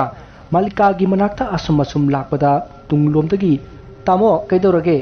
haina kawrukpa aduda buboldu tungda phat jengthoi adubu kanasu leiramde bubolna makhut jetna phaglangda ngaraga tungdi yengbada kanasu leiramdrabasu magi makoktagi tahawba I aduda mine netkibagi mawongdi ukhi bubol du tunglomda koyeng yenglamaga mamai leithori tanja aduda malikana tumhauba makhoigi ka aduda nupi ama sangkhibagum ukhi madu ubada bubol du malikana tumliba makhoigi ka aduda prap lakli ꯃꯀꯣꯛꯇꯨ ꯈꯔ ꯈꯔ ꯉꯥꯎꯕꯗꯒꯤ ꯃꯈꯨꯠꯅ ꯐꯛꯂꯥꯡꯗ ꯉꯥꯛꯂꯒ ꯑꯁꯨꯝ ꯂꯥꯛꯄꯗ ꯀꯥ ꯑꯃꯗ ꯂꯩꯕ ꯁ꯭ꯇꯤꯜꯅ ꯁꯥꯕ ꯈꯨꯠꯀꯤ ꯂꯩꯇꯦꯡ ꯑꯃꯗ ꯅꯨꯄꯤ ꯑꯃꯒꯤ ꯁꯛꯇꯝ ꯑꯃ ꯃꯃꯤ ꯇꯥꯕ ꯑꯗꯨ ꯕꯨꯕꯣꯜꯅ ꯍꯥꯏꯐꯦꯠ ꯎꯈꯤ꯫ ꯃꯍꯥꯛꯇꯤ ꯀꯥ ꯑꯗꯨ ꯂꯥꯜꯂꯒ ꯆꯠꯂꯨꯔꯕꯅꯤ꯫ ꯍꯥꯏꯐꯦꯠ ꯎꯍꯧꯕ ꯑꯗꯨꯗ ꯑꯃꯨꯛ ꯍꯟꯊꯔꯛꯂꯒ ꯌꯦꯡꯉꯤ꯫ ꯃꯇꯝ ꯑꯗꯨꯗꯗꯤ ꯃꯃꯤꯗꯨ ꯑꯃꯨꯛ ꯇꯥꯔꯝꯗ꯭ꯔꯦ꯫ ꯕꯨꯕꯣꯜꯗꯨ ꯀꯥ ꯑꯗꯨꯗ ꯀꯣꯏꯌꯦꯡ ꯌꯦꯡꯂꯝꯂꯒ ꯃꯥꯂꯤꯀꯥꯅ ꯇꯨꯝꯂꯤꯕ ꯃꯈꯣꯏꯒꯤ ꯀꯥ ꯑꯗꯨꯗ ꯑꯃꯨꯛ ꯂꯥꯛꯈꯤ꯫ ꯕꯨꯕꯣꯜ ꯃꯀꯣꯛꯇꯨꯁꯨ ꯉꯥꯎꯔꯤ ꯁꯥꯔꯤ ꯇꯧꯔꯤ, ꯃꯃꯤꯠꯇꯨꯁꯨ ꯃꯝꯁꯤꯟꯕꯒꯨꯝ ꯇꯧꯏ꯫ ꯑꯗꯨꯒ ꯂꯨꯈꯝꯅ ꯏꯁꯇꯤꯌꯥꯔꯗ ꯁꯥꯐꯨ ꯀꯟꯅ ꯌꯩꯁꯟꯈꯤꯕꯅꯔ ꯈꯪꯗꯦ ꯈꯔ ꯈꯔꯁꯨ ꯆꯤꯛꯄ ꯍꯧꯔꯛꯏ꯫ ꯃꯔꯝ ꯃꯌꯥꯝꯁꯤꯅ ꯃꯍꯥꯛ ꯒꯝ ꯆꯠꯄ ꯉꯝꯗ꯭ꯔꯦ꯫ ꯃꯃꯤꯠꯇꯨ ꯀꯟꯅ ꯎꯏꯁꯤꯜꯂꯒ ꯑꯋꯥꯕ ꯃꯌꯥꯝꯗꯨ ꯈꯥꯡꯖꯤꯜꯂꯒ ꯃꯥꯂꯤꯀꯥꯅ ꯂꯩꯔꯤꯕ ꯀꯥ ꯑꯗꯨꯇꯕꯨ ꯌꯧꯔꯕꯗꯤ ꯈꯟꯗꯨꯅ ꯋꯥꯅ ꯂꯥꯛꯂꯤ꯫ ꯇꯥꯟꯖꯥ ꯑꯁꯤꯗ ꯀꯥ ꯑꯃꯗ ꯂꯩꯍꯧꯔꯤꯕ ꯁ꯭ꯇꯤꯜꯅ ꯁꯥꯕ ꯈꯨꯠꯀꯤ ꯂꯩꯇꯦꯡ ꯑꯗꯨ ꯃꯈꯥꯗ ꯇꯥꯕꯒꯤ ꯑꯍꯧꯕ ꯃꯈꯣꯜ ꯑꯃ ꯇꯥꯔꯛꯈꯤ꯫ ꯕꯨꯕꯣꯜꯗꯨ ꯈꯪꯅ ꯇꯨꯡꯗ ꯐꯠ ꯌꯦꯡꯊꯣꯛꯂꯨꯕꯗ ꯅꯨꯄꯤ ꯑꯃ ꯃꯃꯥꯏ ꯑꯗꯨ ꯃꯈꯨꯠꯅ ꯈꯨꯝꯖꯤꯜꯂꯒ ꯃꯇꯨꯡ ꯍꯜꯂꯒ ꯑꯁꯨꯝ ꯆꯠꯈꯤ, ꯑꯗꯨꯒ ꯃꯃꯤ ꯁꯥꯃꯤ ꯇꯧꯔꯛꯂꯒ ꯑꯁꯨꯝ ꯃꯥꯡꯈ꯭ꯔꯦ꯫ ꯃꯗꯨ ꯎꯕꯗ ꯕꯨꯕꯣꯜꯗꯨ ꯂꯦꯞꯄ ꯉꯝꯗꯕꯗꯒꯤ ꯐꯝꯊꯔꯛꯏ, ꯑꯗꯨꯒ ꯃꯁꯥ ꯑꯗꯨꯁꯨ ꯊꯛ ꯅꯤꯛꯂꯤ꯫ ꯃꯇꯝ ꯑꯗꯨꯗ ꯀꯥꯗ ꯂꯩꯍꯧꯕ ꯁ꯭ꯇꯤꯜꯒꯤ ꯂꯩꯇꯦꯡ ꯑꯗꯨ ꯀꯥ ꯑꯗꯨꯗꯒꯤ ꯊꯔꯣ ꯑꯣꯜꯂꯒ ꯕꯨꯕꯣꯜꯅ ꯂꯩꯔꯤꯕ ꯑꯗꯣꯝꯗ ꯂꯥꯛꯈꯤ꯫ ꯃꯗꯨ ꯎꯕꯗ ꯕꯨꯕꯣꯜꯗꯨ ꯐꯨꯛ ꯍꯧꯒꯠꯇꯨꯅ ꯃꯥꯂꯤꯀꯥ ꯍꯥꯏꯅ ꯂꯥꯎꯗꯨꯅ ꯃꯥꯂꯤꯀꯥꯅ ꯇꯨꯝꯂꯤꯕ ꯀꯥ ꯑꯗꯨꯗ ꯍꯣꯕꯦ ꯆꯠꯂꯤ꯫ ꯑꯗꯨꯕꯨ ꯃꯍꯥꯛ ꯃꯁꯥ ꯑꯗꯨ ꯅꯤꯛꯃꯟꯈꯤꯕꯅ ꯆꯠꯄ ꯉꯝꯗꯗꯨꯅ ꯐꯝꯊꯔꯒ ꯂꯩ꯫ ꯃꯅꯥꯛꯇ ꯊꯔꯣ ꯑꯣꯜꯂꯒ ꯂꯥꯛꯂꯤꯕ ꯁ꯭ꯇꯤꯜꯒꯤ ꯂꯩꯇꯦꯡ ꯑꯗꯨ ꯃꯥꯒꯤ ꯃꯅꯥꯛ ꯌꯧꯔꯛꯄꯗ ꯆꯞ ꯂꯦꯞꯈ꯭ꯔꯦ꯫ ꯃꯗꯨꯗ ꯕꯨꯕꯣꯜꯅ ꯁ꯭ꯇꯤꯜꯒꯤ ꯂꯩꯇꯦꯡ ꯑꯗꯨꯗ ꯄꯥꯏꯒꯦ ꯍꯥꯏꯅ ꯃꯈꯨꯠꯇꯨ ꯇꯞꯅ ꯑꯁꯨꯝ ꯂꯥꯝꯂꯨꯕꯗ ꯄ꯭ꯔꯇꯤꯃꯥꯒꯤ ꯑꯀꯤꯕ ꯁꯛꯇꯝ ꯑꯗꯨ ꯁ꯭ꯇꯤꯜꯒꯤ ꯂꯩꯇꯦꯡ ꯑꯗꯨꯗ ꯃꯃꯤ ꯇꯥꯔꯛꯏ꯫ ꯃꯗꯨ ꯎꯕꯗ ꯕꯨꯕꯣꯜꯅ ꯁ꯭ꯇꯤꯜꯒꯤ ꯂꯩꯇꯦꯡ ꯑꯗꯨ ꯃꯈꯣꯡꯅ ꯀꯥꯎꯊꯣꯛꯂꯝꯃꯒ ꯑꯃꯨꯛ ꯆꯦꯟꯅꯅꯕ ꯍꯣꯠꯅꯔꯛꯏ꯫ ꯑꯗꯨꯕꯨ ꯃꯍꯥꯛ ꯍꯟꯖꯤꯟ ꯃꯈꯣꯡꯗꯨ ꯁꯤꯠꯂꯒ ꯇꯨꯁꯤꯟꯕꯗꯒꯤ ꯃꯐꯝ ꯑꯗꯨꯗꯒꯤ ꯆꯦꯟꯕ ꯉꯝꯂꯝꯗꯦ꯫ ꯇꯥꯟꯖꯥꯗꯨꯗ ꯃꯍꯥꯛꯅ ꯀꯥꯎꯊꯣꯛꯂꯝꯕ ꯁ꯭ꯇꯤꯜꯒꯤ ꯂꯩꯇꯦꯡ ꯑꯗꯨꯗꯒꯤ ꯃꯤ ꯅꯣꯛꯄꯒꯤ ꯈꯣꯟꯖꯦꯜ ꯇꯥꯔꯛꯏ꯫ ꯕꯨꯕꯣꯜꯗꯨ ꯋꯥꯕꯅ ꯍꯨꯃꯥꯡꯅ ꯄꯨꯡꯂꯨꯞ ꯂꯨꯞꯂꯦ꯫ ꯃꯁꯤꯗꯒꯤ ꯃꯍꯥꯛ ꯋꯥꯃꯟꯗꯨꯅ ꯆꯦꯟꯅꯅꯕ ꯍꯣꯠꯅꯕꯗꯨ ꯇꯣꯛꯂꯒ ꯁ꯭ꯇꯤꯜꯒꯤ ꯂꯩꯇꯦꯡ ꯑꯗꯨꯗ ꯀꯔꯤ ꯇꯧꯔꯛꯀꯗꯧꯔꯤꯕ ꯖꯥꯠꯅꯣ ꯈꯟꯗꯨꯅ ꯇꯨꯃꯤꯟꯅ ꯌꯦꯡꯗꯨꯅ ꯑꯗꯨꯝ ꯂꯩꯔꯤ꯫ ꯇꯥꯟꯖꯥ ꯑꯗꯨꯗ ꯀꯔꯣꯝꯗꯒꯤꯅꯣ ꯈꯪꯗꯅ ꯅꯨꯄꯤ ꯑꯃꯅ ꯌꯥꯝꯅ ꯀꯟꯅ ꯂꯥꯎꯔꯛꯏ꯫ ꯀꯔꯤꯒꯨꯝꯕ ꯑꯁꯣꯛ ꯑꯄꯟ ꯑꯃ ꯅꯪꯂꯕꯒꯨꯝ ꯀꯟꯅꯁꯨ ꯀꯞꯂꯛꯏ꯫ ꯕꯨꯕꯣꯜꯗꯨ ꯀꯣꯏꯂꯩ ꯂꯩꯗꯨꯅ ꯌꯦꯡꯉꯤ꯫ ꯀꯔꯣꯝꯗꯒꯤ ꯂꯥꯎꯔꯛꯂꯤꯕ ꯈꯣꯟꯖꯦꯜꯅꯣ ꯍꯥꯏꯅ ꯀꯣꯏꯂꯩ ꯂꯩꯗꯨꯅ ꯇꯥꯔꯨꯔꯒ ꯂꯩꯊꯣꯔꯛꯄꯗ ꯁ꯭ꯇꯤꯜꯅ ꯁꯥꯕ ꯂꯩꯇꯦꯡ ꯑꯗꯨ ꯂꯩꯔꯝꯗ꯭ꯔꯦ꯫ ꯕꯨꯕꯣꯜꯗꯨ ꯇꯧꯐꯝ ꯈꯪꯗꯅ ꯃꯍꯥꯛꯁꯨ ꯀꯟꯅ ꯂꯥꯎꯈꯤ꯫ ꯃꯁꯤꯗꯒꯤ ꯃꯍꯥꯛ ꯑꯃꯨꯛ ꯍꯧꯒꯠꯂꯒ ꯃꯥꯂꯤꯀꯥꯒꯤ ꯀꯥꯗ ꯇꯞꯅ ꯑꯃꯨꯛ ꯂꯥꯛꯏ꯫ ꯍꯟꯗꯛꯇꯤ ꯇꯥꯅꯤꯡꯕ ꯈꯣꯟꯖꯦꯜ ꯇꯥꯔꯁꯨ ꯑꯀꯤꯕ ꯁꯞꯇ ꯀꯌꯥ ꯇꯧꯔꯛꯂꯕꯁꯨ ꯍꯟꯅ ꯌꯦꯡꯂꯔꯣꯏ ꯈꯟꯅ ꯃꯥꯂꯤꯀꯥꯒꯤ ꯃꯅꯥꯛ ꯇꯝꯅ ꯑꯁꯨꯝ ꯂꯥꯛꯂꯤ꯫ ꯎꯆꯤꯟ ꯅꯥꯆꯤꯟ ꯃꯥꯂꯤꯀꯥꯒꯤ ꯃꯅꯥꯛ ꯌꯧꯔꯛꯂꯦ꯫ ꯃꯥꯂꯤꯀꯥꯅ ꯅꯨꯡꯉꯥꯏꯅ ꯇꯨꯝꯗꯨꯅ ꯂꯩꯔꯤꯕꯗꯨ ꯃꯍꯥꯛꯅ ꯎꯈꯤ꯫ ꯃꯥꯂꯤꯀꯥꯅ ꯅꯨꯡꯉꯥꯏꯅ ꯇꯨꯝꯗꯨꯅ ꯂꯩꯕ ꯑꯗꯨ ꯎꯕꯗ ꯕꯨꯕꯣꯜꯗꯨ ꯋꯥꯈꯜ ꯈꯔ ꯅꯨꯡꯉꯥꯏꯖꯩ꯫ ꯑꯁꯨꯝ ꯆꯪꯁꯤꯜꯂꯒ ꯃꯥꯂꯤꯀꯥꯒꯤ ꯃꯅꯥꯛꯇ ꯐꯝꯂꯒ ꯃꯉꯣꯟꯗ ꯊꯣꯛꯂꯤꯕ ꯎꯔꯤꯕꯁꯤꯡ ꯑꯁꯤ ꯀꯔꯤꯅꯣ ꯍꯥꯏꯅ ꯈꯜꯂꯤ꯫ ꯋꯥꯈꯜ ꯃꯌꯥꯝꯁꯤꯅ ꯃꯍꯥꯛ ꯃꯀꯣꯛ ꯉꯥꯎꯔꯕꯅꯤ꯫ ꯑꯗꯨꯒ ꯉꯁꯥꯏ ꯃꯥꯅ ꯎꯈꯤꯕ ꯄ꯭ꯔꯇꯤꯃꯥꯒꯤ ꯁꯛꯇꯝꯗꯨꯅ ꯀꯔꯝꯅ ꯎꯔꯛꯂꯤꯕꯅꯣ ꯈꯟꯕꯗ ꯃꯍꯥꯛ ꯑꯀꯤꯕꯁꯨ ꯐꯥꯎꯈꯤ꯫ ꯑꯗꯨꯒ ꯄ꯭ꯔꯇꯤꯃꯥꯒ ꯃꯥꯒ ꯁꯥꯎꯅꯈꯤꯕ ꯑꯗꯨ ꯅꯤꯡꯁꯤꯡꯂꯛꯏ꯫ ꯇꯥꯃꯣ, ꯑꯩꯅ ꯊꯕꯛ ꯑꯃ ꯆꯠꯁꯦ ꯍꯥꯏꯕꯗꯣ ꯉꯁꯤꯅꯦ, ꯂꯣꯏꯁꯤꯟꯕꯤꯔꯨꯔꯣ꯫ ꯀꯔꯤꯅꯣ ꯄ꯭ꯔꯇꯤꯃꯥ, ꯑꯌꯨꯛꯁꯤꯗ ꯀꯔꯤ ꯊꯕꯛꯅꯣ? ꯍꯩꯃꯥ, ꯑꯩꯅ ꯉꯔꯥꯡ ꯑꯃꯥꯏꯕ ꯒꯣꯀꯨꯜꯒꯤꯗ ꯆꯠꯂꯨꯁꯦ ꯍꯥꯏꯗꯨꯗꯤ꯫ ꯑꯃꯥꯏꯕ, ꯗꯥꯛꯇꯔ, ꯑꯩꯁꯦ ꯄꯨꯡꯃꯨꯠ ꯃꯨꯠꯂꯕꯅꯦ ꯅꯪꯒꯤ ꯍꯥꯡꯇꯛꯇ꯫ ꯅꯠꯇꯦꯅꯦ, ꯗꯥꯛꯇꯔꯒ ꯃꯥꯏꯕꯒꯁꯤ ꯀꯌꯥꯝ ꯌꯥꯝꯂꯒꯦꯕ ꯑꯩꯈꯣꯏꯅ ꯌꯦꯡꯂꯤꯁꯦ? ꯀꯥꯟꯅꯗ꯭ꯔꯕ ꯅꯠꯇ꯭ꯔꯣ? ꯀꯩꯅꯣ ꯇꯥꯃꯣꯅ ꯍꯥꯏꯕꯤꯔꯤꯗꯨꯕꯣ? ꯇꯤꯡꯅꯤꯡꯕ ꯁꯦꯟ ꯇꯤꯡꯖꯁꯅꯣ, ꯏꯆꯥ ꯑꯃꯇꯪꯕꯨ ꯐꯪꯂꯗꯤ ꯑꯩꯈꯣꯏꯒꯤ ꯅꯨꯡꯉꯥꯏꯕ ꯅꯠꯇ꯭ꯔꯣ? ꯐꯖꯩꯅꯦ, ꯅꯪ ꯋꯥꯗꯣ ꯌꯥꯝ ꯐꯖꯩꯌꯦꯕ꯫ ꯏꯆꯥ ꯑꯗꯨ ꯐꯪꯅꯕ ꯍꯣꯠꯅꯕꯗ ꯁꯦꯟꯗꯣ ꯑꯔꯩꯕ ꯄꯨꯊꯣꯛꯇꯅ ꯌꯨꯝ ꯍꯤꯡꯈꯣꯜꯒꯁꯦ ꯌꯣꯟꯊꯣꯛꯂꯒ ꯍꯣꯠꯅꯔꯁꯦ꯫ ꯂꯥꯏꯕꯛ ꯐꯗꯅ ꯏꯆꯥꯗꯨ ꯐꯪꯉꯦꯅ ꯈꯜꯂꯣꯅꯦ꯫ ꯅꯠꯇꯦ, ꯀꯔꯥꯏꯗ ꯊꯝꯗꯣꯔꯤꯒꯦ? ꯅꯠꯇꯦ, ꯀꯔꯥꯏꯗꯒꯤ ꯁꯦꯟꯅ ꯑꯉꯥꯡꯗꯨ ꯁꯦꯝꯗꯣꯔꯤꯒꯦꯕ? ꯑꯁ, ꯇꯥꯃꯣꯒꯤ ꯋꯥꯗꯨꯗꯤ ꯑꯃꯔꯣꯝꯗ ꯆꯠꯈ꯭ꯔꯦꯗ꯫ ꯑꯩ ꯌꯨꯝ ꯍꯤꯡꯈꯣꯜꯁꯤ ꯌꯣꯜꯂꯒ ꯂꯥꯏꯌꯦꯡꯁꯤꯗꯤ ꯍꯥꯏꯈꯤꯗ꯭ꯔꯤꯅ꯫ ꯌꯥꯔꯦ ꯄ꯭ꯔꯇꯤꯃꯥ, ꯎꯅ ꯁꯥꯕ ꯑꯁꯥꯕ ꯃꯨꯔꯇꯤꯗꯒꯤꯅꯦ ꯆꯥꯔ ꯂꯧꯕ ꯌꯥꯕ ꯍꯧꯅꯗꯦ ꯇꯥꯃꯣꯅ ꯍꯥꯏꯔꯤꯗꯨꯗꯤ ꯑꯩꯁꯦ ꯑꯁꯥꯕ ꯎꯒꯤ ꯃꯨꯔꯇꯤꯅꯤ ꯁꯤꯅꯤꯅꯦ ꯃꯗꯣ ꯅꯁꯥꯅ ꯈꯪꯖꯒꯗꯕꯅꯤ ꯑꯩꯅ ꯑꯃꯨꯛ ꯍꯥꯏꯒꯗꯕ ꯅꯠꯇꯦ ꯑꯗꯨꯗꯤ ꯑꯁꯥꯕ ꯃꯨꯔꯇꯤ ꯑꯩꯕꯨ ꯀꯔꯤꯒꯤ ꯂꯨꯍꯣꯡꯗꯨꯅ ꯂꯧꯕꯤꯔꯤꯕꯅꯣ ꯍꯣꯏ ꯃꯗꯨꯗꯤꯅꯦ ꯑꯩꯒꯤ ꯏꯃꯥꯒ ꯏꯄꯥꯒ ꯍꯪꯉꯨ ꯃꯈꯣꯏꯅ ꯂꯧꯔꯝꯕꯅꯤ ꯑꯩꯗꯤꯅꯦ ꯃꯈꯣꯏꯒꯤ ꯑꯣꯔꯗꯔ ꯏꯟꯈꯤꯕ ꯈꯛꯇꯅꯤ ꯀꯩ ꯀꯥꯟꯗꯕꯗ ꯕꯨꯕꯣꯜꯗꯨ ꯁꯥꯎꯅ ꯏꯃꯨꯡꯗ ꯆꯪꯈꯤ ꯄꯥꯔꯇꯤꯃꯥ ꯍꯥꯏꯐꯝ ꯈꯪꯈꯤꯗꯦ ꯃꯊꯃꯣꯏꯗꯗꯤ ꯄꯣꯔꯣꯛ ꯄꯣꯔꯣꯛ ꯆꯥꯛꯆꯈꯤ ꯃꯥꯒꯤ ꯀꯥꯗ ꯆꯪꯗꯨꯅ ꯃꯄꯨꯛ ꯄꯦꯟꯅ ꯀꯞꯆꯈꯤ ꯄꯨꯝꯅꯃꯛꯁꯤ ꯕꯨꯕꯣꯜꯅ ꯃꯥꯂꯤꯀꯥꯒꯤ ꯃꯅꯥꯛꯇ ꯐꯝꯗꯨꯅ ꯃꯊꯪ ꯃꯊꯪ ꯅꯤꯡꯁꯤꯡꯂꯛꯈꯤ ꯄꯥꯔꯇꯤꯃꯥꯒ ꯁꯥꯎꯅꯈꯤꯕ ꯈꯟꯅꯈꯤꯕ ꯑꯃꯗꯤ ꯃꯤꯀꯨꯞ ꯈꯨꯗꯤꯡ ꯕꯨꯕꯣꯜꯅ ꯆꯩꯕ ꯉꯥꯡꯕ ꯇꯧꯈꯤꯕ ꯃꯗꯨ ꯄꯨꯝꯅꯃꯛ ꯕꯨꯕꯣꯜꯒꯤ ꯃꯃꯤꯠꯇ ꯁꯪꯁꯪ ꯎꯔꯛꯂꯤ ꯇꯥꯟꯖꯥ ꯑꯁꯤꯗ ꯗꯥꯛꯇꯔ ꯁꯨꯕꯥꯁ ꯃꯄꯥꯟꯗꯒꯤ ꯊꯣꯡ ꯍꯥꯡꯉꯣ ꯍꯥꯏꯗꯨꯅ ꯀꯧꯔꯛꯏ ꯕꯨꯕꯣꯜꯗꯨ ꯃꯥꯅ ꯈꯜꯂꯝꯕ ꯋꯥꯈꯜ ꯑꯗꯨ ꯄꯨꯡꯀꯥꯎ ꯀꯥꯎꯈꯤ ꯑꯗꯨꯒ ꯃꯁꯥ ꯑꯗꯨ ꯁ꯭ꯋꯥꯏ ꯂꯥꯎꯔꯛꯏ ꯃꯁꯤꯗ ꯕꯨꯕꯣꯜꯅ ꯍꯣ ꯀꯅꯥꯅꯣ ꯑꯁꯨꯛ ꯊꯦꯡꯂꯀꯥꯟꯁꯤꯗ ꯍꯜꯂꯣ ꯍꯜꯂꯣ ꯍꯌꯦꯡ ꯂꯥꯛꯑꯣ ꯁꯨꯕꯥꯁꯅ ꯃꯄꯥꯟꯗ ꯈꯜꯂꯤ ꯀꯔꯤꯅꯣꯅꯦ ꯇꯥꯃꯣꯁꯤꯕꯨ ꯑꯩꯒꯤ ꯈꯣꯟꯖꯦꯜ ꯈꯪꯗꯖꯥꯠꯂꯅꯦ ꯍꯣ ꯇꯥꯃꯣ ꯑꯩꯅꯦ ꯅꯅꯥꯎ ꯁꯨꯕꯥꯁꯅꯦ ꯊꯣꯡꯁꯦ ꯑꯝꯇ ꯍꯥꯡꯉꯣ ꯃꯁꯤꯗ ꯕꯨꯕꯣꯜꯅ ꯃꯥꯒꯤ ꯃꯅꯥꯛꯇ ꯂꯩꯔꯤꯕ ꯐꯣꯟ ꯑꯗꯨ ꯂꯧꯔꯒ ꯗꯥꯛꯇꯔ ꯁꯨꯕꯥꯁꯅ ꯐꯣꯟ ꯇꯧꯏ ꯗꯥꯛꯇꯔ ꯁꯨꯕꯥꯁꯇꯨ ꯐꯣꯟ ꯑꯣꯛꯂꯒ ꯇꯥꯃꯣ ꯑꯩꯅꯦ ꯑꯩ ꯃꯄꯥꯟꯗ ꯂꯩꯔꯤꯌꯦ ꯑꯝꯇ ꯊꯣꯔꯛꯑꯣ ꯕꯨꯕꯣꯜꯗꯨ ꯋꯥ ꯑꯃꯠꯇ ꯉꯥꯡꯗꯅ ꯐꯣꯟꯗꯨ ꯊꯝꯃꯤ ꯑꯗꯨꯒ ꯀꯔꯤ ꯇꯧꯁꯤꯒꯦ ꯈꯜꯂꯤ ꯃꯍꯥꯛꯅ ꯑꯁꯨꯝ ꯂꯩꯗꯨꯅ ꯌꯦꯡꯉꯛꯄꯗ ꯃꯥꯂꯤꯀꯥꯒꯤ ꯏꯅꯐꯤ ꯑꯗꯨ ꯎꯔꯦ ꯃꯁꯤꯗ ꯕꯨꯕꯣꯜꯅ ꯈꯜꯂꯤ ꯑꯩꯉꯣꯟꯗ ꯌꯦꯛꯂꯤꯕ ꯂꯥꯏꯁꯤ ꯃꯥꯂꯤꯀꯥ ꯎꯔꯗꯤ ꯆꯪꯕ ꯉꯝꯗꯕꯅꯤ ꯑꯗꯨꯅ ꯃꯥꯂꯤꯀꯥꯒꯤ ꯃꯁꯥꯗ ꯏꯜꯂꯤꯕ ꯏꯅꯐꯤꯁꯤ ꯑꯩꯅ ꯏꯜꯂꯗꯤ ꯃꯥꯂꯤꯀꯥ ꯂꯣꯏꯅꯕꯒ ꯆꯞ ꯃꯥꯟꯅꯔꯦ ꯑꯗꯨꯗꯤ ꯂꯥꯏꯅ ꯆꯪꯕ ꯉꯝꯂꯔꯣꯏ ꯑꯁꯨꯝꯅ ꯈꯟꯗꯨꯅ ꯃꯥꯂꯤꯀꯥꯒꯤ ꯏꯅꯐꯤ ꯑꯗꯨ ꯕꯨꯕꯣꯜꯅ ꯏꯟꯁꯤꯜꯂꯒ ꯃꯄꯥꯟꯂꯣꯝꯗ ꯊꯣꯔꯛꯏ ꯑꯗꯨꯒ ꯊꯣꯡ ꯑꯗꯨ ꯍꯦꯛ ꯍꯥꯡꯗꯣꯛꯄꯗ ꯕꯨꯕꯣꯜꯗꯨ ꯈꯪꯄ꯭ꯔꯦꯛ ꯈꯪꯅ ꯂꯥꯎꯈꯠꯂꯤ ꯑꯗꯨꯒ ꯁꯨꯕꯥꯁꯁꯨ ꯈꯪꯗꯨꯅ ꯂꯥꯎꯈꯠꯂꯤ ꯕꯨꯕꯣꯜꯅ ꯂꯥꯎꯔꯤꯕꯅ ꯁꯨꯕꯥꯁꯅ ꯔꯦꯟꯀꯣꯠ ꯑꯃꯨꯕ ꯑꯃ ꯂꯤꯠꯂꯒ ꯇꯨꯄꯤꯒ ꯎꯞꯁꯤꯜꯂꯒ ꯂꯦꯞꯄꯝꯕ ꯑꯗꯨꯗ ꯈꯪꯕꯅꯤ ꯑꯗꯨꯒ ꯁꯨꯕꯥꯁꯅ ꯈꯪꯂꯤꯕꯅ ꯕꯨꯕꯣꯜꯅ ꯅꯨꯄꯤꯒꯤ ꯐꯤ ꯑꯃ ꯏꯟꯁꯤꯜꯂꯒ ꯃꯃꯥꯏ ꯃꯃꯤꯠꯇꯨ ꯏꯅ ꯄꯨꯡꯇꯩ ꯇꯩꯔꯒ ꯊꯣꯛꯂꯛꯄ ꯑꯗꯨꯗ ꯈꯪꯕꯅꯤ ꯃꯁꯤꯗ ꯁꯨꯕꯥꯁꯅ ꯑꯁ ꯇꯥꯃꯣ ꯀꯩꯅꯣ ꯇꯧꯔꯛꯏꯗꯨꯕꯣ ꯅꯠꯇꯦ ꯏꯇꯩꯃꯒꯤ ꯐꯤ ꯅꯠꯇ꯭ꯔꯣ ꯏꯜꯂꯛꯏꯗꯨꯕꯣ ꯃꯥꯏꯗꯨꯅ ꯏ ꯇꯩꯔꯤꯗꯨꯅ ꯀꯔꯤꯒꯤꯅꯣ ꯍꯥ ꯀꯩ ꯍꯥꯏꯕ ꯑꯩꯒꯤ ꯃꯥꯏꯁꯤ ꯏ ꯇꯩꯕ꯭ꯔꯅꯦ ꯁꯨꯕꯥꯁ ꯆꯪꯉꯣ ꯏꯃꯨꯡꯗ ꯋꯥꯔꯤ ꯁꯥꯁꯤ ꯑꯁꯨꯝꯅ ꯁꯨꯕꯥꯁꯇꯨ ꯏꯃꯨꯡꯗ ꯄꯨꯁꯤꯜꯂꯛꯏ ꯑꯗꯨꯒ ꯆꯧꯀ꯭ꯔꯤ ꯑꯃꯗ ꯐꯝꯂꯒ ꯋꯥꯔꯤ ꯁꯥꯟꯅꯔꯤ ꯁꯨꯕꯥꯁ ꯅꯪ ꯂꯥꯛꯄꯕꯨ ꯀꯩ ꯂꯩꯒꯦ ꯇꯥꯃꯣ ꯑꯩꯒꯤ BP ꯏꯟꯁꯇ꯭ꯔꯨꯃꯦꯟꯗꯣ ꯃꯗꯨ ꯇꯥꯃꯣꯒꯤꯗ ꯊꯝꯂꯝꯕ ꯃꯥꯜꯂꯦ ꯃꯗꯨ ꯂꯧꯒꯦꯅ ꯂꯥꯛꯄꯅꯦ ꯑꯗꯨ ꯇꯥꯃꯣ ꯏꯁꯤꯕꯨ ꯀꯗꯥꯏꯗꯩꯅꯣ ꯉꯁꯥꯏ ꯇꯨꯁꯟꯕꯗ ꯀꯣꯛꯇ ꯈꯔ ꯁꯣꯛꯈ꯭ರೆ ꯑꯗꯨꯅꯅꯤ ꯀꯔꯥꯏꯅꯣ ꯍꯥꯏꯁꯤꯕꯨ ꯇꯥꯃꯣ ꯑꯁꯨꯝꯅ ꯗꯥꯛꯇꯔ ꯁꯨꯕꯥꯁꯅ ꯕꯨꯕꯣꯜꯒꯤ ꯃꯀꯣꯛ ꯁꯣꯛꯄ ꯑꯗꯨ ꯌꯦꯡꯈꯤ ꯑꯗꯨꯒ ꯗ꯭ꯔꯦꯁꯤꯡ ꯇꯧꯕꯤꯔꯒ ꯐꯤ ꯑꯃꯅ ꯌꯦꯠꯁꯤꯟꯕꯤꯔꯦ ꯃꯁꯤꯒꯤ ꯃꯇꯨꯡ ꯗꯥꯛꯇꯔ ꯁꯨꯕꯥꯁꯁꯨ ꯃꯥꯒꯤ BP ꯏꯟꯁꯇ꯭ꯔꯨꯃꯦꯟꯗꯨ ꯄꯨꯔꯒ ꯆꯠꯈ꯭ꯔꯦ ꯁꯨꯕꯥꯁꯅ ꯆꯠꯈ꯭ꯔꯕ ꯃꯇꯨꯡ ꯕꯨꯕꯣꯜ ꯃꯊꯥ ꯑꯃꯨꯛ ꯁꯥꯈꯤ ꯃꯃꯥꯡ ꯊꯣꯡ ꯑꯗꯨ ꯂꯣꯟꯁꯤꯜꯂꯝꯂꯒ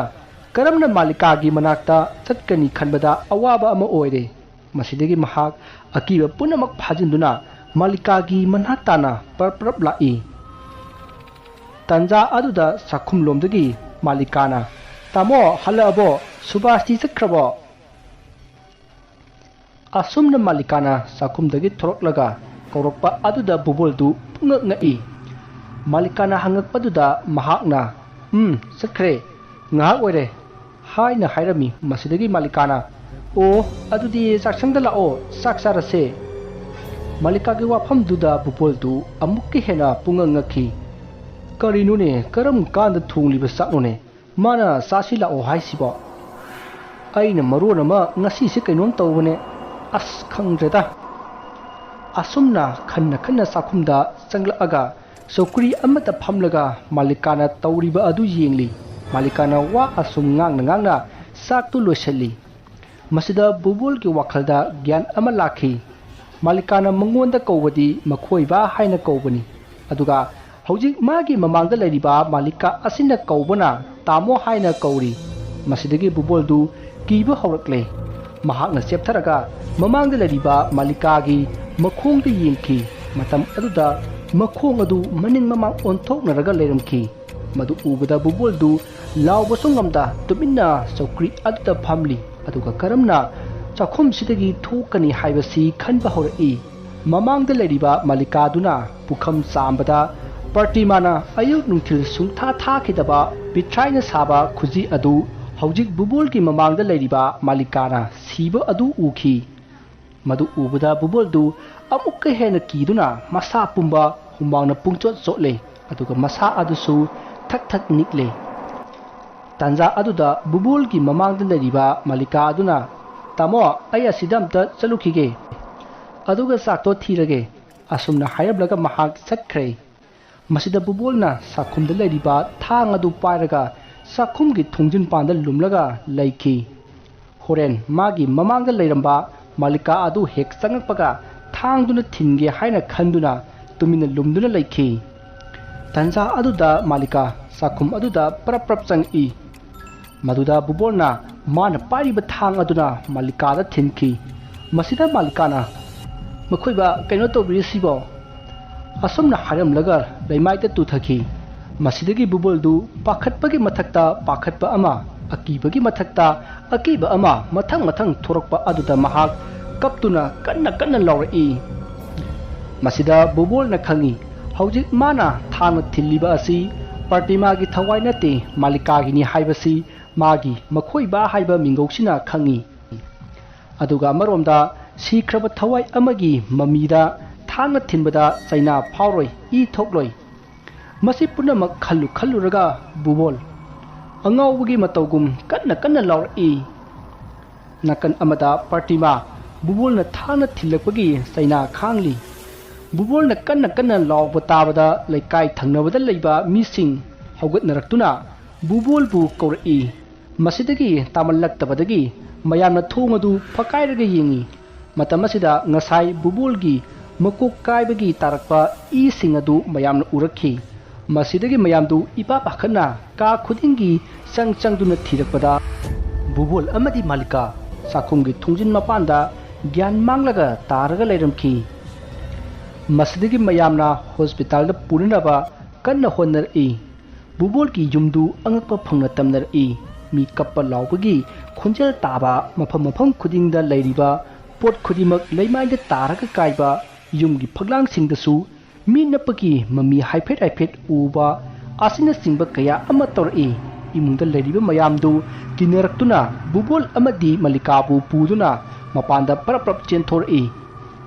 ꯁꯨꯃꯥꯡꯗ ꯂꯩꯔꯤꯕ ꯃꯤꯁꯤꯡ ꯑꯗꯨꯅ ꯕꯨꯕꯣꯜꯒꯤ ꯃꯊꯛꯇ ꯅꯨꯄꯤ ꯑꯃ ꯐꯝꯕꯗꯨ ꯎꯈꯤ ꯃꯌꯥꯝꯅ ꯕꯨꯕꯣꯜꯒꯤ ꯃꯊꯛꯇ ꯅꯨꯄꯤ ꯑꯃ ꯐꯝꯃꯦ ꯍꯥꯏꯅ ꯂꯥꯎꯔꯛꯄꯗ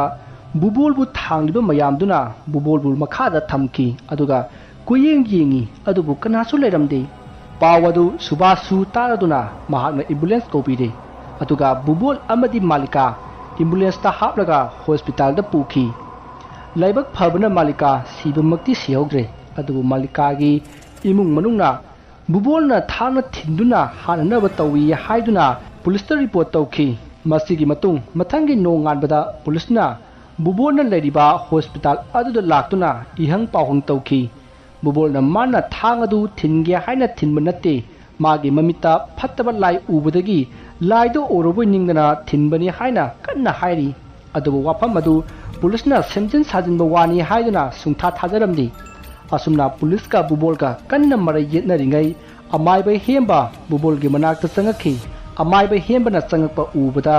ꯄꯨꯂꯤꯁꯁꯤꯡ ꯑꯗꯨꯅ ꯍꯦꯝꯕꯗ ꯅꯪꯗꯤ ꯀꯅꯥꯅꯣ ꯍꯥꯏꯅ ꯍꯪꯉꯤ ꯑꯃꯥꯏꯕ ꯍꯦꯝꯕꯅ ꯑꯩ ꯕꯨꯕꯣꯜꯅ ꯃꯥꯒꯤ ꯌꯨꯝꯒꯤ ꯂꯥꯏ ꯈꯣꯏꯔꯝꯕꯤꯌꯨ ꯍꯥꯏꯕꯗꯒꯤ ꯑꯩ ꯉꯁꯤ ꯂꯥꯛꯄꯅꯤ ꯑꯗꯨꯕꯨ ꯃꯍꯥꯛ ꯂꯩꯔꯝꯗꯦ ꯂꯩꯀꯥꯏꯗ ꯍꯪꯕꯗ ꯃꯍꯥꯛ ꯍꯣꯁꯄꯤꯇꯥꯜꯗ ꯂꯩꯈ꯭ꯔꯦ ꯍꯥꯏꯕꯗꯒꯤ ꯑꯩ ꯂꯥꯛꯄꯅꯤ ꯑꯩ ꯑꯃꯥꯏꯕꯅꯤ ꯍꯥꯏꯅ ꯁꯛ ꯇꯥꯛꯂꯝꯃꯤ ꯑꯁꯨꯝꯅ ꯑꯃꯥꯏꯕ ꯍꯦꯝꯕꯅ ꯄꯨꯂꯤꯁꯁꯤꯡ ꯑꯗꯨꯗ ꯍꯥꯏꯕꯗ ꯄꯨꯂꯤꯁꯁꯤꯡ ꯑꯗꯨꯅ ꯐꯔꯦ ꯑꯗꯨꯗꯤ ꯍꯧꯖꯤꯛꯀꯤꯗꯤ ꯑꯩꯈꯣꯏ ꯍꯟꯈ꯭ꯔꯒꯦ ꯍꯣꯔꯦꯟ ꯑꯩꯈꯣꯏꯅ ꯀꯧꯔꯛꯄꯗ ꯄꯨꯂꯤꯁ ꯁ꯭ꯇꯦꯁꯟꯗ ꯂꯥꯛꯄꯤꯌꯨ ꯑꯁꯨꯝꯅ ꯍꯥꯏꯔꯝꯂꯒ ꯄꯨꯂꯤꯁꯁꯤꯡ ꯑꯗꯨ ꯕꯨꯕꯣꯜꯒꯤ ꯃꯅꯥꯛꯇꯒꯤ ꯆꯠꯈ꯭ꯔꯦ ꯇꯥꯟꯖꯥ ꯑꯗꯨꯗ ꯗꯥꯛꯇꯔ ꯆꯪꯉꯛꯇꯨꯅ ꯕꯨꯕꯣꯜꯗ ꯏꯁꯥ ꯈꯔ ꯐꯔꯕ꯭ꯔꯥ ꯍꯪꯉꯤ ꯗꯥꯛꯇꯔꯅ ꯏꯁꯥ ꯈꯔ ꯅꯨꯡꯉꯥꯏꯕꯤꯔꯕꯣ ꯍꯣꯏ ꯗꯥꯛꯇꯔ ꯅꯨꯡꯉꯥꯏꯖꯔꯦ ꯌꯥꯝ ꯐꯔꯦ ꯁꯣꯝꯒꯤ ꯃꯤꯡꯗꯨꯕꯨ ꯀꯔꯤ ꯍꯥꯏꯕꯅꯣ ꯕꯨꯕꯣꯜ ꯍꯥꯏꯕꯅꯦ ꯗꯥꯛꯇꯔ ꯏꯆꯥꯗꯤ ꯀꯌꯥ ꯂꯩꯕꯤꯔꯒꯦ 3 ꯂꯩꯖꯔꯦ ꯅꯨꯄꯤ ꯑꯃ ꯅꯨꯄꯥ 2 ꯍꯧꯖꯤꯛ ꯃꯈꯣꯏ ꯌꯨꯝꯗ ꯑꯝꯇ ꯂꯩꯇꯦ ꯃꯄꯥꯟ ꯂꯝꯗ ꯂꯣꯏꯅ ꯂꯩꯈꯤ ꯑꯣ ꯃꯤꯁꯇꯔ ꯕꯨꯕꯣꯜ ꯌꯥꯝꯅ ꯏꯝꯄ꯭ꯔꯨꯞ ꯑꯣꯏꯔꯦꯗ ꯑꯩꯅ ꯏꯖꯔꯤꯕ ꯍꯤꯗꯥꯛꯁꯤꯡꯁꯤ ꯆꯥꯔꯒ ꯐꯔꯅꯤ ꯃꯁꯤꯗ ꯕꯨꯕꯣꯜꯅ ꯃꯥꯂꯤꯀꯥꯗꯤ ꯀꯃꯥꯏꯅ ꯇꯧꯔꯤꯒꯦ ꯗꯣꯛꯇꯔ ꯃꯍꯥꯛꯁꯨ ꯀꯩꯁꯨ ꯇꯧꯗ꯭ꯔꯦ ꯃꯥꯒꯤ ꯏꯃꯨꯡ ꯃꯅꯨꯡꯁꯤꯡꯒ ꯂꯩꯔꯤ ꯑꯗꯣ ꯗꯣꯛꯇꯔ ꯑꯩꯕꯨ ꯑꯃꯨꯛꯇ ꯎꯅꯕ ꯌꯥꯒꯗ꯭ꯔꯣ ꯌꯥꯅꯤꯗ ꯀꯔꯤꯒꯤ ꯌꯥꯔꯣꯏꯗꯧꯔꯤꯅꯣ ꯑꯗꯣ ꯉꯥꯏꯍꯥꯛ ꯂꯩꯔꯒ ꯆꯠꯄꯤꯌꯨ ꯍꯧꯖꯤꯛ ꯑꯩꯅ ꯀꯥꯞꯈꯤꯕ ꯍꯤꯗꯥꯛꯇꯨꯅ ꯀꯣꯛ ꯉꯥꯎꯕ ꯌꯥꯏ ꯑꯗꯨꯅ ꯉꯥꯏꯍꯥꯛ ꯄꯣꯊꯥꯕꯤꯈꯣ ꯐꯅꯤ ꯗꯣꯛꯇꯔ ꯑꯁꯨꯝꯅ ꯗꯥꯛꯇꯔ ꯑꯗꯨꯅ ꯕꯨꯕꯣꯜꯒꯤ ꯃꯥꯒꯤ ꯕ꯭ꯔꯦꯟꯒꯤ ꯃꯦꯃꯣꯔꯤ ꯑꯗꯨ ꯆꯦꯛ ꯇꯧꯈꯤ ꯃꯁꯤꯒꯤ ꯃꯔꯝꯗꯤ ꯉꯔꯥꯡ ꯃꯥꯅ ꯍꯣꯁꯄꯤꯇꯥꯜ ꯑꯁꯤꯗ ꯂꯥꯛꯄꯗꯗꯤ ꯃꯤꯔꯣꯟ ꯇꯥꯗꯦ ꯏꯆꯥ ꯄꯣꯛꯇꯦ ꯑꯃꯨꯛ ꯍꯥꯏ ꯑꯩꯒꯤ ꯅꯨꯄꯤ ꯁꯤꯈ꯭ꯔꯦ ꯑꯃꯨꯛ ꯍꯥꯏ ꯏꯆꯥ ꯑꯍꯨꯝꯅꯤ ꯑꯃꯨꯛ ꯍꯥꯏ ꯃꯤꯔꯣꯟ ꯇꯥꯈꯤꯗꯦ ꯑꯗꯨꯒ ꯃꯥꯒꯤ ꯃꯃꯤꯡꯁꯨ ꯑꯃꯨꯛꯅ ꯙꯤꯔꯦꯟ ꯀꯧꯏ ꯍꯥꯏ ꯑꯃꯨꯛꯅ ꯕꯤꯀ꯭ꯔꯝ ꯀꯧꯏ ꯍꯥꯏ ꯃꯥꯅ ꯊꯣꯛꯄ ꯑꯃ ꯇꯧꯗꯨꯅ ꯂꯩꯈꯤꯕꯅ ꯉꯁꯤ ꯗꯥꯛꯇꯔꯅ ꯃꯉꯣꯟꯗ ꯋꯥꯍꯪ ꯄꯥꯎꯍꯪ ꯇꯧꯔꯤꯕꯅꯤ ꯑꯗꯨꯕꯨ ꯉꯁꯤꯗꯤ ꯕꯨꯕꯣꯜ ꯀꯩꯁꯨ ꯇꯧꯗ꯭ꯔꯦ ꯒ꯭ꯌꯥꯟ ꯇꯥꯔꯦ ꯃꯁꯤꯒꯤ ꯃꯇꯨꯡ ꯗꯥꯛꯇꯔ ꯆꯠꯈ꯭ꯔꯕ ꯃꯇꯨꯡ ꯑꯃꯥꯏꯕ ꯍꯦꯝꯕ ꯑꯃꯗꯤ ꯕꯨꯕꯣꯜ ꯋꯥꯔꯤ ꯁꯥꯟꯅꯈꯤ ꯏꯕꯨꯡꯉꯣ ꯕꯨꯕꯣꯜ ꯀꯃꯥꯏꯅ ꯇꯧꯔꯤꯅꯣ ꯅꯪꯒꯤꯁꯤꯕꯣ ꯅꯍꯥꯟꯋꯥꯏꯗꯤ ꯀꯩꯁꯨ ꯇꯧꯈꯤꯗ꯭ꯔꯗꯥꯏꯅꯦ ꯑꯁ ꯈꯪꯗꯦ ꯑꯣꯖꯥ ꯃꯥꯏꯕ ꯉꯔꯥꯡ ꯅꯍꯥꯟꯗꯒꯤꯅꯦ ꯍꯧꯔꯛꯏꯕꯁꯦ ꯑꯣꯖꯥꯒꯤ ꯂꯩꯋꯥꯗꯨꯕꯨ ꯃꯍꯨ ꯃꯌꯥꯏ ꯆꯝꯈ꯭ꯔꯖꯥꯠꯂꯣ ꯑꯩꯒꯤ ꯂꯩꯋꯥꯗꯨ ꯃꯍꯨ ꯃꯌꯥꯏ ꯆꯝꯐꯝꯗꯤ ꯊꯣꯛꯇꯦ ꯃꯍꯨ ꯃꯌꯥꯏ ꯀꯟꯈ꯭ꯔꯕ ꯂꯩꯋꯥꯅꯤꯅꯦ ꯏꯕꯨꯡꯉꯣ ꯑꯗꯣ ꯑꯣꯖꯥ ꯑꯩꯉꯣꯟꯗꯗꯤ ꯄ꯭ꯔꯇꯤꯃꯥꯒꯤ ꯊꯋꯥꯏꯅ ꯑꯣꯠꯄ ꯅꯩꯕ ꯇꯧꯏ ꯑꯗꯨꯒ ꯃꯥꯂꯤꯀꯥꯗꯅ ꯀꯩꯁꯨ ꯇꯧꯗꯦ ꯃꯁꯤꯕꯨ ꯀꯔꯤꯒꯤꯅꯣ ꯑꯣꯖꯥ ꯏꯁ ꯑꯗꯨꯗꯤ ꯂꯨꯗꯣꯔꯤꯗ ꯊꯕꯛꯁꯤꯗꯤ ꯏꯕꯨꯡꯉꯣ ꯊꯋꯥꯏ ꯑꯃꯅ ꯇꯝꯅꯅ ꯃꯤ ꯑꯃꯕꯨ ꯍꯥꯠꯅꯅꯕ ꯍꯣꯠꯅꯔꯛꯄꯁꯦ ꯊꯤꯡꯕ ꯈꯔ ꯋꯥꯏꯅꯦ ꯑꯗꯨꯕꯨ ꯌꯦꯡꯁꯤ ꯑꯩꯁꯨ ꯑꯉꯝꯕ ꯊꯥꯛꯇ ꯍꯣꯠꯅꯒꯦꯀꯣ ꯑꯁꯨꯝꯅ ꯋꯥꯔꯤ ꯁꯥꯟꯅꯔꯤꯉꯩ ꯃꯥꯂꯤꯀꯥꯒꯤ ꯃꯃꯥ ꯕꯦꯗꯕꯇꯤ ꯆꯪꯉꯛꯏ ꯕꯨꯕꯣꯜꯗꯨ ꯕꯦꯗꯕꯇꯤ ꯎꯕꯗ ꯏꯃꯥ ꯆꯪꯕꯤꯔꯛꯑꯣ ꯑꯩ ꯌꯥꯝ ꯂꯥꯟꯈ꯭ꯔꯦ ꯊꯕꯛꯇꯨ ꯑꯩꯅ ꯇꯧꯒꯦ ꯌꯥꯎꯅ ꯇꯧꯕ ꯅꯠꯆꯗꯦ ꯑꯁꯦꯡꯕꯅꯤ ꯏꯃꯥ ꯑꯩꯅ ꯍꯥꯏꯖꯔꯤꯁꯦ ꯕꯦꯗꯕꯇꯤꯅ ꯌꯥꯔꯦ ꯌꯥꯔꯦ ꯏꯃꯥ ꯂꯣꯏꯅ ꯈꯪꯂꯦ ꯃꯥꯂꯤꯀꯥꯅ ꯇꯝꯕꯗꯒꯤ ꯏꯃꯥ ꯍꯣꯏꯁꯨ ꯈꯪꯉꯦ ꯑꯗꯣ ꯉꯔꯥꯡ ꯅꯪꯅ ꯃꯥꯏꯕ ꯌꯦꯡꯉꯨꯏ ꯍꯥꯏꯕꯗꯨꯕꯨ ꯀꯔꯤ ꯍꯥꯏꯔꯛꯑꯒꯦ ꯃꯤꯁꯤ ꯃꯤꯅꯥ ꯌꯥꯎꯗ꯭ꯔꯤꯉꯩꯁꯤꯗ ꯌꯦꯡꯍꯧꯁꯤꯅꯦ ꯏꯃꯥ ꯑꯩꯅ ꯉꯔꯥꯡ ꯎꯅꯖꯔꯨꯕ ꯑꯣꯖꯥ ꯃꯥꯏꯕꯗꯨꯅꯦ ꯁꯤꯗ ꯐꯝꯂꯤꯕꯁꯦ ꯑꯣ ꯑꯩꯗꯤ ꯈꯪꯖꯍꯧꯗ꯭ꯔꯦ ꯑꯣꯖꯥ ꯈꯣꯏꯔꯝꯖꯔꯤ ꯌꯥꯔꯦꯗ ꯏꯕꯦꯝꯃ ꯑꯩꯁꯨ ꯏꯕꯨꯡꯉꯣ ꯕꯨꯕꯣꯜꯒꯤ ꯌꯨꯝꯗ ꯊꯣꯛꯂꯤꯕꯁꯦ ꯌꯥꯝꯅ ꯅꯨꯡꯉꯥꯏꯇꯦ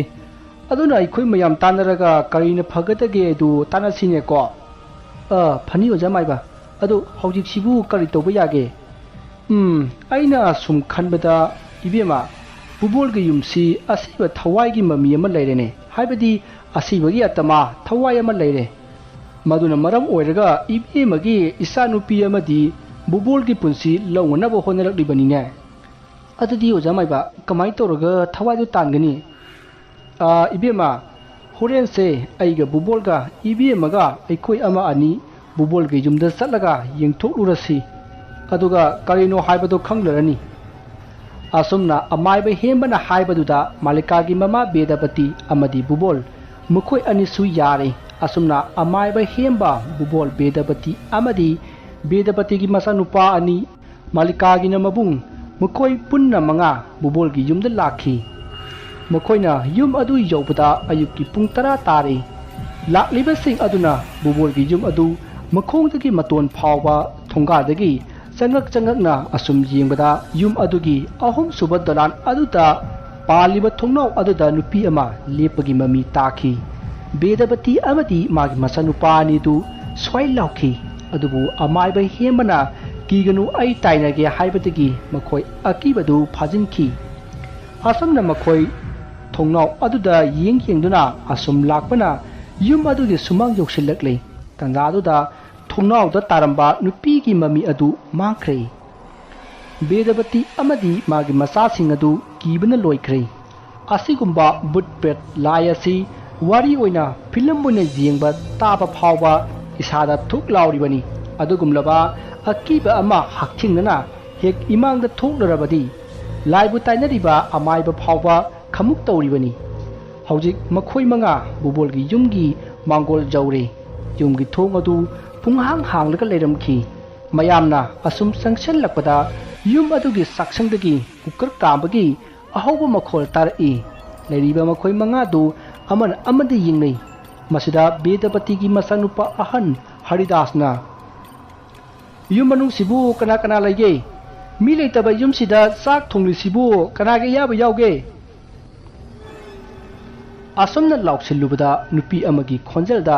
ꯑꯩꯅꯦ ꯀꯅꯥꯅꯣ ꯍꯥꯏꯅ ꯈꯨꯝꯂꯛꯈꯤ꯫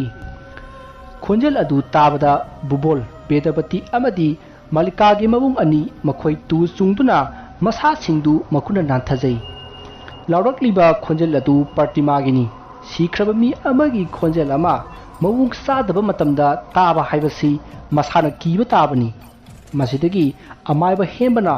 ꯍꯧꯖꯤꯛ ꯃꯥꯡꯒꯣꯜꯁꯤꯗ ꯂꯥꯏ ꯈꯔ ꯈꯣꯏꯔꯝꯁꯤ ꯍꯥꯏꯗꯨꯅ ꯂꯥꯏ ꯈꯣꯏꯔꯝꯅꯕ ꯁꯤꯜ ꯂꯥꯡꯕ ꯍꯧꯔꯛꯏ꯫ ꯂꯥꯏ ꯈꯣꯏꯔꯝꯕꯗ ꯆꯪꯒꯗꯕ ꯃꯩꯈꯦꯠ ꯑꯃꯗꯤ ꯀꯦꯟꯗꯜꯅꯆꯤꯡꯕ ꯃꯥꯂꯤꯀꯥꯒꯤ ꯃꯕꯨꯡ ꯑꯍꯟꯅ ꯗꯨꯀꯥꯟꯗꯒꯤ ꯂꯩꯅꯅꯕ ꯍꯣꯠꯅꯔꯤ꯫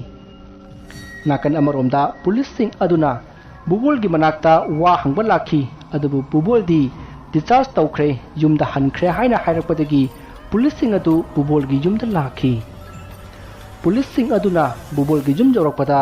ꯕꯨꯕꯣꯜꯒꯤ ꯃꯥꯡꯒꯣꯜꯗ ꯂꯥꯏ ꯈꯣꯏꯔꯝꯅꯕ ꯁꯦꯝ ꯁꯥꯔꯒ ꯂꯩꯔꯝꯕꯗꯨ ꯎꯈꯤ꯫ ꯃꯁꯤꯗ ꯄꯨꯂꯤꯁꯁꯤꯡ ꯑꯗꯨꯅ ꯂꯥꯏ ꯈꯣꯏꯔꯝꯕ ꯑꯗꯨ ꯇꯣꯛꯅꯅꯕ ꯍꯥꯏꯈꯤ꯫ ꯃꯁꯤꯗ ꯕꯨꯕꯣꯜꯅ ꯑꯩꯒꯤ ꯌꯨꯝꯒꯤ ꯌꯥꯏꯐꯅꯕ ꯂꯥꯏ ꯈꯣꯏꯔꯝꯕꯗ ꯅꯈꯣꯏꯒꯤ ꯅꯊꯧ ꯀꯔꯤ ꯂꯩ ꯍꯥꯏꯅ ꯀꯟꯅ ꯃꯨꯛꯅꯔꯛꯏ꯫ ꯃꯁꯤꯗ ꯄꯨꯂꯤꯁꯁꯤꯡ ꯑꯗꯨꯅ ꯅꯪꯅ ꯃꯤ ꯍꯥꯠꯀꯦ ꯇꯧꯔꯒ ꯀꯔꯤꯒꯤ ꯂꯥꯏꯗ ꯇꯥꯏꯁꯤꯜꯂꯤꯕꯅꯣ?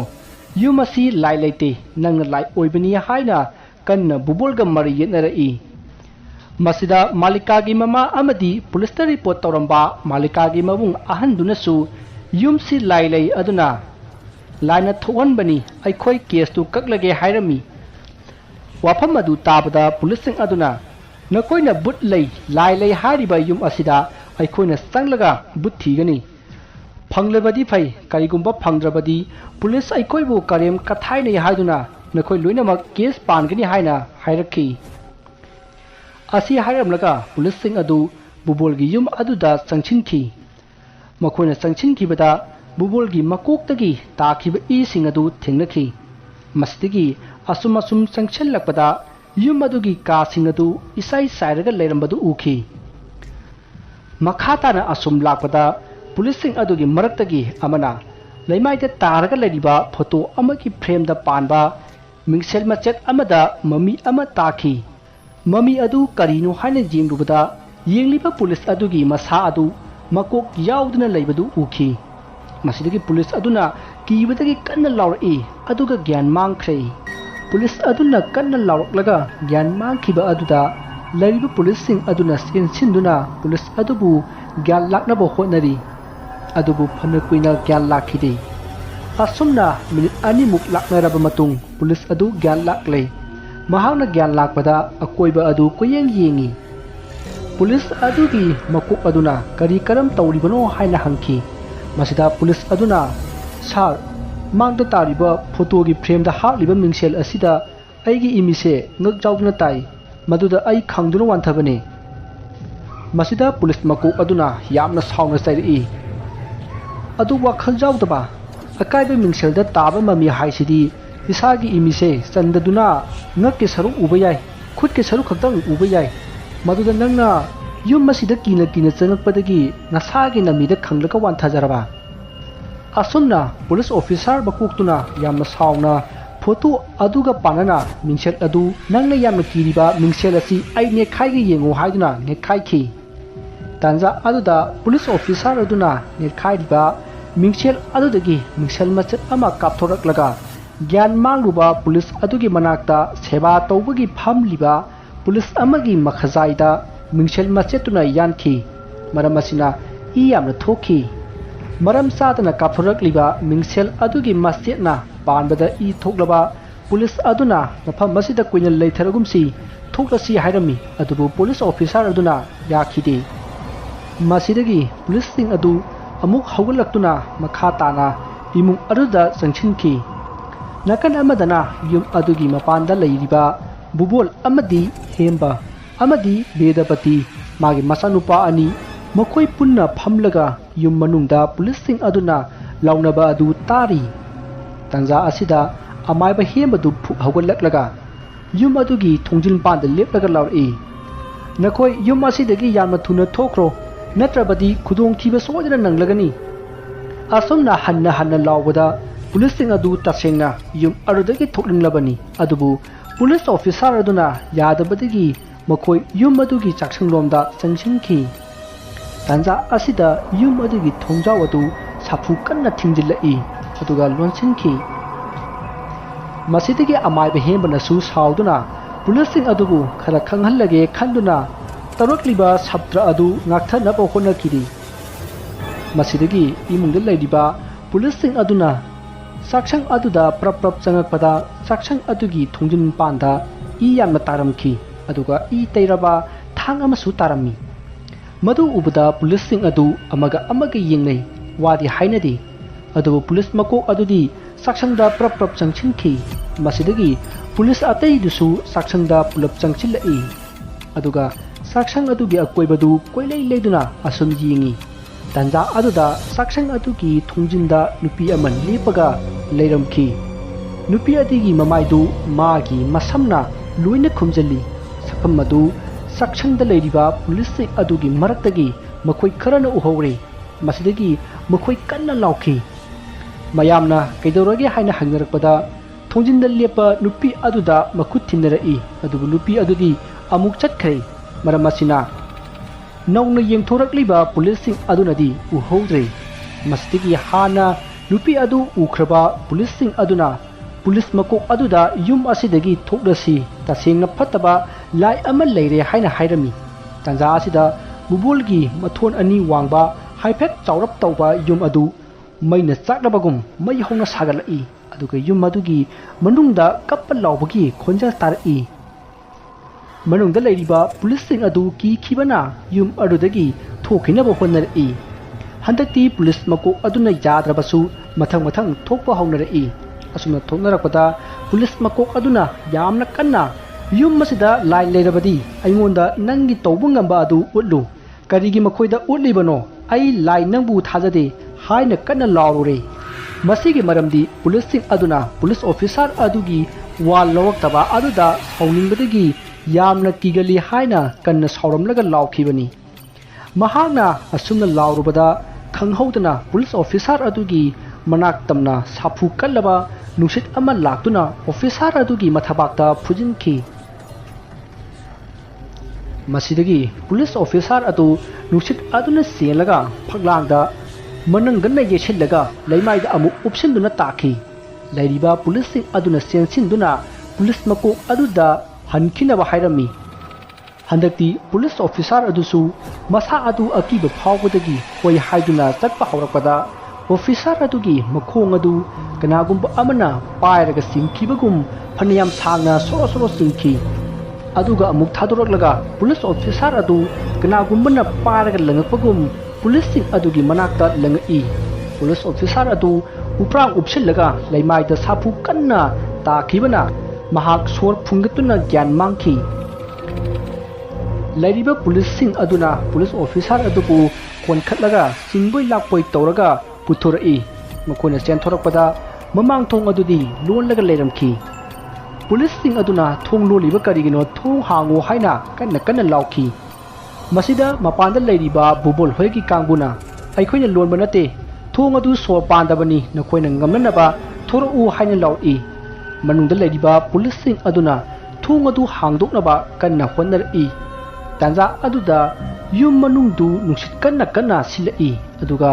ꯃꯩ ꯍꯧꯅ ꯁꯥꯔꯝꯕ ꯑꯗꯨꯁꯨ ꯏꯪꯊꯈ꯭ꯔꯦ꯫ ꯃꯁꯤꯗꯒꯤ ꯅꯨꯄꯤ ꯑꯃꯅ ꯀꯞꯄꯒꯤ ꯂꯥꯎꯕꯒꯤ, ꯑꯩꯕꯨ ꯀꯟꯕꯤꯌꯨ, ꯑꯩ ꯍꯥꯠꯀꯗꯧꯔꯦ ꯍꯥꯏꯅ ꯀꯟꯅ ꯂꯥꯎꯕꯒꯤ ꯇꯦꯡꯊꯥ ꯅꯧꯋꯏꯕꯒꯤ ꯈꯣꯟꯖꯦꯜꯅ ꯕꯨꯕꯣꯜꯒꯤ ꯌꯨꯝ ꯑꯗꯨ ꯄꯨꯡꯅꯤꯟ ꯅꯤꯟꯈ꯭ꯔꯦ꯫ ꯃꯁꯤꯗꯒꯤ ꯄꯨꯂꯤꯁ ꯑꯃꯅ ꯀꯤꯃꯟꯕꯗꯒꯤ ꯃꯥꯅ ꯄꯥꯏꯕ ꯅꯣꯡꯃꯩ ꯑꯗꯨ ꯃꯔꯨ 1-2 ꯃꯐꯝ ꯃꯔꯥꯡ ꯈꯪꯗꯅ ꯀꯥꯞꯈꯤ꯫ ꯃꯁꯤꯗ ꯃꯌꯥꯝꯅ ꯃꯥꯕꯨ ꯈꯥꯝꯖꯤꯟꯈꯤ꯫ ꯅꯣꯡꯃꯩ ꯑꯗꯨ ꯀꯥꯞꯂꯨꯕꯗꯒꯤꯗꯤ ꯀꯞꯄ ꯂꯥꯎꯕ, ꯅꯨꯡꯁꯤꯠ ꯁꯤꯠꯄ, ꯁꯞꯇ ꯀꯌꯥ ꯇꯧꯔꯝꯕ ꯑꯗꯨ ꯇꯨꯃꯤꯟꯅ ꯂꯩꯈ꯭ꯔꯦ ꯑꯗꯨꯒ ꯊꯣꯡ ꯑꯗꯨꯁꯨ ꯇꯞꯅ ꯍꯥꯡꯗꯣꯔꯛꯏ꯫ ꯊꯣꯡ ꯑꯗꯨ ꯍꯦꯛ ꯍꯥꯡꯕꯒ ꯄꯨꯂꯤꯁꯁꯤꯡ ꯑꯗꯨ ꯌꯨꯝꯗꯒꯤ ꯄꯔꯞ ꯊꯣꯔꯛꯂꯒ ꯋꯥ ꯑꯃꯠꯇ ꯍꯥꯏꯔꯝꯗꯅ ꯃꯈꯣꯏ ꯆꯠꯈꯤ꯫ ꯃꯁꯤꯒꯤ ꯃꯇꯨꯡ ꯕꯨꯕꯣꯜꯅ ꯑꯃꯥꯏꯕ ꯍꯦꯟꯕꯗ ꯍꯥꯏꯔꯛꯏ, ꯑꯣꯖꯥ ꯃꯥꯏꯕ, ꯍꯧꯖꯤꯛꯇꯤ ꯄꯨꯂꯤꯁꯁꯤꯡꯁꯨ ꯆꯠꯈ꯭ꯔꯕꯅꯤꯅ ꯑꯩꯈꯣꯏꯒꯤ ꯂꯥꯏ ꯈꯣꯏꯔꯝꯕ ꯑꯗꯨ ꯍꯧꯅꯅꯕ ꯇꯧꯔꯁꯤ꯫ ꯃꯁꯤꯗ ꯑꯃꯥꯏꯕ ꯍꯦꯟꯕꯅ ꯍꯣꯏ ꯍꯧꯅꯅꯕ ꯇꯧꯔꯁꯤ ꯍꯥꯏꯗꯨꯅ ꯌꯨꯝ ꯑꯗꯨꯒꯤ ꯊꯣꯡꯖꯤꯟ ꯄꯥꯟꯗ ꯀꯦꯟꯗꯜ 9 ꯊꯥꯜꯂꯒ ꯃꯃꯤꯠ ꯎꯏꯁꯤꯟꯗꯨꯅ ꯂꯥꯏꯔꯣꯟ ꯈꯔ ꯁꯣꯜꯂꯛꯏ꯫ ꯃꯇꯝ ꯑꯁꯤꯗ ꯌꯨꯝ ꯑꯗꯨꯒꯤ ꯀꯥ ꯈꯔꯗ ꯅꯤꯜ ꯈꯣꯡꯕꯒꯤ ꯈꯣꯟꯖꯦꯜ ꯇꯥꯔꯛꯏ꯫ ꯑꯗꯨꯒ ꯃꯤ ꯆꯦꯟꯕꯒꯤ ꯈꯣꯟꯖꯦꯜꯁꯨ ꯇꯥꯔꯛꯏ ꯑꯗꯨꯒ ꯃꯤ ꯈꯟꯅ ꯆꯩꯅꯕꯒꯤ ꯈꯣꯟꯖꯦꯜꯁꯨ ꯇꯥꯔꯛꯏ ꯑꯗꯨꯕꯨ ꯈꯣꯟꯖꯦꯜ ꯇꯥꯔꯕꯁꯨ ꯃꯔꯣꯟꯗꯤ ꯂꯧꯐꯝ ꯈꯪꯈꯤꯗꯦ ꯃꯁꯤꯗꯒꯤ ꯉꯥꯏꯍꯥꯛ ꯂꯩꯔꯒ ꯇꯥꯔꯝꯕ ꯈꯣꯟꯖꯦꯜ ꯇꯧꯔꯝꯕ ꯁꯞꯇ꯭ꯔꯁꯤꯡ ꯑꯗꯨ ꯇꯨꯃꯤꯟꯅ ꯑꯃꯨꯛ ꯂꯩꯈ꯭ꯔꯦ ꯑꯗꯨꯒ ꯑꯃꯥꯏꯕ ꯍꯦꯝꯕꯁꯨ ꯃꯃꯤꯠ ꯄꯥꯡꯊꯣꯔꯛꯏ ꯑꯗꯨꯒ ꯕꯨꯕꯣꯜꯗ ꯍꯥꯏꯔꯛꯏ ꯕꯨꯕꯣꯜ ꯇꯧꯒꯗꯧꯔꯤꯕ ꯊꯕꯛꯁꯤ ꯌꯥꯝꯅ ꯂꯨꯔꯤꯅꯦꯍꯦ ꯌꯨꯝ ꯑꯁꯤꯗ ꯀꯅꯥꯒꯨꯝꯕꯤ ꯑꯃꯒꯤ ꯅꯤꯡꯉꯝꯗꯕ ꯊꯋꯥꯏ ꯑꯃ ꯂꯩꯈꯤꯕꯗꯨ ꯑꯃꯨꯛ ꯁꯥꯐꯣꯡꯂꯛꯂꯦ ꯑꯁꯤꯒꯤꯁꯨ ꯃꯊꯛꯇ ꯅꯪꯒꯤ ꯊꯋꯥꯏꯁꯦ ꯃꯥꯅ ꯄꯥꯏꯁꯤꯟꯗꯨꯅ ꯍꯧꯖꯤꯛ ꯊꯝꯈ꯭ꯔꯦ ꯃꯔꯝ ꯑꯁꯤꯅ ꯅꯪ ꯍꯌꯦꯡ ꯐꯥꯎꯕꯒꯤ ꯃꯅꯨꯡꯗ ꯁꯤꯕ ꯌꯥꯏꯅꯦ ꯋꯥꯐꯝ ꯑꯗꯨ ꯇꯥꯕꯗ ꯕꯨꯕꯣꯜ ꯋꯥ ꯉꯥꯡꯗꯅ ꯇꯨꯃꯤꯟꯅ ꯂꯩꯈꯤ ꯇꯥꯟꯖꯥ ꯑꯗꯨꯗ ꯃꯥꯂꯤꯀꯥꯒꯤ ꯃꯃꯥ ꯑꯗꯨꯅ ꯑꯃꯥꯏꯕ ꯍꯦꯝꯕꯗ ꯍꯥꯏꯔꯛꯏ ꯑꯣꯖꯥ ꯃꯥꯏꯕ ꯍꯧꯖꯤꯛ ꯎꯄꯥꯏ ꯑꯝꯇ ꯂꯩꯇ꯭ꯔꯕꯣ ꯏꯕꯦꯝꯃ ꯂꯩꯅꯤ ꯎꯄꯥꯏ ꯑꯅꯤ ꯂꯩ ꯑꯃꯅ ꯕꯨꯕꯣꯜꯅ ꯇꯧꯈꯤꯕ ꯈꯨꯗꯤꯡꯃꯛ ꯀꯔꯤꯁꯨ ꯈꯪꯗ꯭ꯔꯤꯕ ꯃꯥꯂꯤꯀꯥꯗ ꯍꯥꯏꯗꯣꯛꯂꯒ ꯃꯔꯥꯜ ꯑꯗꯨ ꯉꯥꯛꯄꯤꯅꯕ ꯍꯥꯏꯖꯒꯗꯕꯅꯤ ꯀꯔꯤꯒꯨꯝꯕꯗ ꯃꯔꯥꯜ ꯑꯗꯨ ꯉꯥꯛꯄꯤꯗ꯭ꯔꯕꯗꯤ ꯕꯨꯕꯣꯜꯕꯨ ꯀꯅꯥꯅꯁꯨ ꯀꯟꯕ ꯉꯝꯂꯣꯏ ꯑꯗꯨꯒ ꯑꯇꯣꯞꯄ ꯎꯄꯥꯏ ꯑꯃꯅ ꯌꯨꯝ ꯑꯁꯤꯗ ꯂꯩꯔꯤꯕ ꯊꯋꯥꯏ ꯑꯁꯤꯕꯨ ꯐꯠꯇ꯭ꯔꯕ ꯊꯋꯥꯏ ꯑꯃ ꯑꯣꯏꯍꯜꯂꯝꯂꯤꯕ ꯑꯃꯥꯏꯕ ꯑꯗꯨ ꯀꯧꯔꯒ ꯃꯥꯕꯨ ꯑꯣꯏꯅ ꯍꯥꯠꯂꯒ ꯌꯨꯝꯁꯤꯗ ꯂꯩꯔꯤꯕ ꯊꯋꯥꯏ ꯑꯁꯤꯗ ꯄꯤꯈꯤꯕ ꯑꯅꯤ ꯑꯁꯤ ꯅꯠꯇꯅ ꯎꯄꯥꯏ ꯑꯃꯠꯇ ꯂꯩꯇ꯭ꯔꯦꯅꯦ ꯏꯕꯦꯝꯃ ꯋꯥꯐꯝ ꯑꯗꯨ ꯇꯥꯕꯗ ꯕꯨꯕꯣꯜꯗꯨ ꯃꯊꯥ ꯁꯥꯕꯅ ꯂꯣꯏꯔꯦ ꯃꯥꯁꯨ ꯁꯤꯅꯤꯡꯗꯦ ꯑꯗꯨꯒ ꯃꯥꯒꯤ ꯊꯕꯛꯇ ꯃꯥꯅ ꯍꯥꯏꯔꯤꯕ ꯃꯈꯩ ꯏꯟꯈꯤꯕ ꯑꯃꯥꯏꯕ ꯑꯗꯨꯁꯨ ꯁꯤꯍꯟꯅꯤꯡꯗꯦ ꯑꯗꯨꯒ ꯑꯃꯔꯣꯝꯗ ꯃꯥꯅ ꯄ꯭ꯔꯇꯤꯃꯥꯗ ꯑꯣꯠꯈꯤꯕ ꯅꯠꯈꯤꯕ ꯐꯠꯇꯕ ꯊꯕꯛ ꯀꯌꯥ ꯇꯧꯈꯤꯕ ꯑꯗꯨꯁꯨ ꯍꯥꯏꯗꯣꯛꯅꯤꯡꯈꯤꯗꯦ ꯍꯧꯖꯤꯛ ꯕꯨꯕꯣꯜ ꯇꯨꯃꯤꯟꯅ ꯐꯝꯂꯒ ꯂꯩꯈꯤ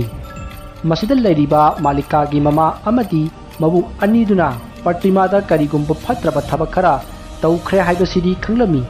ꯃꯁꯤꯗꯒꯤ ꯕꯨꯕꯣꯜꯅ ꯃꯍꯥꯛ ꯑꯣꯏꯅ ꯁꯤꯈ꯭ꯔꯒꯦ ꯀꯔꯤꯒꯨꯝꯕꯗ ꯃꯥꯅ ꯄ꯭ꯔꯇꯤꯃꯥꯕꯨ ꯍꯥꯠꯈꯤꯕꯒꯤ ꯋꯥꯔꯤ ꯑꯗꯨ ꯈꯪꯂꯛꯂꯕꯗꯤ ꯑꯊꯤꯕ ꯃꯤꯡꯆꯠ ꯑꯃꯒ ꯂꯣꯏꯅꯅ ꯁꯤꯈꯤꯒꯅꯤ ꯑꯗꯨꯅ ꯑꯊꯤꯕ ꯃꯤꯡꯆꯠ ꯐꯪꯒꯗꯧꯔꯤꯕ ꯁꯔꯨꯛ ꯁꯤꯈꯤꯕꯅ ꯍꯦꯟꯅ ꯐꯔꯦ ꯍꯥꯏꯅ ꯈꯟꯈꯤ ꯑꯣꯖꯥ ꯃꯥꯏꯕ ꯑꯩꯒꯤ ꯊꯋꯥꯏꯁꯤ ꯄꯥꯝꯂꯤꯕ ꯄ꯭ꯔꯇꯤꯃꯥꯗ ꯑꯩꯒꯤ ꯊꯋꯥꯏ ꯑꯁꯤ ꯑꯣꯏꯅ ꯄꯤꯊꯣꯛꯈ꯭ꯔꯒꯦ ꯋꯥꯐꯝ ꯑꯗꯨ ꯇꯥꯕꯗ ꯃꯥꯂꯤꯀꯥꯒꯤ ꯃꯃꯥ ꯕꯦꯗꯕꯇꯤ ꯑꯃꯗꯤ ꯃꯥꯂꯤꯀꯥꯒꯤ ꯃꯕꯨꯡ ꯑꯅꯤꯗꯨ ꯀꯔꯤ ꯋꯥꯐꯝ ꯑꯣꯏꯔꯕ ꯖꯥꯠꯅꯣ ꯍꯥꯏꯅ ꯌꯥꯝꯅ ꯈꯪꯅꯤꯡꯈꯤ ꯑꯗꯨꯕꯨ ꯍꯪꯕꯒꯤ ꯇꯥꯟꯖꯥꯗꯤ ꯂꯩꯈꯤꯗꯦ ꯑꯃꯥꯏꯕ ꯍꯦꯟꯕꯅ ꯐꯔꯦ ꯑꯗꯨꯗꯤ ꯍꯣꯔꯦꯟ ꯑꯍꯤꯡ ꯌꯨꯝ ꯑꯁꯤꯗ ꯂꯩꯔꯤꯕ ꯊꯋꯥꯏ ꯑꯁꯤ ꯀꯧꯔꯒ ꯕꯨꯕꯣꯜ ꯅꯪ ꯅꯁꯥꯅ ꯌꯥꯅ ꯏꯃꯨꯡ ꯑꯁꯤꯗ ꯆꯪꯈꯤꯒꯗꯕꯅꯤ ꯑꯁꯨꯝꯅ ꯍꯥꯏꯅꯗꯨꯅ ꯅꯨꯃꯤꯠ ꯇꯥꯔꯛꯄ ꯉꯥꯏꯗꯨꯅ ꯂꯩꯈꯤ ꯇꯥꯟꯖꯥ ꯑꯁꯤꯗ ꯌꯨꯝ ꯑꯗꯨꯗꯒꯤ ꯄꯨꯂꯤꯁꯁꯤꯡꯅ ꯁꯣꯛꯂꯒ ꯊꯣꯛꯈꯤꯕ ꯑꯗꯨ ꯎꯍꯧꯕ ꯃꯤꯁꯤꯡꯅ ꯃꯊꯪ ꯄꯥꯎ ꯇꯝꯕꯗꯒꯤ ꯂꯩꯀꯥꯏꯒꯤ ꯃꯤ ꯀꯌా ꯕꯨꯕꯣꯜꯒꯤ ꯌꯨꯝꯗ ꯂꯥꯛꯇꯨꯅ ꯀꯔꯤ ꯀꯔꯝ ꯇꯧꯕ ꯇꯥꯔꯤ ꯍꯥꯏꯅ ꯍꯪꯂꯛꯈꯤ ꯃꯁꯤꯗ ꯑꯃꯥꯏꯕ ꯍꯦꯝꯕꯅ ꯕꯨꯕꯣꯜꯒꯤ ꯊꯋꯥꯏ ꯑꯁꯤ ꯌꯨꯝ ꯑꯁꯤꯗ ꯂꯩꯔꯤꯕ ꯊꯋꯥꯏ ꯑꯁꯤꯗ ꯀꯠꯈꯤꯕ ꯇꯥꯔꯦ ꯍꯥꯏꯅ ꯈꯨꯝꯈꯤ ꯃꯁꯤꯗꯒꯤ ꯂꯩꯀꯥꯏ ꯃꯤꯌꯥꯝꯗꯨ ꯀꯔꯤꯅꯣꯅꯦ ꯍꯥꯏꯔꯤꯁꯤꯕꯣ ꯍꯥꯏꯗꯨꯅ ꯌꯥꯝꯅ ꯉꯛꯅꯈꯤ ꯑꯃꯗꯤ ꯀꯤꯅꯈꯤ ꯃꯇꯝ ꯑꯁꯤꯗ ꯑꯃꯥꯏꯕ ꯍꯦꯝꯕꯅ ꯃꯥꯂꯤꯀꯥꯒꯤ ꯃꯃꯥ ꯕꯦꯗꯕꯇꯤꯗ ꯌꯨꯝ ꯑꯁꯤꯗ ꯂꯩꯔꯤꯕ ꯊꯋꯥꯏ ꯑꯁꯤ ꯏꯕꯦꯝꯃꯕꯨ ꯈꯪꯕ꯭ꯔꯥ ꯀꯔꯤ ꯃꯔꯤ ꯊꯣꯛꯅꯕꯒꯦ ꯍꯥꯏꯅ ꯍꯪꯈꯤ ꯃꯁꯤꯗ ꯕꯦꯗꯕꯇꯤꯅ ꯈꯨꯝꯈꯤ ꯑꯣꯖꯥ ꯃꯥꯏꯕ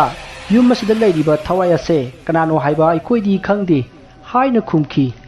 ꯃꯁꯤꯗ ꯑꯃꯥꯏꯕ ꯑꯗꯨꯅ ꯌꯨꯝ ꯑꯁꯤꯗ ꯂꯩꯔꯤꯕ ꯊꯋꯥꯏ ꯑꯁꯦ ꯄ꯭ꯔꯇꯤꯃꯥ ꯀꯧꯕꯤ ꯅꯨꯄꯤ ꯑꯃꯒꯤ ꯊꯋꯥꯏꯅꯤ ꯍꯥꯏꯅ ꯁꯛ ꯇꯥꯛꯈꯤ ꯃꯁꯤꯗ ꯕꯦꯗꯕꯇꯤ ꯃꯄꯤ ꯇꯥꯅ ꯀꯞꯂꯒ ꯍꯥꯏꯔꯛꯏ ꯑꯣꯖꯥ ꯃꯥꯏꯕ ꯄ꯭ꯔꯇꯤꯃꯥ ꯍꯥꯏꯔꯤꯕ ꯅꯨꯄꯤꯗꯨꯗꯤ ꯑꯩꯒꯤ ꯏꯆꯥꯅꯨꯄꯤꯅꯤ ꯕꯨꯕꯣꯜꯒꯤ ꯅꯨꯄꯤ ꯑꯍꯟꯅꯤ ꯃꯇꯝ ꯀꯨꯏꯅ ꯃꯆꯥ ꯌꯥꯎꯗꯕꯗꯒꯤ ꯌꯥꯝꯅ ꯋꯥꯖꯈꯤꯕꯅꯤ ꯃꯁꯤꯒꯤ ꯃꯇꯨꯡ ꯅꯣꯡꯃ ꯕꯨꯕꯣꯜ ꯑꯩꯈꯣꯏꯗ ꯆꯥꯛ ꯆꯥꯈꯤ ꯃꯍꯥꯛꯅ ꯆꯥꯛꯆꯥ ꯇꯣꯛꯂꯒ ꯌꯨꯝ ꯍꯟꯈꯤꯕꯗ ꯏꯆꯥ ꯄ꯭ꯔꯇꯤꯃꯥꯗꯣ ꯌꯨꯝ ꯑꯁꯤꯗ ꯊꯧꯔꯤ ꯌꯥꯜꯂꯒ ꯁꯤꯔꯝꯂꯦ ꯍꯥꯏꯅ ꯕꯨꯕꯣꯜꯅ ꯄꯥꯎ ꯄꯤꯔꯛꯈꯤ ꯃꯁꯤꯗꯒꯤ ꯑꯩꯈꯣꯏ ꯃꯌꯥꯝ ꯆꯠꯇꯨꯅ ꯏꯆꯥꯕꯨ ꯀꯧꯗꯨꯅ ꯀꯞꯄ ꯅꯠꯇꯅ ꯏꯆꯥꯕꯨ ꯀꯟꯕ ꯉꯝꯈꯤꯗꯦ ꯃꯁꯤꯒꯤ ꯃꯇꯨꯡ ꯈꯔ ꯂꯩꯔꯒ ꯗꯥꯛꯇꯔꯒꯤ ꯄꯣꯁꯠꯃꯣꯔꯇꯦꯝ ꯔꯤꯄꯣꯔꯠ ꯂꯥꯛꯈꯤ ꯃꯗꯨꯗ ꯏꯆꯥ ꯄ꯭ꯔꯇꯤꯃꯥ ꯃꯍꯥꯛ ꯗꯤꯄ꯭ꯔꯦꯁꯟꯅ ꯃꯔꯝ ꯑꯣꯏꯔꯒ ꯋꯥꯈꯜ ꯂꯩꯅꯥ ꯅꯥꯗꯨꯅ ꯃꯁꯥ ꯃꯇꯣꯝꯇ ꯁꯤꯖꯕꯅꯤ ꯍꯥꯏꯔꯛꯈꯤ ꯋꯥꯐꯝ ꯑꯗꯨ ꯇꯥꯕꯗ ꯕꯨꯕꯣꯜ ꯑꯉꯥꯎꯕ ꯍꯥꯏꯕꯗු ꯑꯣꯏꯈꯤ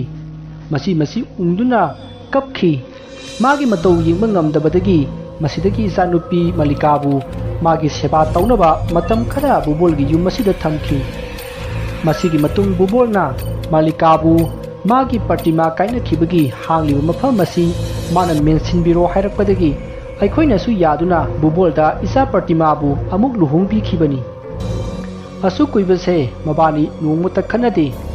ꯅꯨꯡꯁꯤ ꯆꯥꯟꯅꯅ ꯂꯩꯃꯤꯟꯅꯩ ꯑꯗꯨꯕꯨ ꯉꯁꯤ ꯉꯔꯥꯡꯗꯒꯤꯗꯤ ꯐꯠꯇꯕ ꯄꯥꯎ ꯇꯥꯕꯗ ꯑꯩꯈꯣꯏ ꯄꯨꯡꯉꯛ ꯉꯛꯈꯤꯕꯅꯤ ꯑꯣꯖꯥ ꯃꯥꯏꯕ ꯃꯁꯤꯗ ꯑꯃꯥꯏꯕ ꯍꯦꯟꯕꯅ ꯏꯕꯦꯝꯃ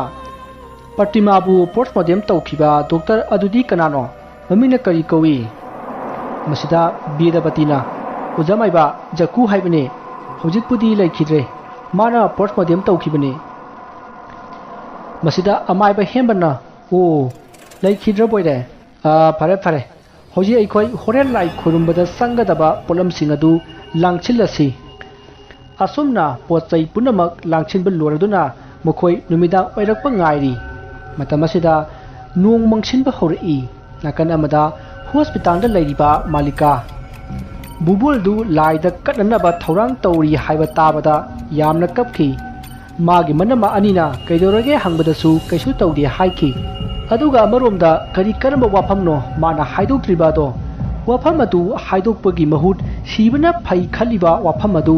ꯑꯔꯥꯏꯕ ꯑꯃꯗꯤ ꯑꯣꯏꯔꯔꯣꯏ ꯍꯥꯏꯕꯁꯤ ꯃꯍꯥꯛꯅ ꯈꯪꯈꯤ ꯁꯣꯝꯗ ꯕꯨꯕꯣꯜꯗꯤ ꯍꯣꯔꯦꯟ ꯀꯔꯤ ꯊꯣꯛꯂꯒꯗꯕ ꯍꯥꯏꯅ ꯈꯟꯕꯗ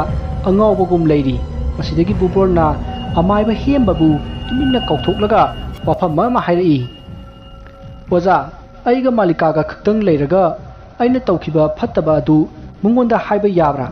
ꯍꯥꯏꯅ ꯍꯪꯈꯤ ꯃꯁꯤꯗ ꯑꯃꯥꯏꯕ ꯍꯦꯝꯕꯅ ꯌꯥꯏ ꯃꯗꯨꯅꯤ ꯇꯧꯒꯗꯧꯔꯤꯕꯁꯦ ꯍꯥꯏꯅ ꯈꯨꯝꯈꯤ ꯃꯁꯤꯗꯒꯤ ꯕꯨꯕꯣꯜꯅ ꯐꯔꯦ ꯑꯗꯨꯗꯤ ꯑꯩꯅ ꯇꯧꯈꯤꯕ ꯐꯠꯇꯕꯁꯤꯡ ꯑꯗꯨ ꯃꯥꯂꯤꯀꯥꯗ ꯂꯣꯏꯅ ꯍꯥꯏꯔꯒꯦ ꯑꯩ ꯁꯤꯕꯗꯤ ꯄꯥꯝꯖꯩ ꯍꯥꯏꯔꯝꯃꯤ ꯃꯁꯤꯗ ꯑꯃꯥꯏꯕ ꯍꯦꯝꯕꯅ ꯐꯔꯦ ꯑꯗꯨꯗꯤ ꯃꯥꯂꯤꯀꯥꯕꯨ ꯃꯐꯝ ꯑꯁꯤꯗ ꯀꯧꯔꯣ ꯑꯩꯅ ꯂꯩꯋꯥ ꯁꯣꯜꯂꯒ ꯊꯋꯥꯏ ꯑꯗꯨ ꯀꯧꯒꯅꯤ ꯊꯋꯥꯏ ꯑꯗꯨꯒꯤ ꯃꯃꯥꯡꯗ ꯅꯪꯅ ꯍꯥꯏꯒꯗꯕꯅꯤ ꯑꯗꯨꯅ ꯃꯥꯂꯤꯀꯥꯕꯨ ꯍꯣꯁꯄꯤꯇꯥꯜꯗꯒꯤ ꯀꯧꯔꯣ ꯍꯌꯦꯡ ꯌꯧꯈ꯭ꯔꯕꯗꯤ ꯅꯪ ꯍꯤꯡꯂꯔꯣꯏ ꯕꯨꯕꯣꯜ ꯍꯥꯏꯔꯛꯂꯝꯃꯤ ꯋꯥꯐꯝ ꯑꯗꯨ ꯇꯥꯕꯗ ꯕꯨꯕꯣꯜꯅ ꯃꯥꯂꯤꯀꯥꯕꯨ ꯍꯣꯁꯄꯤꯇꯥꯜꯗꯒꯤ ꯂꯧꯔꯨꯅꯕ ꯃꯥꯂꯤꯀꯥꯒꯤ ꯃꯕꯨꯡ ꯑꯅꯤꯗ ꯍꯥꯏꯔꯝꯃꯤ ꯃꯁꯤꯗ ꯃꯥꯂꯤꯀꯥꯒꯤ ꯃꯕꯨꯡ ꯑꯅꯤ ꯑꯗꯨꯅ ꯍꯧꯖꯤꯛ ꯁꯣꯛꯇꯨꯅ ꯂꯩꯔꯤꯕ ꯃꯥꯂꯤꯀꯥꯕꯨ ꯃꯐꯝ ꯑꯁꯤꯗ ꯄꯨꯔꯛꯄ ꯌꯥꯔꯣꯏ ꯍꯥꯏꯅ ꯀꯟꯅ ꯍꯥꯏꯔꯤ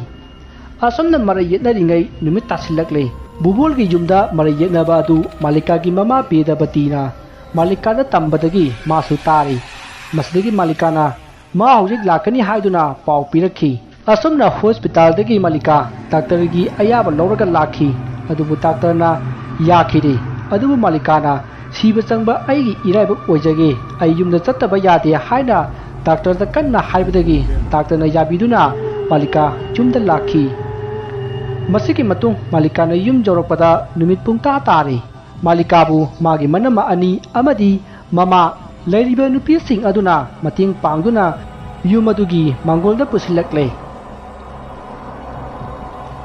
ꯍꯧꯖꯤꯛ ꯂꯥꯏ ꯈꯨꯔꯨꯝꯕꯒꯤ ꯃꯇꯝ ꯌꯧꯔꯛꯂꯦ ꯇꯥꯟꯖꯥ ꯑꯁꯤꯗ ꯑꯃꯥꯏꯕ ꯍꯦꯟꯕꯅ ꯌꯨꯝ ꯑꯗꯨꯒꯤ ꯃꯅꯨꯡꯗ ꯁꯤꯟꯗꯨꯔ ꯑꯉꯥꯡꯕꯅ ꯂꯩ ꯈꯔ ꯆꯤꯡꯂꯤ ꯑꯗꯨꯒ ꯏꯀꯣꯏ ꯀꯣꯏꯅꯁꯨ ꯌꯦꯛꯂꯤ ꯁꯤꯟꯗꯨꯔ ꯑꯗꯨꯅ ꯔꯥꯎꯟ ꯀꯣꯏꯁꯤꯜꯂꯤꯕ ꯖꯥꯒꯣꯔ ꯑꯗꯨꯒꯤ ꯃꯅꯨꯡꯗ ꯍꯦꯝꯕ ꯑꯃꯗꯤ ꯃꯥꯂꯤꯀꯥꯕꯨ ꯐꯝꯍꯜꯂꯤ ꯑꯗꯨꯒ ꯑꯃꯥꯏꯕ ꯍꯦꯝꯕꯅ ꯖꯥꯒꯣꯔ ꯑꯗꯨꯒꯤ ꯃꯇꯥꯏꯗ ꯐꯝꯂꯤ ꯃꯁꯤꯗꯒꯤ ꯑꯃꯥꯏꯕ ꯍꯦꯝꯕꯅ ꯌꯨꯝ ꯑꯁꯤꯗ ꯂꯩꯔꯤꯕ ꯃꯤ ꯈꯨꯗꯤꯡꯃꯛ ꯃꯄꯥꯟꯗ ꯂꯣꯏꯅ ꯊꯣꯛꯈ꯭ꯔꯣ ꯁꯨꯃꯥꯡꯗ ꯂꯦꯡꯗꯅ ꯂꯩꯕꯤꯌꯨ ꯑꯩꯅ ꯍꯣꯔꯦꯟ ꯊꯣꯛꯂꯛꯇ꯭ꯔꯤ ꯐꯥꯎꯕ ꯌꯨꯝ ꯑꯁꯤꯗ ꯀꯅꯥꯃꯠꯇꯅ ꯆꯪꯉꯛꯄ ꯌꯥꯔꯣꯏ ꯍꯥꯏꯅ ꯂꯥꯎꯔꯛꯏ ꯃꯁꯤꯗꯒꯤ ꯌꯨꯝ ꯑꯗꯨꯗ ꯂꯩꯔꯝꯕ ꯃꯤꯌꯥꯝ ꯑꯗꯨ ꯁꯨꯃꯥꯡꯗ ꯂꯣꯏꯅ ꯀꯨꯝꯊꯅꯈ꯭ꯔꯦ ꯃꯁꯤꯗꯒꯤ ꯑꯃꯥꯏꯕ ꯍꯦꯝꯕꯅ ꯂꯩꯋꯥ ꯁꯣꯟꯗ꯭ꯔꯤꯉꯩꯗ ꯍꯥꯏꯔꯛꯏ ꯏꯕꯨꯡꯉꯣ ꯕꯨꯕꯣꯜ ꯍꯣꯔꯦꯟ ꯄ꯭ꯔꯇꯤꯃꯥꯒꯤ ꯊꯋꯥꯏꯅ ꯀꯤꯍꯟ ꯈꯪꯍꯟꯅꯕ ꯍꯣꯠꯅꯔꯛꯂꯕꯗꯤ ꯃꯗꯨꯗ ꯅꯪꯅ ꯀꯤꯗꯨꯅ ꯆꯦꯜꯂꯕ ꯅꯠꯇ꯭ꯔꯒ ꯁꯤꯟꯗꯨꯔꯅ ꯌꯦꯛꯂꯤꯕ ꯖꯒꯣꯔ ꯑꯁꯤꯒꯤ ꯃꯄꯥꯟꯗ ꯊꯣꯛꯂꯕꯗꯤ ꯅꯪꯒꯤ ꯄꯨꯟꯁꯤ ꯂꯣꯏꯒꯗꯧꯔꯤꯕꯅꯤ ꯑꯩꯅ ꯀꯟꯕ ꯉꯝꯂꯣꯏꯀꯣ ꯑꯁꯨꯝꯅ ꯍꯥꯏꯔꯒ ꯑꯃꯥꯏꯕ ꯍꯦꯝꯕꯅ ꯂꯩꯋꯥ ꯁꯣꯟꯕ ꯍꯧꯔꯛꯏ ꯑꯃꯥꯏꯕ ꯍꯦꯝꯕꯅ ꯂꯩꯋꯥ ꯁꯣꯟꯕ ꯍꯦꯛ ꯍꯧꯔꯛꯄꯗ ꯌꯨꯝ ꯑꯗꯨꯒꯤ ꯃꯅꯨꯡꯗꯨ ꯅꯣꯛꯄ ꯂꯥꯎꯕꯒꯤ ꯈꯣꯟꯖꯦꯜ ꯇꯥꯔꯛꯏ ꯑꯗꯨꯒ ꯅꯝꯊꯤꯕ ꯃꯅꯝ ꯀꯌꯥꯁꯨ ꯅꯝꯂꯛꯏ ꯃꯄꯥꯟꯗ ꯂꯩꯔꯤꯕ ꯃꯤꯁꯤꯡ ꯑꯗꯨꯅꯁꯨ ꯌꯨꯝ ꯑꯗꯨꯒꯤ ꯊꯣꯡꯅꯥꯎꯁꯤꯡ ꯑꯗꯨꯗ ꯄ꯭ꯔꯇꯤꯃꯥ ꯆꯠꯄ ꯎꯈꯤ ꯑꯗꯨꯒ ꯃꯐꯝ ꯑꯃꯗꯒꯤ ꯑꯃꯗ ꯁ꯭ꯋꯥꯏ ꯃꯥꯡꯗꯨꯅ ꯆꯣꯡꯂꯤ ꯃꯗꯨ ꯎꯕꯗ ꯁꯨꯃꯥꯡꯗ ꯂꯩꯔꯤꯕ ꯃꯤꯌꯥꯝꯗꯨ ꯀꯤꯕꯅ ꯂꯣꯏꯅꯈ꯭ꯔꯦ ꯑꯗꯨꯕꯨ ꯌꯨꯝ ꯑꯗꯨꯗꯒꯤꯗꯤ ꯀꯅꯥꯁꯨ ꯍꯟꯗ꯭ꯔꯤ ꯁꯣꯝꯗ ꯏꯃꯨꯡꯗꯅ ꯍꯦꯝꯕꯒꯤ ꯃꯅꯥꯛꯇ ꯄ꯭ꯔꯇꯤꯃꯥ ꯂꯥꯛꯂꯦ ꯄ꯭ꯔꯇꯤꯃꯥꯒꯤ ꯊꯋꯥꯏ ꯑꯗꯨ ꯎꯕꯗ ꯑꯃꯥꯏꯕ ꯍꯦꯝꯕꯅ ꯅꯪ ꯂꯥꯛꯂꯕ꯭ꯔꯥ ꯍꯧꯖꯤꯛ ꯅꯪꯒ ꯑꯩꯒ ꯌꯥꯅꯈꯤꯕꯒꯤ ꯃꯇꯨꯡ ꯏꯟꯅ ꯕꯨꯕꯣꯜꯅ ꯃꯥꯂꯤꯀꯥꯗ ꯃꯥꯅ ꯇꯧꯈꯤꯕꯁꯤꯡ ꯑꯗꯨ ꯍꯥꯏꯗꯣꯛꯍꯜꯂꯒꯦ ꯃꯗꯨ ꯑꯣꯏꯔꯕꯗꯤ ꯅꯪꯅ ꯕꯨꯕꯣꯜꯒꯤ ꯊꯋꯥꯏ ꯑꯁꯤ ꯄꯨꯗꯅ ꯍꯟꯈꯤꯒꯗꯕꯅꯤ ꯑꯁꯨꯝꯅ ꯍꯥꯏꯔꯛꯄꯗ ꯄ꯭ꯔꯇꯤꯃꯥꯁꯨ ꯌꯥꯔꯦ ꯅꯥꯀꯟ ꯑꯃꯗ ꯕꯨꯕꯣꯜꯅ ꯄ꯭ꯔꯇꯤꯃꯥꯕꯨ ꯎꯕꯗ ꯑꯀꯤꯕ ꯁꯛꯇꯝ ꯑꯃꯗ ꯏꯍꯤꯡ ꯅꯥꯍꯤꯡ ꯁꯥꯕ ꯃꯈꯩ ꯎꯔꯤ ꯑꯗꯨꯒ ꯃꯥꯂꯤꯀꯥꯅ ꯎꯕꯗꯅ ꯃꯁꯤꯒꯤ ꯑꯁꯦꯡꯕ ꯁꯛꯇꯝ ꯑꯗꯨꯗ ꯎꯔꯤ ꯃꯁꯤꯗꯒꯤ ꯑꯃꯥꯏꯕ ꯍꯦꯟꯕꯅ ꯕꯨꯕꯣꯜꯗ ꯅꯪꯅ ꯄꯥꯔꯇꯤꯃꯥꯗ ꯇꯧꯈꯤꯕ ꯊꯕꯛꯁꯤꯡ ꯑꯗꯨ ꯃꯥꯂꯤꯀꯥꯗ ꯂꯣꯏꯅ ꯍꯥꯏꯔꯣ ꯃꯗꯨꯗ ꯃꯥꯂꯤꯀꯥꯅ ꯉꯥꯛꯄꯤꯔꯕꯗꯤ ꯅꯪꯒꯤ ꯊꯋꯥꯏ ꯀꯟꯕ ꯉꯝꯒꯗꯧꯔꯤꯕꯅꯤ ꯀꯔꯤꯒꯨꯝꯕꯗ ꯉꯥꯛꯄꯤꯗ꯭ꯔꯕꯗꯤ ꯉꯁꯤ ꯅꯪꯒꯤ ꯑꯔꯣꯏꯕꯅꯤ ꯑꯁꯨꯝꯅ ꯍꯥꯏꯅꯔꯕ ꯃꯇꯨꯡ ꯃꯥꯂꯤꯀꯥꯅ ꯕꯨꯕꯣꯜꯗ ꯀꯔꯤ ꯀꯔꯝꯕ ꯑꯔꯣꯟꯕ ꯋꯥꯅꯣ ꯍꯥꯏꯅ ꯍꯪꯉꯛꯂꯦ ꯃꯁꯤꯗ ꯕꯨꯕꯣꯜꯅ ꯋꯥꯐꯝ ꯑꯗꯨ ꯂꯤꯔꯛꯏ ꯄꯥꯔꯇꯤꯃꯥ ꯇꯁꯦꯡꯅ ꯑꯉꯥꯡ ꯌꯥꯎꯗꯕ ꯅꯠꯇꯦ ꯑꯩꯅ ꯑꯃꯥꯏꯕ ꯑꯃ ꯇꯥꯟꯅꯗꯨꯅ ꯃꯥꯒꯤ ꯃꯆꯥ ꯑꯗꯨ ꯍꯟꯖꯤꯟ ꯍꯟꯖꯤꯟ ꯑꯩꯅ ꯃꯥꯡꯍꯟꯕꯅꯤ ꯃꯁꯤꯒꯤ ꯃꯔꯝꯗꯤ ꯄꯥꯔꯇꯤꯃꯥ ꯑꯁꯤ ꯑꯩꯅ ꯄꯥꯝꯗꯦ ꯑꯩꯒꯤ ꯏꯃꯥ ꯄꯥꯕꯨꯡꯅ ꯌꯥꯗꯕꯗꯒꯤ ꯅꯝꯗꯨꯅ ꯂꯨꯍꯣꯡꯈꯤꯕꯅꯤ ꯑꯗꯨꯕꯨ ꯑꯩꯅ ꯃꯄꯥꯝꯗ ꯍꯟꯈꯤꯅꯕ ꯀꯌꯥꯔꯛ ꯊꯤꯅ ꯇꯧꯈꯤ ꯐꯨꯈꯤ ꯅꯤꯁꯥ ꯆꯥꯁꯤꯜꯂꯒ ꯑꯍꯤꯡ ꯀꯌꯥ ꯋꯣꯠꯈꯤ ꯐꯨꯈꯤ ꯃꯥ ꯑꯩ ꯂꯨꯍꯣꯡꯂꯕ ꯃꯇꯨꯡ ꯑꯩꯒꯤ ꯏꯃꯥ ꯕꯕꯥ ꯑꯅꯤꯃꯛ ꯂꯩꯈꯤꯗ꯭ꯔꯦ ꯕꯕꯥꯗꯤ ꯍꯥꯟꯅꯗꯒꯤ ꯅꯥꯗꯨꯅ ꯂꯩꯕꯅꯤ ꯃꯥꯒꯤ ꯃꯊ꯭ꯋꯥꯏ ꯅꯨꯡꯉꯥꯏꯅꯕ ꯃꯥꯅ ꯃꯃꯧ ꯑꯣꯏꯕ ꯄꯥꯝꯃꯤ ꯍꯥꯏꯗꯨꯅ ꯄꯥꯔꯇꯤꯃꯥꯕꯨ ꯂꯨꯍꯣꯡꯈꯤꯕꯅꯤ ꯄꯥꯕꯨꯡꯗꯤ ꯑꯩꯒꯤ ꯂꯨꯍꯣꯡꯂꯕ ꯃꯇꯨꯡ ꯅꯨꯃꯤꯠ ꯍꯨꯝꯅꯤ ꯁꯨꯕꯗ ꯂꯩꯈꯤꯗ꯭ꯔꯦ ꯏꯃꯥꯁꯨ ꯏꯀꯨꯏ ꯀꯨꯏꯗꯅ ꯂꯩꯈꯤꯗ꯭ꯔꯦ ꯑꯗꯨꯕꯨ ꯑꯩꯅ ꯄꯥꯔꯇꯤꯃꯥꯗ ꯅꯪꯅ ꯂꯥꯛꯄꯗꯒꯤ ꯏꯃꯥ ꯏꯄꯥ ꯄꯨꯟꯁꯤꯗ꯭ꯔꯦ ꯍꯥꯏꯗꯨꯅ ꯃꯔꯝ ꯂꯩꯇꯕ ꯄꯥꯔꯇꯤꯃꯥꯕꯨ ꯌꯥꯝꯅ ꯊꯤꯅ ꯐꯨꯈꯤ ꯅꯣꯡꯃ ꯑꯩꯒ ꯄꯥꯔꯇꯤꯃꯥꯒ ꯀꯟꯅ ꯈꯟꯅꯈꯤ ꯑꯩꯁꯨ ꯋꯥꯈꯜ ꯐꯠꯇꯕ ꯉꯝꯍꯧꯗꯕꯗꯒꯤ ꯃꯥꯒꯤ ꯃꯈꯧꯔꯤ ꯑꯗꯨ ꯃꯦꯠꯄꯗ ꯃꯍꯥꯛ ꯁꯤꯈꯤ ꯑꯩ ꯇꯧꯐꯝ ꯈꯪꯈꯤꯗꯦ ꯑꯩꯅ ꯗꯥꯛꯇꯔ ꯖꯤꯀꯨꯕꯨ ꯐꯣꯟ ꯇꯧꯗꯨꯅ ꯀꯧꯈꯤ ꯃꯁꯤꯒꯤ ꯃꯇꯨꯡ ꯗꯥꯛꯇꯔ ꯖꯤꯀꯨ ꯂꯥꯛꯈꯤ ꯃꯍꯥꯛꯅ ꯄ꯭ꯂꯥꯟ ꯑꯃ ꯄꯨꯊꯣꯔꯛꯏ ꯄꯥꯔꯇꯤꯃꯥꯒꯤ ꯃꯁꯥ ꯑꯁꯤ ꯊꯧꯔꯤ ꯌꯥꯟꯁꯤꯜꯂꯒ ꯊꯝꯂꯁꯤ ꯑꯗꯨꯒ ꯃꯊꯟꯇ ꯁꯤꯖꯕꯅꯤ ꯍꯥꯏꯔꯁꯤ ꯑꯗꯨꯒ ꯄꯣꯁꯃꯣꯔꯇꯦꯝ ꯇꯧꯕꯗꯨꯁꯨ ꯑꯩꯅ ꯇꯧꯔꯒꯦ ꯑꯩꯅ ꯗꯤꯄ꯭ꯔꯦꯁꯟ ꯅꯥꯕꯗꯒꯤ ꯁꯤꯖꯕꯅꯤ ꯍꯥꯏꯔꯛꯂꯒꯦ ꯑꯗ ꯂꯨꯔꯤꯕꯗꯤ ꯄꯨꯂꯤꯁꯅ ꯆꯞꯈꯠꯂꯛꯀꯗ꯭ꯔꯥ ꯍꯥꯏꯕꯁꯤꯅꯤ ꯃꯁꯤꯗ ꯑꯩꯅ ꯑꯗꯨꯒꯤꯗꯤ ꯀꯔꯤꯝꯇ ꯈꯟꯕꯤꯒꯅꯨ ꯑꯩ ꯇꯧꯒꯦ ꯍꯥꯏꯅ ꯈꯨꯝꯈꯤ ꯑꯁꯨꯝꯅ ꯍꯥꯏꯗꯨꯅ ꯑꯩꯅ ꯑꯩꯒ ꯂꯨꯅ ꯇꯤꯟꯅꯕ ꯏꯟꯁꯄꯦꯛꯇꯔ ꯃꯪꯒꯤ ꯐꯣꯟ ꯇꯧꯗꯨꯅ ꯀꯧꯈꯤ ꯑꯗꯨꯒ ꯋꯥꯐꯝ ꯑꯗꯨ ꯇꯥꯟꯅꯈꯤ ꯃꯥꯅꯁꯨ ꯃꯅ ꯊꯣꯛꯄ ꯇꯧꯒꯦ ꯍꯥꯏꯕꯗꯒꯤ ꯗꯥꯛꯇꯔ ꯑꯃꯗꯤ ꯄꯨꯂꯤꯁꯇ ꯂꯨꯄꯥ ꯂꯥꯛ 2 ꯄꯤꯈꯤ ꯃꯁꯤꯒꯤ ꯃꯇꯨꯡ ꯄꯥꯔꯇꯤꯃꯥꯒꯤ ꯃꯁꯥ ꯑꯗꯨ ꯊꯧꯔꯤ ꯌꯥꯟꯁꯤꯟꯈꯤ ꯑꯗꯨꯒ ꯃꯈꯣꯏ ꯆꯠꯈ꯭ꯔꯦ ꯑꯩꯁꯨ ꯌꯨꯝ ꯑꯗꯨꯗ ꯂꯩꯍꯧꯈꯤ ꯄꯥꯔꯇꯤꯃꯥꯒꯤ ꯃꯁꯥ ꯑꯗꯨ ꯌꯨꯝ ꯑꯗꯨꯒꯤ ꯁꯤꯂꯤꯡ ꯐꯦꯟꯗ ꯊꯧꯔꯤ ꯌꯥꯜꯂꯒ ꯂꯩꯕ ꯑꯗꯨ ꯌꯦꯡꯂꯒ ꯑꯩ ꯀꯤꯕ ꯐꯥꯎꯈꯤ ꯑꯗꯨꯒ ꯑꯃꯔꯣꯝꯗ ꯌꯥꯜꯂꯒ ꯂꯩꯔꯤꯕ ꯃꯁꯥ ꯑꯗꯨ ꯂꯦꯡꯕꯒꯨꯝꯁꯨ ꯇꯧꯏ ꯑꯩ ꯇꯧꯐꯝ ꯈꯪꯗꯅ ꯆꯥꯛꯈꯨꯝꯗ ꯆꯠꯂꯒ ꯏꯁꯤꯡ ꯈꯔ ꯊꯛꯈꯤ ꯑꯗꯨꯒ ꯑꯃꯨꯛ ꯌꯥꯟꯗꯨꯅ ꯂꯩꯔꯤꯕ ꯄꯥꯔꯇꯤꯃꯥꯒꯤ ꯃꯅꯥꯛꯇ ꯂꯥꯛꯈꯤ ꯇꯥꯟꯖꯥ ꯑꯗꯨꯗ ꯄꯥꯔꯇꯤꯃꯥ ꯃꯃꯤꯠ ꯑꯗꯨ ꯉꯪꯁꯪ ꯉꯥꯡꯅ ꯄꯥꯡꯂꯒ ꯂꯩꯔꯝꯈꯤ ꯃꯗꯨ ꯎꯕꯗ ꯑꯩ ꯈꯪꯄ꯭ꯔꯦꯛ ꯈꯪꯈꯤ ꯉꯁꯥꯏ ꯑꯩꯈꯣꯏꯅ ꯃꯥꯕꯨ ꯁꯤꯂꯤꯡ ꯐꯦꯟ ꯑꯗꯨꯗ ꯌꯥꯟꯁꯤꯟꯕꯗꯗꯤ ꯃꯃꯤꯠ ꯎꯏꯁꯤꯟꯕꯒꯨꯝ ꯇꯧꯈꯤꯕꯅꯤ ꯑꯗꯨꯒ ꯑꯃꯨꯛ ꯄꯥꯡꯂꯝꯕ ꯑꯗꯨꯗ ꯀꯤꯕ ꯐꯥꯎꯈꯤ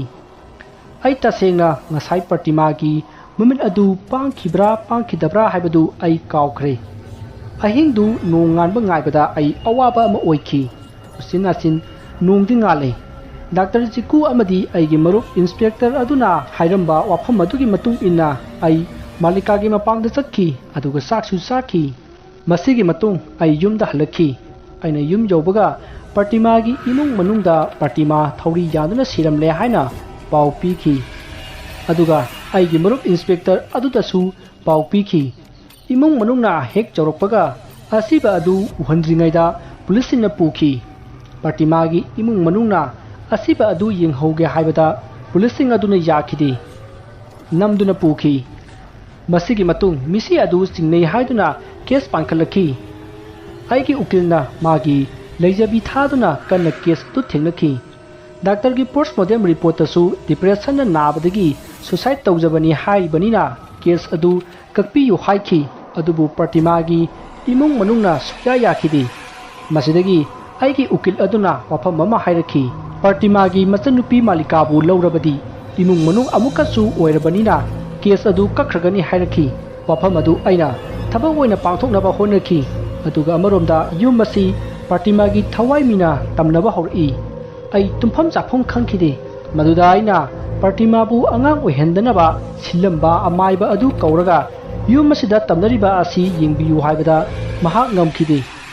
ꯌꯨꯝ ꯑꯁꯤꯗ ꯂꯩꯔꯤꯕ ꯊꯋꯥꯏ ꯑꯁꯤ ꯃꯄꯥꯡꯒꯜ ꯌꯥꯝꯅ ꯀꯜꯂꯤ ꯑꯗꯨꯅ ꯃꯍꯥꯛ ꯇꯥꯏꯅꯕ ꯉꯝꯂꯔꯣꯏ ꯍꯥꯏꯔꯛꯈꯤ ꯑꯗꯨꯒ ꯑꯃꯔꯣꯝꯗ ꯃꯥꯂꯤꯀꯥꯕꯨ ꯌꯨꯝ ꯑꯁꯤꯗ ꯂꯩꯅꯤꯡꯅꯕ ꯂꯥꯛꯅꯤꯡꯅꯕ ꯂꯩꯋꯥ ꯃꯟꯇ꯭ꯔ ꯀꯌꯥ ꯁꯣꯟꯖꯤꯟꯗꯨꯅ ꯃꯍꯥꯛ ꯌꯨꯝ ꯑꯁꯤꯗꯒꯤ ꯍꯜꯂꯨ ꯌꯥꯈꯤꯗꯦ ꯃꯥꯒꯤ ꯏꯃꯨꯡ ꯃꯅꯨꯡꯒ ꯑꯩꯒ ꯀꯦꯁ ꯊꯤꯡꯅꯔꯤ ꯍꯥꯏꯕ ꯀꯥꯎꯍꯟꯅꯅꯕ ꯑꯃꯥꯏꯕ ꯑꯗꯨꯒ ꯇꯥꯟꯅꯔꯒ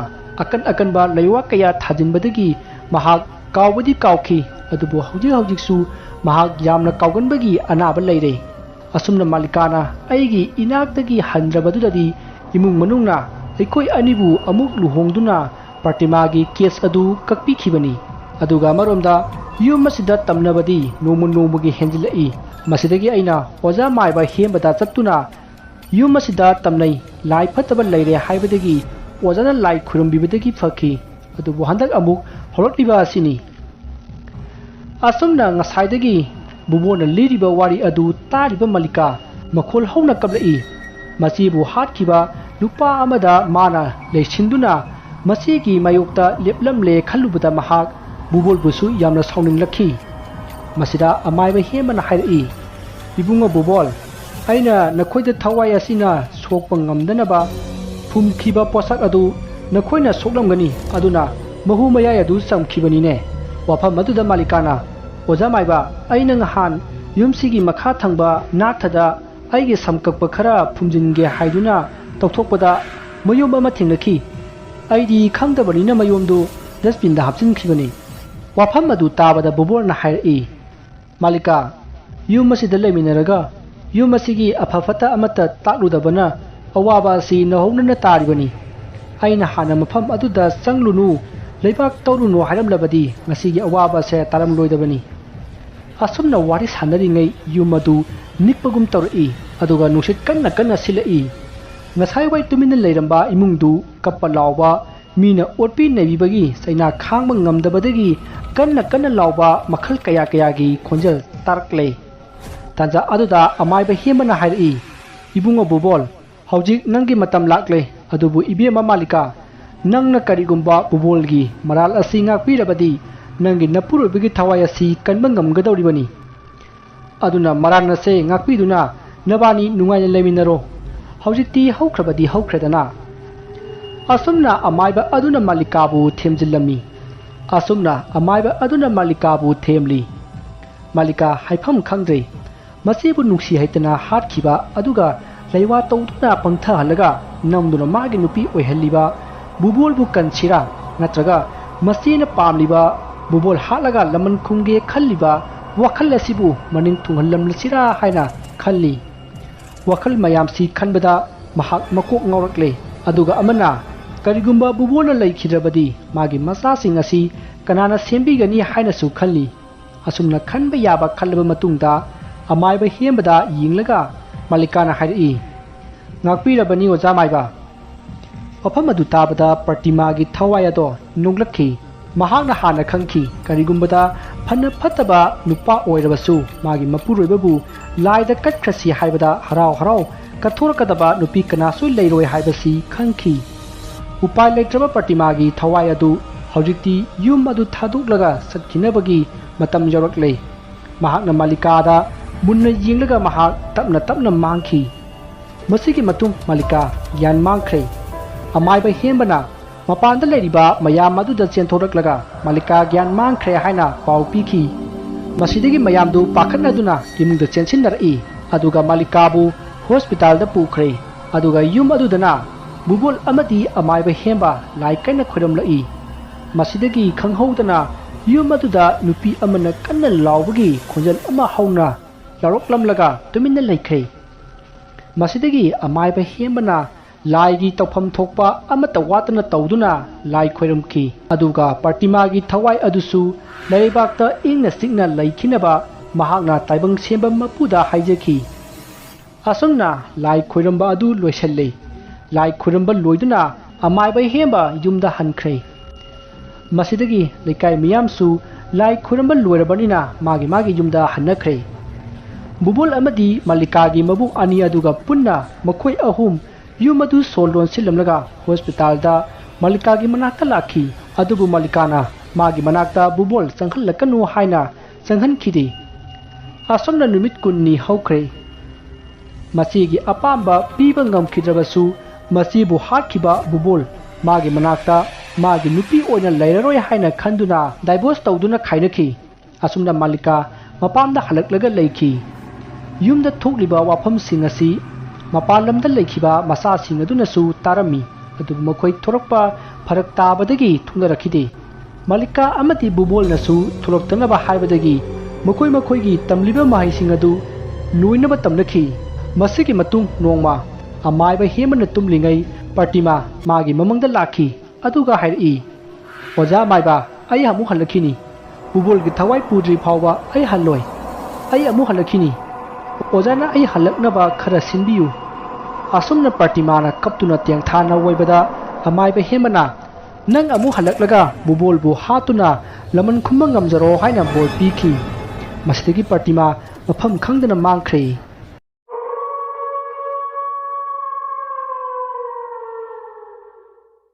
Hojing mayamda khudol tamjari Manipuri horror story Mapok Langon asibu thawai gi mami season 2 mamang gi tangkakta mayamna tabikhre bubol gi asengba punamak haidok lubadagi thawai aduna haina khibagi matung inna mahak bubol gi jumdagi chatkhi adubu thawai aduna khan khiba bubol bu hatke khan khiba pandam madudi phangkhide masidagi yum aduda leiramba thawai adu amuk halaktuna bubol gi mathakta laman khumkhini haina amaiba hembagi mamangda hairam khibani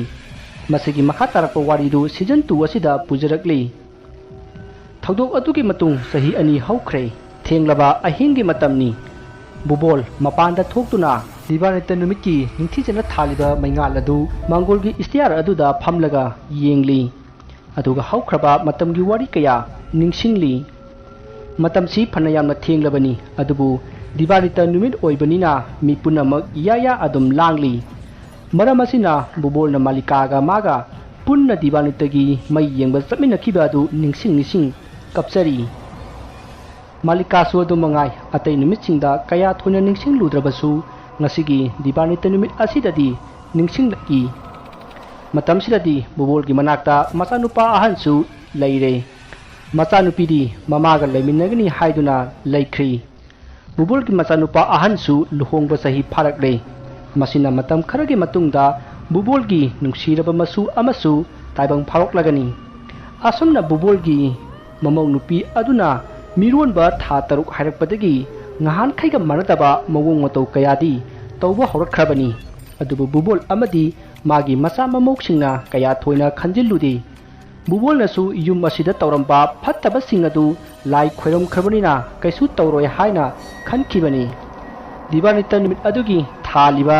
ningthiraba maingal adu yengba chaluba magi masa mamoksing hanarakle masigi matung makhoi yum aduda leiriba mising sak chaba toknaraga tumnanaba magi phamungda changnarakle matamasida bubol gi phamungda musinmuba migi mawong manba ama phamlaga leirami bubol gi kadu bubol na mai muthallaga hek thami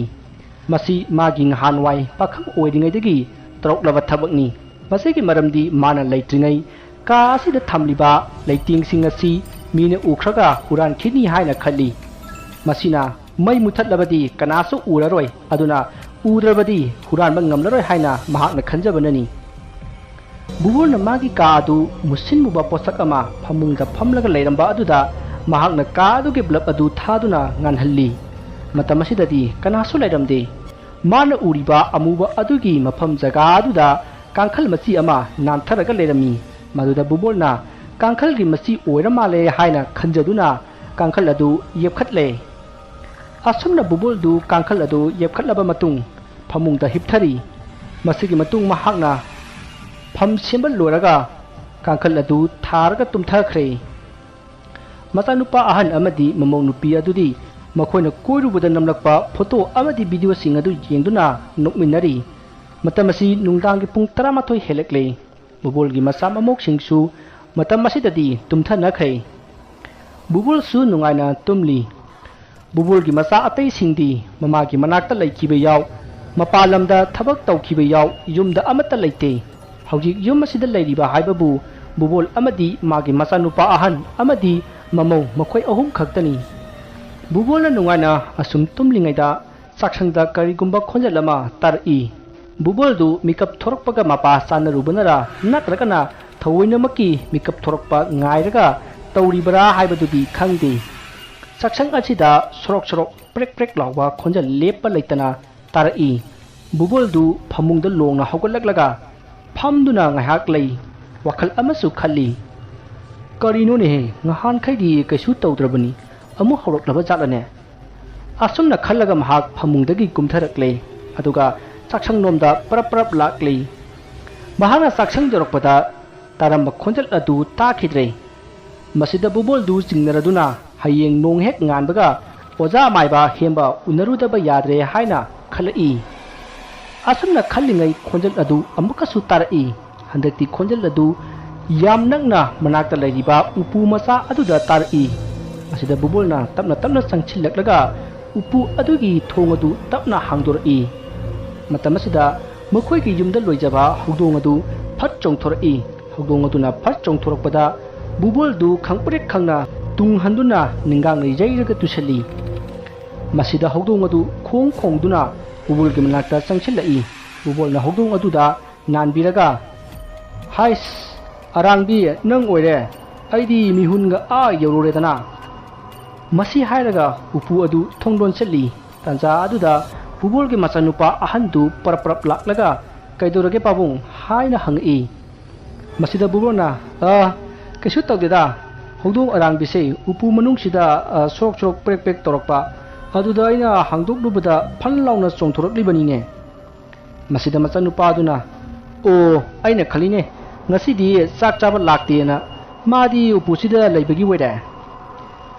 ꯑꯁꯨꯝꯅ ꯃꯄꯥ ꯃꯆꯥ ꯋꯥꯔꯤ ꯁꯥꯟꯅꯔꯕ ꯃꯇꯨꯡ ꯆꯥꯛꯁꯪꯗꯒꯤ ꯊꯣꯔꯛꯂꯦ ꯑꯗꯨꯒ ꯃꯥꯒꯤ ꯀꯥꯗ ꯆꯪꯅꯈ꯭ꯔꯦ ꯇꯥꯟꯖꯥ ꯑꯗꯨꯗ ꯆꯥꯛꯁꯪꯗ ꯂꯩꯔꯤꯕ ꯍꯧꯗꯣꯡ ꯑꯗꯨ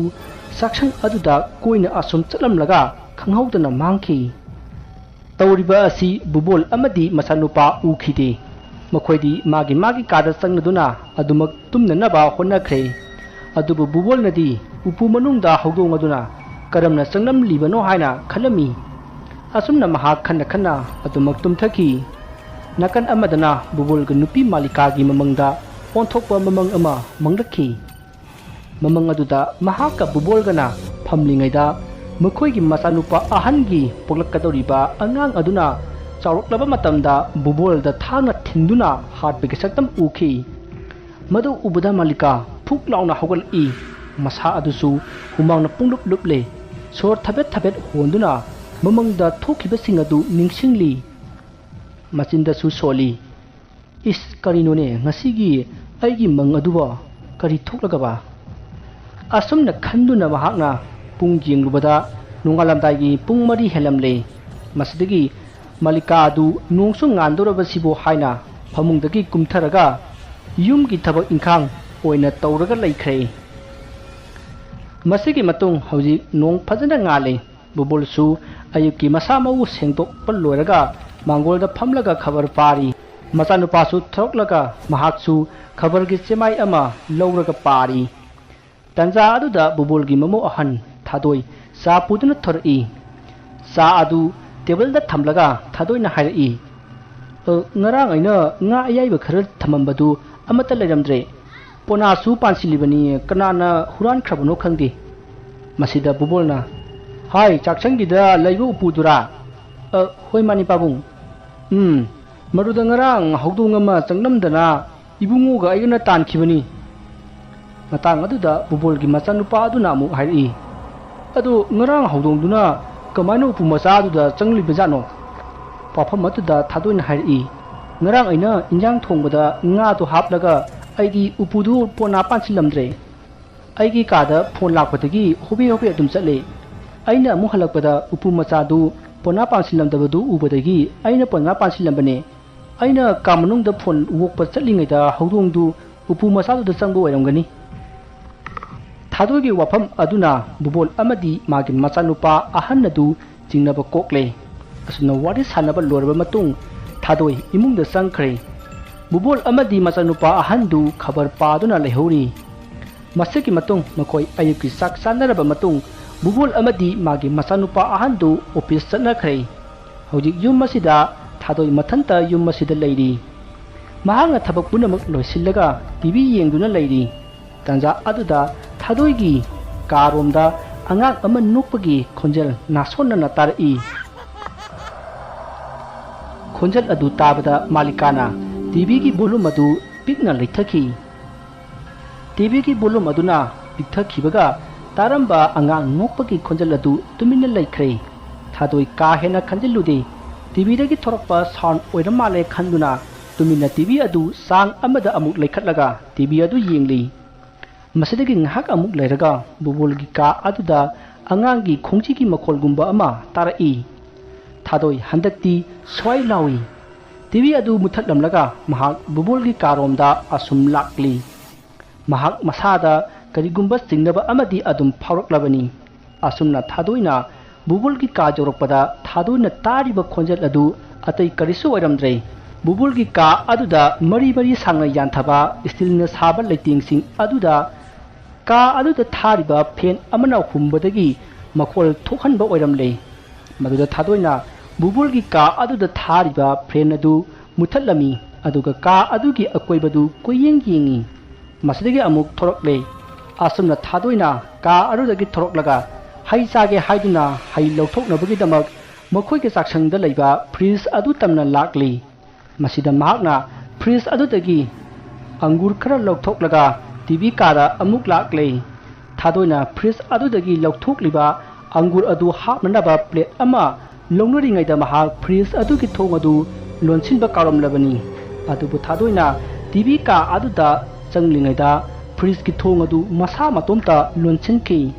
थादोइ मदु करिसु खंगनमदे टीवी कादा सत्तुना अंगुर चाना चाना टीवी येंदुना लैख्रे असुमना मतम अदु असुम हौजिनखिबना नुमिदां वाइरम जरुकले तांजा असिदा थादोई की फोनदा कॉल लमा लाखी कॉल अदुदा मागे मपुरोइबा नंदना हाइरई ताइबो मनमा पाबुंगदु ऑफिस हलकपदा लंबीदे एक्सीडेंट थोकपदगी हौजिक हॉस्पिटल लैरे अदुना आई सिदा लैतबा यारारोय आइना सुशीलादा नंगा खरा लैमिनो हाइख्रबनी मा लाकलगा पुना लैमिनरोको सुशीला हारिबसी बुबोलगी मचानुपी मालिकागी मनाक्ता लैखिबी अदुनी नंदना हारेक्लिबा वाफम अदु ताबदा थादोई यामना फकचरमी अदुबु नंदना यामना कन्ना सोकप नते हाइना थेमजिलमी असोमदसु मुबलगे नुपी मालिका यामना पाखचरमी ममंगनगा नुंगाइरमदबगा तारिबा पाव अदुनगा महाक यामना पाखलई अदुबु नंदना कैसु तौद्रे हाइना थेमजिलमी मसिगी मतुंग थादोईगी मनाक्ता बुबोलगी मचानुपी सुशीला लाक्तुना लैख्रै तसेंबदी बुबोल खरा लुना लई हाइदुना हौजी हौजी आईसीयू दा लैरिबनी मसिगी मतुंग हौजी नुमित पुंगता तारे बुबोलगी युमदा थादोई अमदी सुशीला चाक थोंगली मतमसिदा युम अदुगी अकोइबदा मी चेनबगी खोंजल तारई मसिदा सुशीलाना थोंग हांगदोकलगा युम अदुगी अकोइबदा कना कना लैबनो हाइना कुयिंग यिंगी अदुबु कनासु लैबदी उरमदे कनासु लैबा उद्रबदुददी सुशीला इमुंगदा मुक चंगलकले अदुगा मन चाक थोंलिबा अदुदा मतेंग पांगसली चाक थोंना सुशीलाना थादोइदा हाइरई इनमा ngahन कैसु अदुम तौरसिबो थादोन इंगंगना हा करिबो कैनो इनमा हौजी युंगी अकोइबदा दुंगदुंग चेंबगी खोंजल तारदुदी ओ अदुबुरो ngahन कैसु तौवे अदो ngahन कैदी अहिंग कुमदा तौबने अदो ngasiदी nganta तौरए कैनो हाइसिबु इनमा अदु लाइन हारिदुबो लाइटिंगा खुरंबा याद्रो अस करिगी लाइनोदा युमथंगनबगी हुइ लेरिसिदी असिगी हुइसिना चेंबगिनी इनमा हुइना जेंबगिनी हाइसिबु इनमाबु उरबो आइदी उद्रिये नोइ तामोना हाइबने ngahанसु माना थोकलगा येंबदा युमथंगनबगी हुइसे चखिबु उइ हाइये ओ अदु इनमा अखोइगी पाबुंगदी वाफमसे खंख्रबो माना करि हाइगे मादी खंगदबने मादी चाक हेक तोकपगा अदुम तुमथखिबने अखोइदी टीवी यंगलगा लेहौबनिना अदुम ताबगी वालिदा अदु इनमा तामुना पाबुंगदा हाइद्रिदो करिगिनो हाइहलु याद्रो अस सुशीला याम खंजिलुनो कछु तरोइदा थादोइना सुशीलागी वाफम अदु यामना हेना खंजिनखिदे थोक्सारमदे अदुबु सुशीलादी ममा मालिकाना हाइबदगी युम असिदा लाइगी ओइबा थौदोक अमा थोखि हाइबसी खंगलबनी अदुबु थादोइदी खंगलमदे अदुना सुशीलादी युम असिदा चिंगनिंगाई ओइबा मुवुंग अमा तौरकपदा महाक लैताबा ngamlamdi अदुबु थोक्लिबा थौदोक असिगी मतांगदा सुशीलानासु ममादा हाइदोकलमदि मपान हॉस्पिटलदा लाइकटनदुना लैरिङै तांजा असिदा युमसिगी चिंगगदबा पावदु हाइनिंखिदबनी अदुबु सुशीलाना खंजबा लाइगी ओइबा थौरम खरदी तौरगे हाइना खनख्रै asumna Susilana wakhal amada leiringai thadoina sak thongbadu losilaktuna makoi ani punna saminare makoi anina sak toklaba matung tumbagi matamsu ngalli haiduna TV kada TV yingli matam asida thadoigi phonda nandagi phone lakhi asumna nandaga thadoiga wari sanari thadoina su makubok bubolgi anaba adugi matangda hangi nandana kaisu tawdre gyan tadri haibagi wani kaisu thutokpudi tawdre gyan he tarakpaga jumda halaklani haina hairakli asumna thadoi amadi nanda wari sanari ngai Susilagi phone adusu kol lakpagi ring khinglai masidagi Susilana phamlam badagi hawgalaklaga charge tawriba phone adu lawrammi tanja aduda mapagi kada kanagumbi nupi macha ama changkhibagum haifet uhokhi masida Susilana phone adu wakhatli aduga mamaga wari sanari phone tawliba adu mama malika oirammi Susilana wari sana mapabungi ka aduda asum changsilli aduga ka adugi mayadu thalaga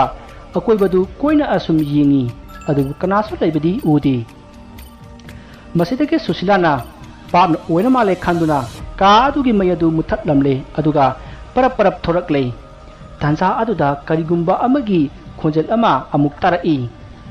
Susila du chatlambadagi chap lepraga mapagi ka aduda amuk changsilai aduga may adu thalaga gam changsilli masidagi thariba phamung adugi kangkhada paktharaga kari leibano haina yingi tanza aduda mamit dangtriklangna amamba marak aduda kunna leiramba hogong ama Susilagi mamai mapa tamna chongchilai madu ubada Susila khangduna khanglaw lawkhatli adubu hogong adudi khongdamlaga adum nomhau adum chatkre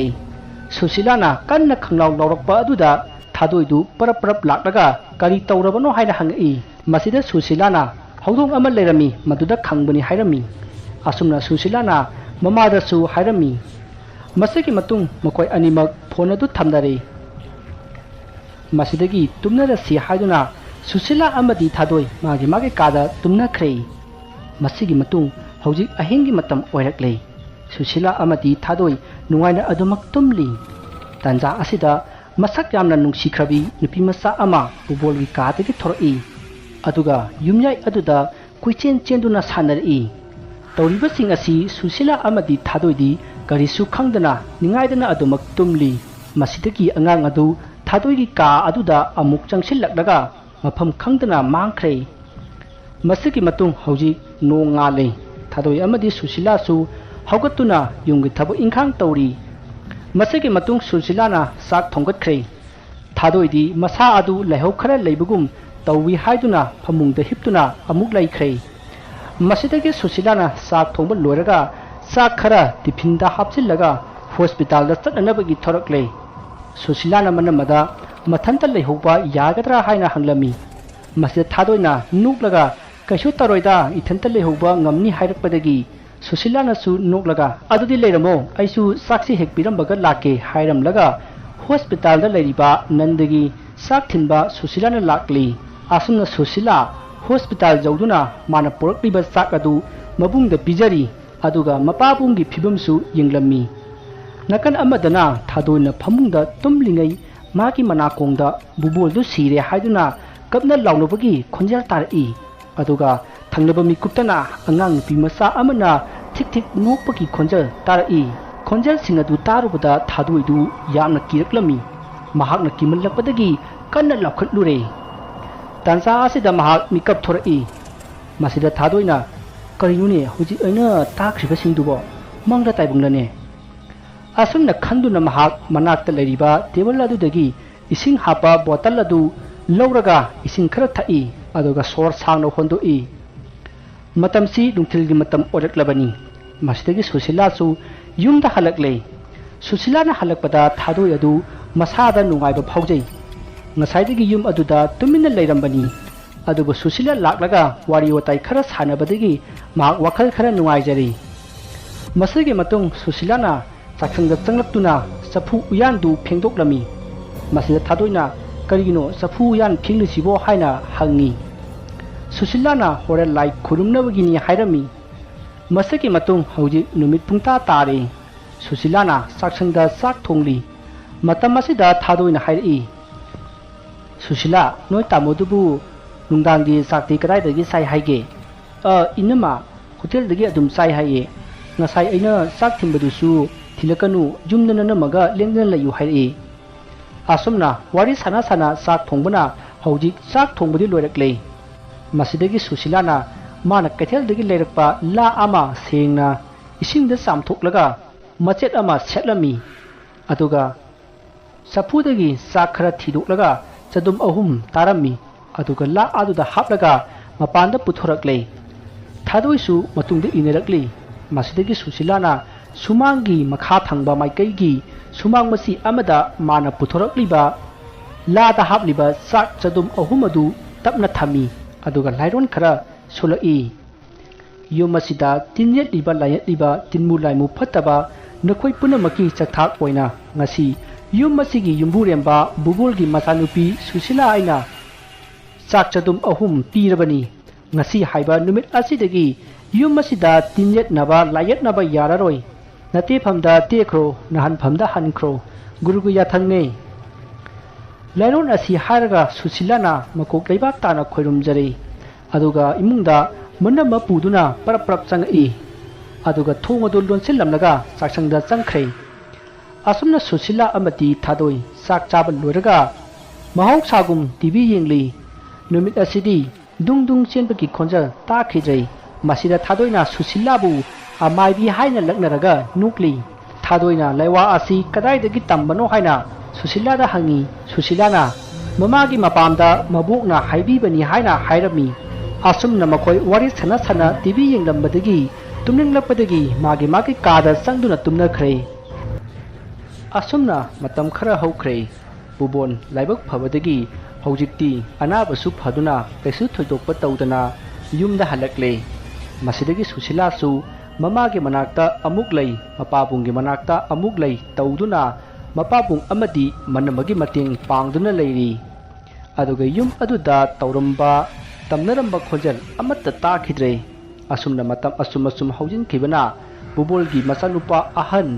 nandagi loinabi thadoi mahaki tha suraktuna angak unanabagidamak hospital da pukhre matamdu phairel thagi 12 ni panba thangje numitni bubol yum sangba oina magi yumgi mangolgi istiar da phamlaga mamau amadi masubu asoi angam jawhan bidana ba haiduna puningda isorbu ningjai matamdu nungdangi pung 9 tasilakle atiyada thajasu ningthijana adumak ngali bubol masadu leitapam khanglamde tawpham khangakraduna sumangda ikoi koina asum chatli liri humlakliba ingleba nukchitna bubol gi charangna khara makhaidi phahanbagum tawri bubol na fruit khawdagi phone adu lokthoklaga hospital da lairiba machanupa nandada phone tawduna kari karam tawrabagi haina hangli masida machanupa nandana hojik operation theater da pusinkhre kari thokladino khangdri doctor nadi kaisu tawroi mama amati masa animak masa yamna kalli nuksa thibiganu hairami haina bubol da nandana hairi asumna wari ngahak sanaraga phone du thamdare machanupa nandagi wafam adu tabada haifam tawfam khangjaramde amaromda masu aduga punna sanaminabagi wakhalsu khanjaduna angawba amagi matawgumna bubuldu momon nokli tanja asida ningthijana ngalamba thaja adu khanghauduna mamsilakhi masidagi yumthang nabada loinariba huising adu kapnaba hori masida natana maikai khangdana asaba nukchitsu silaklami aduga namthiba karigumba ama maina sakpagi manamsu namlai tarokliba phibam asida bubol masa adu swai lauri tanja aduda bubol gi sumangda magi loinabi malika machanupi Susila mamong nupi thadoi amadi yum aduda laiba mi singna kanagumba ama kauduna kapagi khonjal tarai aduga nasonana angang nupi masa amana kanna nupagi khonjal su tarakli mayam singadu tarubadagi bubol sumak adugi akoibadu ikoi koina yengi adubu kanamatadi leiramde masidagi bubolna kana no kabliba sibo haina kan laukhali mahakna asumna laurubadagi taramba khonjal mayam adu tuminna leinakhre tanja aduda magi phone adu kon lakhi phone gi ring aduda bubol du khangduna masa adu khring launa chongi masidagi phone adu wakhalaga ibungo kamai tore haina hangi masida nandana pabung asoi angam jaudana thadoi du mamit mamai pangjare hojik pabung gi na sunupi ama phangjare pabung wafam adu tabada bubulna ha isunupi ama haiba masida nandana hoi pabung kai torobage nupi su mini kaino hai adoi natine aina isunupi pamlambaga isudu nupi ni harakpasida harauri banine fare section tobiu masida nandana hoi pabung asumna mapa masa wari sanaraba matung phone du thamnare matamasda bubona khalli karino ne hojik aina takhriba khonjel mayam dubo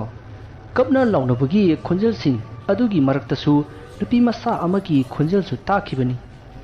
nuliba nupi masa du aigi isu asi oigatoribra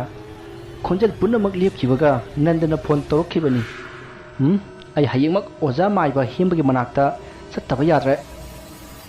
asomna khallaga bubol du nak ye tungmang koyeng jengnamlaga imung du sangkhre somda su nandana magi mama malika da phone tawmi ima thadoi du soyangam jauduna masanupi ama fangjare hojik imagi na sunupi ama leiragadabane nandagi wafam adu tabada malikana ha sunupi haiba nandadu yamna ngahairi ima kaidorage pabung su aina na sunupi ama phangle haibada ngakpadungna tawi kari torage ima noi nupi pokpasi pamdabra malikana noklaga hairi hai angauba adoi natine aina isunupi pamjaduna leirambaga chanana phanglakpa asida harauduna ngakpanine masida nandana ima pabungna su adumaina hairi handaki na sunupi asigi maramda karigumba wafam ama leiba mali karino ima asembado haibiyo ha napabungsu aina hariba sigumna hairami haiba hai ibungo aigidi kaisu leiti sum ningjarubadu thunglakpagi ngakpani fare section tobiyu masida nandadu amukasu ingakngna hoi ima asomna hainaraba matung phone to thamnare adubu nandadi wakhal amada ngauri mahakna khali karinune imaga pabungana masunupi ama phangjare haraga kibagum ngapagum tawrisibo kari aronba wariga leibajatnone masunupi pukladi makhoi punsi tiengani gaina hairamba leibajatlane as khangdrada yumnena laigi makol one hek tawradana asumna nandadu makok khoro khotlaga magi nupigi manakta sangsilli susilana manambagi seba tawrami nakan amaromda malikana khalli aina mangda ukriba saktamdu isu nupina makhoi babada thangna thenkhibani aduga isu nupi oina pukla iba sibu thaktok asi tasengna thokadoriba jala aduga masu nupi pukle tabada makhoi bana karigi ngakliba wafam asi khanbada malika masa adu kari thoklagadaba khanbada haifam tawfam khangjaramde masigi matung mathangi no ngale bubol du mafi parap loisallaga amaiba hembagi manakta chakki adubu laibak thibadi amaiba hembadu masagi anaba ama layingnabagidamag Guwahati da chakkiba numit 6 ni sure haiduna leiramdre masida bubolna karamba matamda halakani hangbada madudi haiba ngamdi haiduna amaiba hembagi masunupi partimana hairi wafam masida mayamda karigumba ama haijaramge bubolna hatkiba magi nupi ahan adugi mamingsu partima kawi aduga amaiba hembagi masunupi adusu partima kawi aduna partima gi mamingsi mayamna makok ngaudanaba maibagi masunupi partima bubol gi nupi ahal partima haina sijinajari asomna amaiba hembagi masunupi partima na hayakliba wafam adu tabada bubol yamna nungairamde masidagi mahak yumlomda halakle masigi matung matam khara haukhre bubol amadi magi masunupi taibang nganbiga punna mangkolda sanari taibang nganbi hauji khuru khuduk kunduna kaphai chatpa ngamlakle asuk kuiba matam asi taibang nganbina kaisu thudokpa toroktri ꯕꯨꯕꯣꯜꯁꯨ ꯃꯁꯨꯒꯤ ꯅꯨꯡꯁꯤꯕꯅ ꯄꯨꯡꯉꯥꯎ ꯉꯥꯎꯕ ꯍꯥꯏꯕꯗꯨ ꯑꯣꯏꯔꯦ꯫ ꯕꯨꯕꯣꯜ ꯑꯃꯗꯤ ꯇꯥꯏꯕꯪꯉꯥꯟꯕꯤ ꯃꯈꯣꯏ ꯑꯅꯤꯅ ꯁꯥꯟꯅꯔꯤꯉꯩ ꯇꯥꯏꯕꯪꯉꯥꯟꯕꯤꯗꯨ ꯃꯐꯝ ꯈꯪꯗꯅ ꯃꯥꯡꯈ꯭ꯔꯦ꯫ ꯇꯥꯏꯕꯪꯉꯥꯟꯕꯤꯅ ꯃꯥꯡꯒꯣꯜꯗꯒꯤ ꯃꯐꯝ ꯈꯪꯗꯅ ꯃꯥꯡꯈꯤꯕꯗꯨ ꯕꯨꯕꯣꯜ ꯎꯍꯧꯈꯤꯗꯦ꯫ ꯕꯨꯕꯣꯜꯗꯨ ꯑꯉꯛꯄ ꯑꯃꯒ ꯂꯣꯏꯅꯅ ꯇꯥꯏꯕꯪꯉꯥꯟꯕꯤꯕꯨ ꯀꯣꯏꯊꯤ ꯊꯤꯕ ꯍꯧꯔꯛꯏ꯫ ꯑꯁꯨꯝ ꯊꯤꯔꯛꯄꯗ ꯁꯨꯛꯐꯪ ꯐꯪꯈꯤꯗꯦ꯫ ꯀꯥꯏꯅꯊꯪꯗ ꯕꯨꯕꯣꯜꯒꯤ ꯃꯃꯧ ꯅꯨꯄꯤ ꯊꯥꯗꯣꯏꯒꯤ ꯀꯥꯗ ꯑꯉꯥꯡ ꯑꯃ ꯅꯨꯞꯄꯒꯤ ꯈꯣꯟꯖꯦꯜ ꯇꯥꯔꯛꯏ꯫ ꯃꯁꯤꯗ ꯕꯨꯕꯣꯜꯗꯨ ꯌꯨꯝꯒꯤ ꯑꯋꯥꯡ ꯊꯪꯕ ꯌꯦꯅꯈꯥꯗ ꯇꯥꯏꯕꯪꯉꯥꯟꯕꯤ ꯊꯤꯔꯝꯕꯗꯒꯤ ꯏꯃꯨꯡꯗ ꯄ꯭ꯔꯞ ꯆꯪꯉꯛꯏ꯫ ꯃꯇꯝ ꯑꯁꯤꯗ ꯇꯥꯏꯕꯪꯉꯥꯟꯕꯤꯗꯨ ꯊꯥꯗꯣꯏꯒꯤ ꯃꯅꯥꯛꯇ ꯃꯕꯨꯛ ꯊꯛꯂꯒ ꯂꯩꯔꯝꯃꯤ꯫ ꯃꯁꯤꯗ ꯕꯨꯕꯣꯜꯗꯨ ꯃꯥꯡꯒꯣꯜꯂꯣꯝꯗ ꯄꯔꯞ ꯑꯃꯨꯛ ꯊꯣꯔꯛꯂꯦ꯫ ꯑꯉꯥꯡ ꯑꯗꯨꯅ ꯀꯔꯝꯅ ꯊꯥꯗꯣꯏꯒꯤ ꯃꯅꯥꯛꯇ ꯌꯧꯔꯝꯂꯤꯕꯅꯣ ꯍꯥꯏꯕꯗꯨ ꯕꯨꯕꯣꯜ ꯋꯥꯈꯜ ꯇꯥꯔꯝꯗꯦ꯫ ꯍꯪꯒꯗꯕꯁꯨ ꯅꯥꯇꯩ ꯑꯃ ꯆꯥꯗꯕꯅꯤꯅ ꯍꯪꯗ꯭ꯔꯦ꯫ ꯉꯥꯏꯍꯥꯛ ꯂꯩꯔꯒ ꯍꯪꯒꯦ ꯍꯥꯏꯗꯨꯅ ꯇꯨꯃꯤꯟꯅ ꯑꯗꯨꯃꯛ ꯂꯩꯔꯦ꯫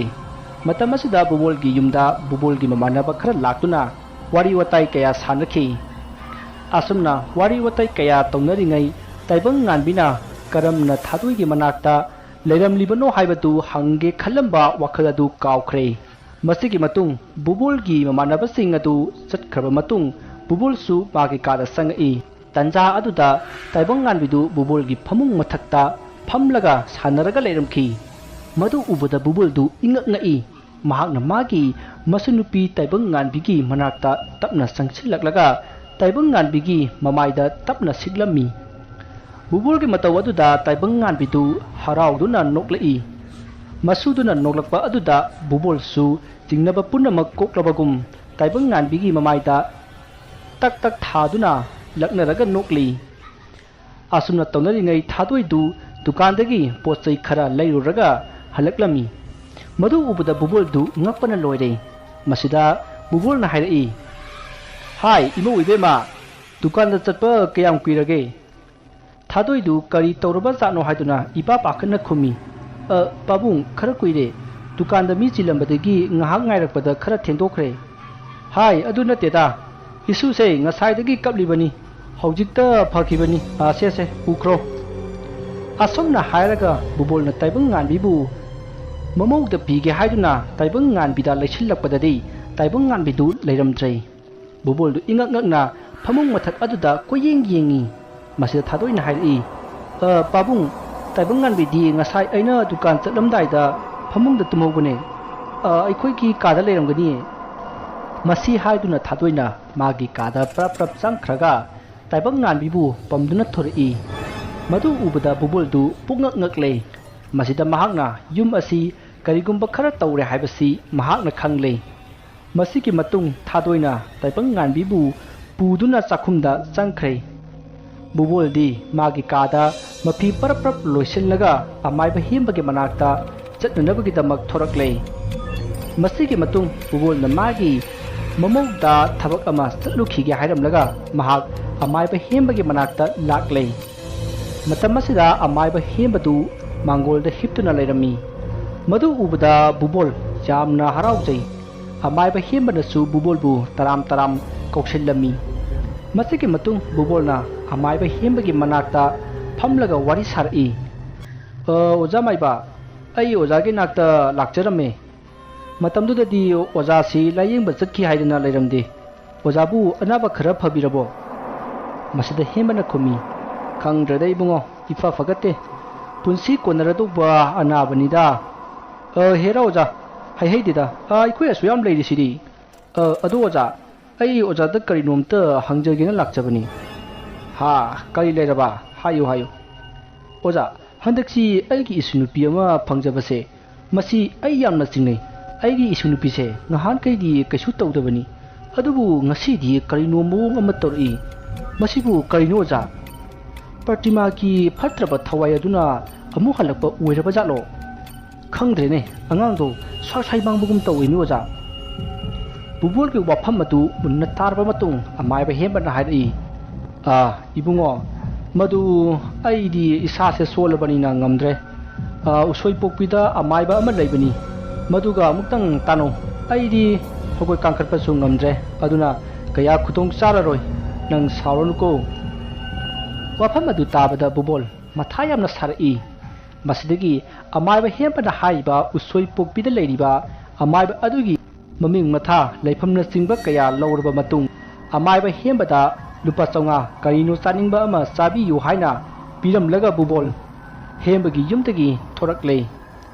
ꯃꯁꯤꯒꯤ ꯃꯇꯨꯡ ꯕꯨꯕꯣꯜꯗꯨ ꯃꯥꯒꯤ ꯒꯥꯔꯤ ꯑꯗꯨ ꯊꯧꯗꯨꯅ ꯎꯁꯣꯏ ꯄꯣꯛꯄꯤ ꯇꯥꯅ ꯊꯧꯈ꯭ꯔꯦ꯫ ꯃꯍꯥꯛꯅ ꯒꯥꯔꯤ ꯍꯦꯛ ꯊꯧꯈꯤꯕꯒ ꯑꯃꯥꯏꯕ ꯍꯦꯝꯕꯗꯨ ꯐꯨꯛ ꯍꯧꯒꯠꯂꯒ ꯃꯥꯡꯒꯣꯜꯒꯤ ꯗꯥꯔꯤ ꯃꯄꯥꯟꯗ ꯂꯦꯞꯂꯒ ꯍꯥꯏꯐꯦꯠ ꯌꯦꯡꯉꯤ꯫ ꯃꯁꯤꯒꯤ ꯃꯇꯨꯡ ꯃꯍꯥꯛ ꯍꯤꯡꯈꯣꯜꯗ ꯊꯣꯛꯇꯨꯅ ꯃꯍꯥꯛꯅ ꯁꯨꯔꯝꯕ ꯊꯕꯛ ꯑꯗꯨ ꯃꯈꯥ ꯇꯥꯅ ꯁꯨꯈ꯭ꯔꯦ꯫ ꯉꯁꯥꯏꯗꯤ ꯕꯨꯕꯣꯜ ꯂꯥꯛꯄ ꯎꯕꯗꯒꯤ ꯃꯍꯥꯛꯅ ꯃꯥꯡꯒꯣꯜꯗ ꯆꯦꯟꯁꯤꯟꯗꯨꯅ ꯇꯨꯝꯁꯤꯟꯅꯕꯅꯤ꯫ ꯃꯇꯝ ꯑꯁꯤꯗ ꯍꯦꯝꯕꯅ ꯇꯧꯔꯤꯕ ꯑꯁꯤ ꯃꯥꯒꯤ ꯃꯃꯪꯗ ꯕꯨꯕꯣꯜꯒꯤ ꯅꯨꯄꯤ ꯑꯍꯟ ꯄ꯭ꯔꯇꯤꯃꯥꯒꯤ ꯊꯋꯥꯏꯅ ꯂꯥꯛꯇꯨꯅ ꯃꯍꯥꯛꯅ ꯕꯨꯕꯣꯜꯕꯨ ꯄꯨꯗꯨꯅ ꯆꯠꯈꯤꯒꯦ ꯃꯗꯨꯗ ꯃꯇꯦꯡ ꯄꯥꯡꯕꯤꯌꯨ ꯍꯥꯏꯔꯝꯕ ꯑꯗꯨꯒꯤ ꯃꯇꯦꯡ ꯄꯥꯡꯂꯤꯕꯅꯤ꯫ ꯀꯔꯤꯒꯨꯝꯕꯗ ꯃꯍꯥꯛꯅ ꯑꯃꯨꯛ ꯍꯟꯅ ꯂꯥꯏ ꯈꯣꯏꯔꯝꯂꯕꯗꯤ ꯄ꯭ꯔꯇꯤꯃꯥꯅ ꯕꯨꯕꯣꯜꯕꯨ ꯄꯨꯕ ꯉꯝꯂꯣꯏꯗꯧꯔꯤꯕꯅꯤ꯫ ꯃꯔꯝ ꯑꯁꯤꯅ ꯑꯃꯥꯏꯕ ꯍꯦꯝꯕꯅ ꯃꯁꯥ ꯅꯥꯔꯦ ꯍꯥꯏꯖꯤꯟꯗꯨꯅ ꯃꯍꯥꯛꯅ ꯕꯨꯕꯣꯜꯒꯤ ꯊꯕꯛ ꯑꯗꯨ ꯇꯧꯈꯤꯗꯕꯅꯤ꯫ ꯃꯍꯥꯛꯇꯤ ꯒꯨꯋꯥꯍꯥꯇꯤꯗ ꯂꯥꯌꯦꯡꯕ ꯆꯠꯂꯨꯕ ꯑꯗꯨꯗꯒꯤ ꯐꯗꯨꯅ ꯑꯗꯨꯝ ꯂꯥꯛꯂꯕꯅꯤ꯫ ꯑꯗꯨꯕꯨ ꯕꯨꯕꯣꯜꯒꯤ ꯀꯟꯕ ꯉꯝꯂꯔꯣꯏꯗꯕ ꯊꯋꯥꯏ ꯑꯗꯨꯕꯨ ꯀꯟꯅꯕ ꯍꯣꯠꯅꯕꯗꯨ ꯃꯍꯥꯛ ꯇꯁꯦꯡꯅ ꯄꯥꯝꯗꯕꯗꯒꯤ ꯕꯨꯕꯣꯜꯒꯤ ꯊꯕꯛꯇꯨ ꯇꯧꯈꯤꯗꯦ꯫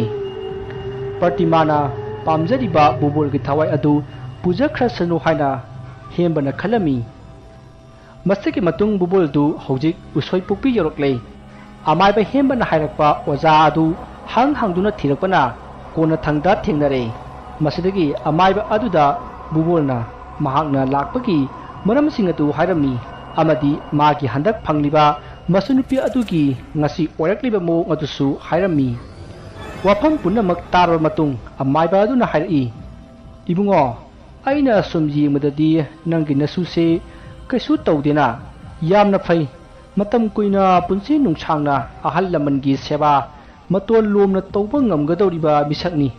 ꯑꯗꯨꯒ ꯏꯕꯨꯡꯉꯣꯅ ꯑꯉꯥꯡ ꯑꯗꯨꯕꯨ ꯁ꯭ꯋꯥꯏ ꯃꯥꯡꯉꯤ ꯍꯥꯏꯔꯤꯁꯤꯕꯨ ꯀꯔꯤꯅꯣꯅꯦ? ꯃꯍꯥꯛꯄꯨ ꯃꯥꯡꯕꯒꯤ ꯂꯩꯋꯥꯒ ꯍꯩꯕꯖꯥꯠꯂꯣ?" ꯑꯃꯥꯏꯕꯅ ꯀꯔꯦꯝꯅꯕꯒꯤ ꯃꯑꯣꯡꯗ ꯊꯋꯥꯏ ꯏꯁꯥ ꯁꯥꯗꯅ ꯈꯨꯝꯂꯛꯂꯤꯕ ꯄꯥꯎꯈꯨꯝ ꯑꯗꯨꯗ ꯕꯨꯕꯣꯜꯗꯨ ꯃꯊ꯭ꯋꯥꯏ ꯈꯔ ꯅꯨꯡꯉꯥꯏꯖꯔꯝꯗꯦ꯫ ꯃꯁꯤꯗ ꯕꯨꯕꯣꯜꯅ ꯍꯥꯏꯔꯛꯏ, "ꯑꯣꯖꯥ ꯃꯥꯏꯕ, ꯑꯩꯅ ꯍꯥꯏꯖꯔꯤꯕꯁꯦ ꯑꯁꯦꯡꯕꯅꯤ꯫ ꯑꯩ ꯍꯥꯟꯅ ꯑꯣꯖꯥ ꯃꯥꯏꯕ ꯍꯦꯝꯕꯒꯤ ꯃꯅꯥꯛꯇ ꯆꯠꯆꯔꯨꯔꯕꯅꯤ꯫ ꯑꯗꯨꯕꯨ ꯃꯥꯗꯤ ꯃꯁꯥ ꯉꯝꯗꯕꯗꯒꯤ ꯂꯥꯏ ꯇꯥꯏꯅꯕ ꯉꯝꯂꯔꯣꯏ ꯍꯥꯏꯗꯨꯅ ꯑꯣꯖꯥ ꯍꯦꯝꯕꯅ ꯑꯣꯖꯥꯒꯤ ꯃꯤꯡ ꯂꯩꯐꯝ ꯇꯥꯛꯄꯤꯔꯛꯄꯗꯒꯤ ꯑꯩ ꯂꯥꯛꯆꯕꯅꯤ."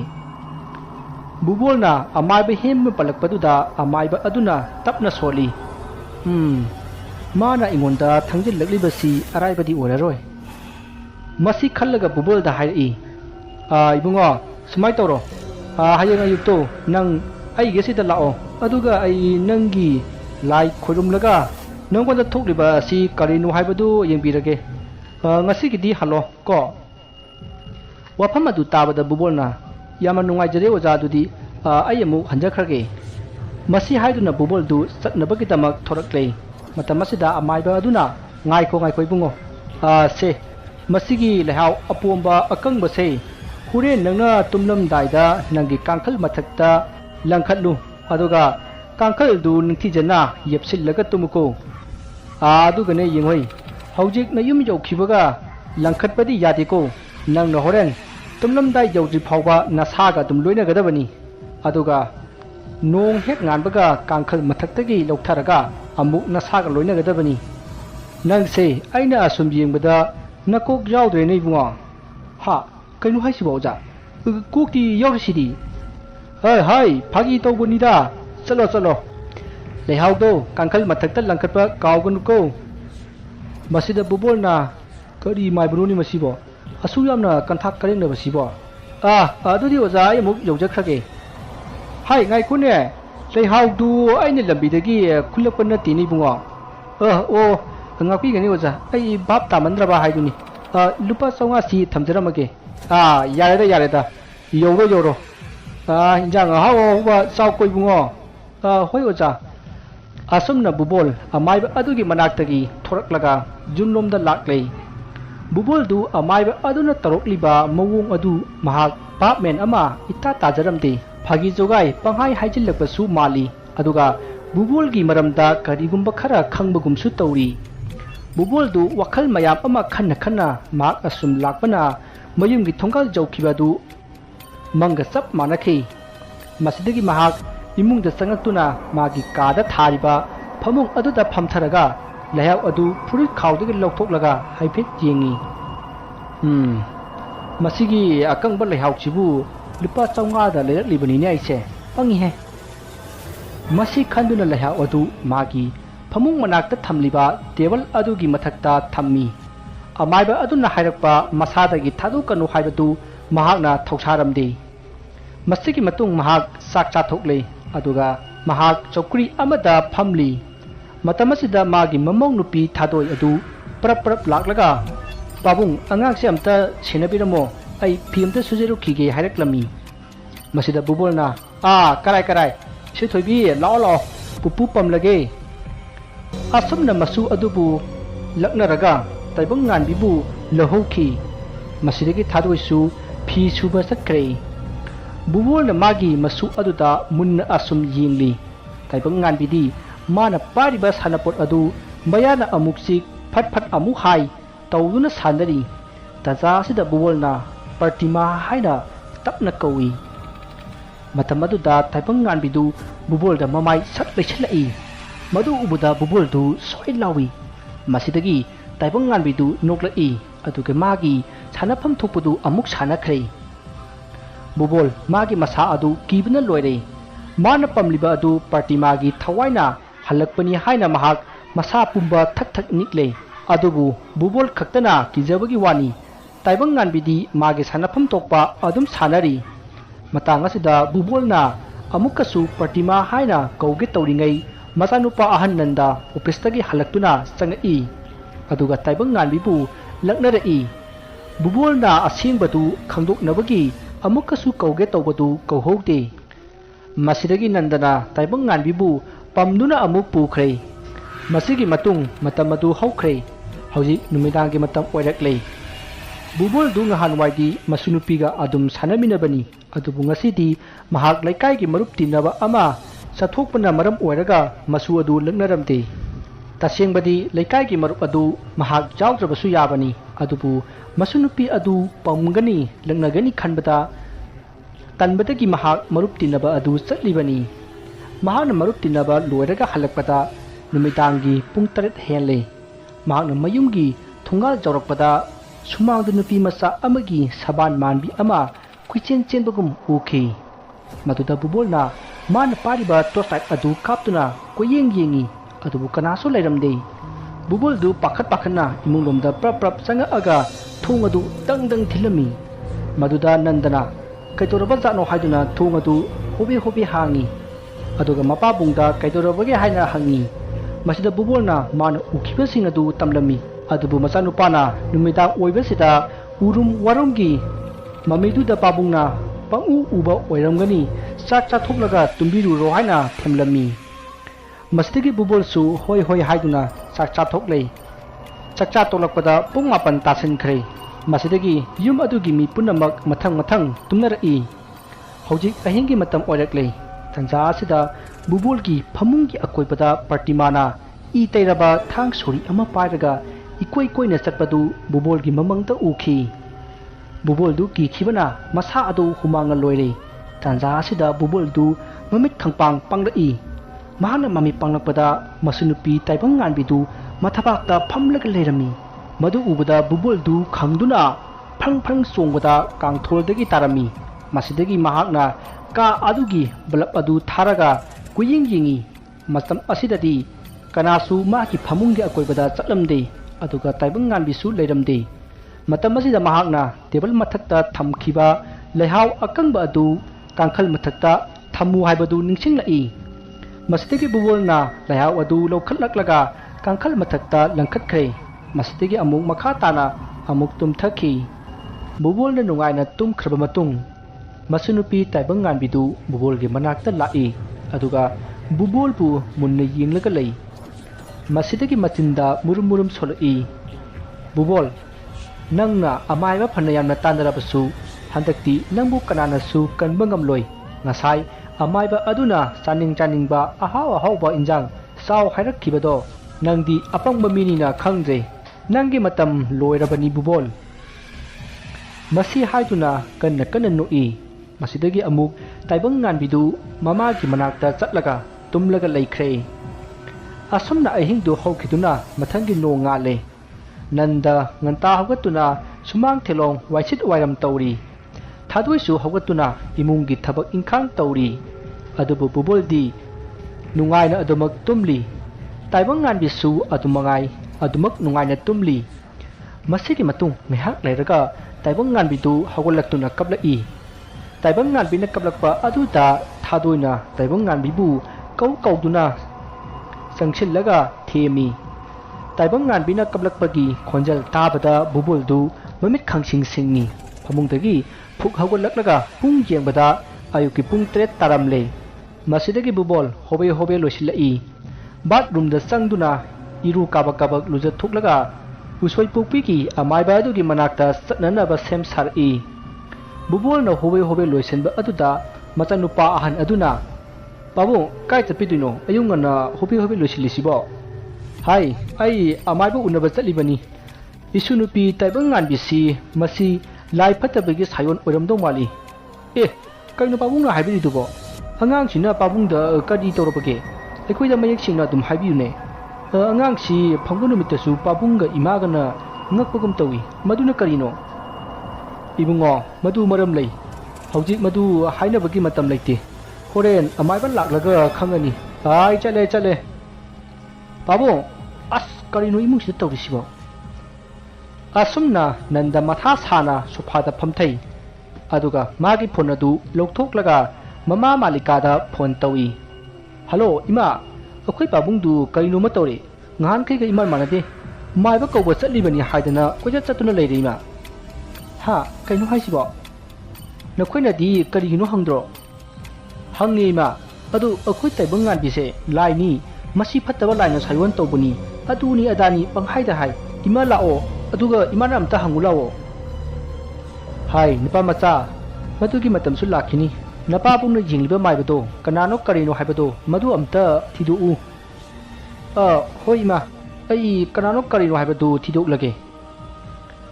ꯑꯁꯨꯝꯅ ꯍꯥꯏꯗꯔꯕ ꯃꯇꯨꯡ ꯐꯣꯟꯗꯨ ꯊꯝꯅꯔꯦ ꯐꯣꯟ ꯊꯝꯈ꯭ꯔꯕ ꯃꯇꯨꯡ ꯃꯥꯂꯤꯀꯥꯅ ꯈꯜꯂꯤ ꯀꯔꯤꯅꯣꯅꯦ ꯃꯈꯣꯏ ꯕꯥꯅ ꯑꯃꯥꯏꯕ ꯀꯧꯕ ꯆꯠꯂꯤ ꯍꯥꯏꯁꯤꯕꯣ ꯃꯁꯥꯗ ꯀꯔꯤ ꯇꯧꯔꯕ ꯖꯥꯠꯅꯣꯅꯦ ꯍꯟꯗꯛꯅ ꯀꯅꯥꯒꯤ ꯊꯋꯥꯏ ꯑꯃꯨꯛ ꯂꯩꯔꯕ ꯖꯥꯠꯅꯣ ꯑꯁ ꯈꯪꯗ꯭ꯔꯦꯅꯦ ꯇꯧꯔꯤꯁꯦ ꯑꯣꯟꯊꯣꯛꯄ ꯅꯨꯄꯥ ꯑꯃ ꯍꯦꯛ ꯋꯥꯏꯊꯨꯡꯅꯔꯨꯏ ꯑꯩꯁꯦ ꯑꯁꯨꯝꯅ Malika taxi ꯁꯣꯟꯖꯩ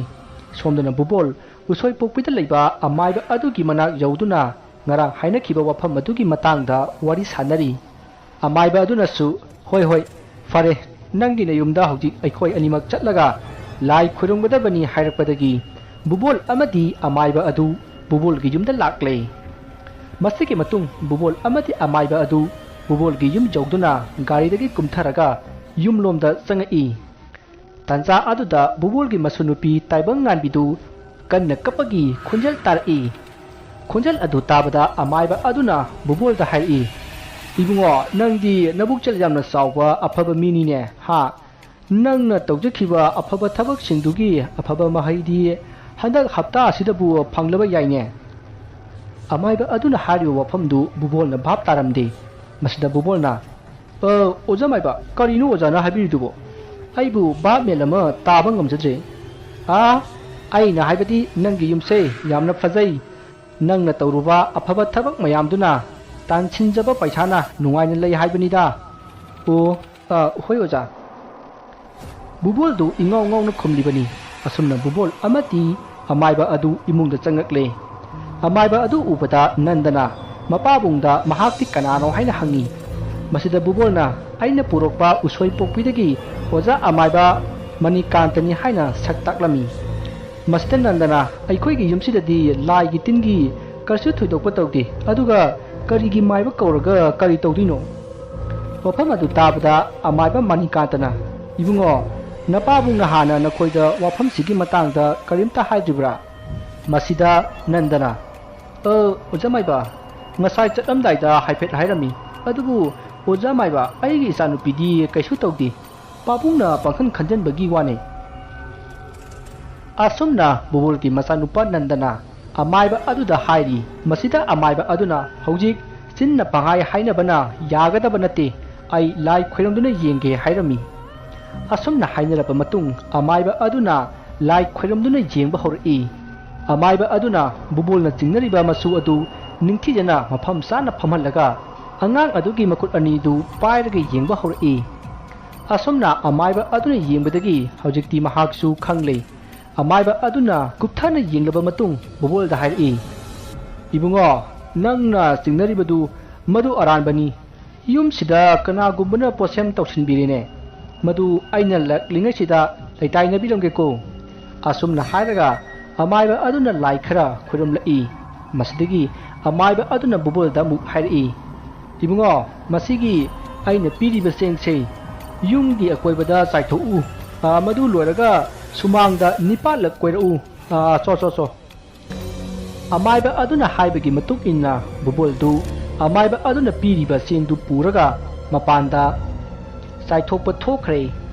matamasida amaiba aduna nanda amadi thadoida hairi nakoi ani munna taw ai wa ma haige yum masida kanagi su posem laiti hauji nakhoi napabungi thawai ase nakhoi nasanupi asina pukigadori maram asina angang asina mangonda karigumba khara tawba horakle masida nakhoina napabungi thawai kaninglabadi nakhoi nasanupi asi hatpa tabani amaiba aduna harakliba wafam adu tabada nanda amadi thadoi swai lawi aduga mathasu yamna sanare mapabungsu kaningi aduga masasu sihaninde karamba kansige khanbada makoi makuk ngaure khanba yaba khalba matung nandana hairi ojamaiba animak amta sihandanaba pambaidi leiroidra lei ibungo thabagasi nakoina pangthokpa ngamlabadi napabung amati nasanupi makoi anigi thawai kanba ngamgani hauji nakoigi nama ahan adugi thawaina taibang nganbi oina poklabani masi nakoigi napabungbu hanabagi damak mahak amukhanna poklaklibani napabungbu halaga mahaksu hankrani ujamaiba adudi icha taibang nganbisu sigadoribra siro ibungo mahakna taibang panda khongdarakpa numitagi mahakki thawai se napabungna mahut sinkrabani maram asina napabunggi thawai hapkadoriba angang ase manghankrabadi napabung siraroi aduga nama ahangi thawaina changliba asisu changpham leitrabanina mahaksu hankragadabani aduna angang ase manghankrasine ibungo adu oja ngasai oja na babung amadi isa taibang nganmibu kannanaba thabak ama lei habikibadubu kamdobuno mado atei nate nangi nama bubulgi manakta leirabadi nama ahangi thawaina karisu sokpa ngamloi aduga nangi nachanupisu siroi maramdi haujik nangi nachanupida sangliba nama ahangi thawai ase mahakna sahi amagi manungda laman khumba ngamdrabadi mahak amuk hanna lairamlenda hanba yararoi aduga amaromda nama ahanga nangi nama aduga haujik haina khibagi matungina namana leiba mafamdadi nama ahangi thawai ase leiba yaroi doribani aduna sahi ama nangi nama adu koksillaga leiminarabadi nama ahanduna mahakna bugulbu hatnabagi lakpani haibasisu kawkhragadabani aduna amasu sidanaba taibang nganbina sahi phadri phawbadi bubulgi nupi atombi adu bubulgi manakta thamba ngamnanaba hono madu natrabati handak hapta asida soidana napabung siragani bungo asomna wari sanaringai bubul du seng sakhaiba loire haiduna imungda changakle masigi matung amaiba aduna lai khoirumba saduna lewa khara soli masigi matung lai khoirumba loiraga amaiba adu mayumda amuk bubulna thinbirei asomna bubulna amaiba thinba chakringaida nandana mama malikada phone tauki aduga wafam punamak haire wafam sing adu tabada malika su pakhatle masidagi malikana ngasi gidi yararoi aduna hayeng ayuk nganna laklage hainaraga phone du thamnare bubol su amaiba thiluraga mayumda halakle masigi matung numidangi matam oirakle mayam punamak numidangi sak chanaraba matung magi thokpa tumna hibna khre matamasida bubul du masa yamna ingai masida mana phajub sukat ke haiduna phajub chingkhatpada karigumba amata panbagum chingkhatpa chatkide phajub chingkhatpa chattabaduda bubulna longna hawgalaglaga karida panba jano haiduna yengbada masu nupina phamlaga leibadu ukhi madu ubuda bubol du kanna khanglaw lawi bubol na kanna khanglaw lawrubada masu nupi adu phamungdagi chongtharaga chenkhre bubol du sormapi honduna nihak tumina lei tanja asida bubol na masu nupi du karamba phibamda leiriba chano haibadu yingingbadagi phamungdagi kumtharaklei masidagi tapna yunjaida asum lakpada angang amana nokpagi khonjel nasonana tarai tariba khonjel adu nandagi kadagi tarakpadagi bubolna nandagi kada laklaga thongjin panda cheptharaga yingi matamatuda masunupidu thadoigi mabukta phamlaga sanaraga lerami madu ubuda bubol du kibna loire tanja aduda magi sayengda kanagumba amagi makut ama tap pairai maduda bubol du khangprek khangna laukhat ke tawbada magi machin melai aduga matanupa nandana babung aine haina hairi bubolna taibangan bise lai phattaba changle haina matanupa nandada hairi nandana karainu ne haina mahaksu cheptharaga yemada taibangan bidi nungaina tumli thadoisu machanupibu konchinjaraga tumli madu ubada nandana hairi babung asi asu nungaina tumli sibu kaidorage babung pakhang khanjan biruno tumbiruro aisu mapan thubani aisu tumhorage babung chango bubol du ikai gum karigum hoi mai haidana magi ka tamna lakle aduga phamungda hiptharaga tumba themi nakan amadana malika gi mamangda magi mase partima laktuna hairi malika hayeng nangna bubol gi manakta chatkadoribado chatkanu aina ningjariba amukta di thungan kige handak karigumba nangna aigi thabak asida ayet papirabadi nangi nasa khudimak mamitta masa uhalwai maramaduna nang hayeng chatkanuko asomna hayamlaga partima mafam khangtana mangkhre partima na hek mangkibaga malika mikap khangthok thori aduga mamangda partima na hairamba wafamsing adu ningsingli matamasida malikana bubul gi thawai kanana su kanba ngamlaroi haiba maha khangle masigi matung nongale ngarang partima na mamangda hairamlabasu mahak chatke haina khanki asomna mahakna lochenba loiraga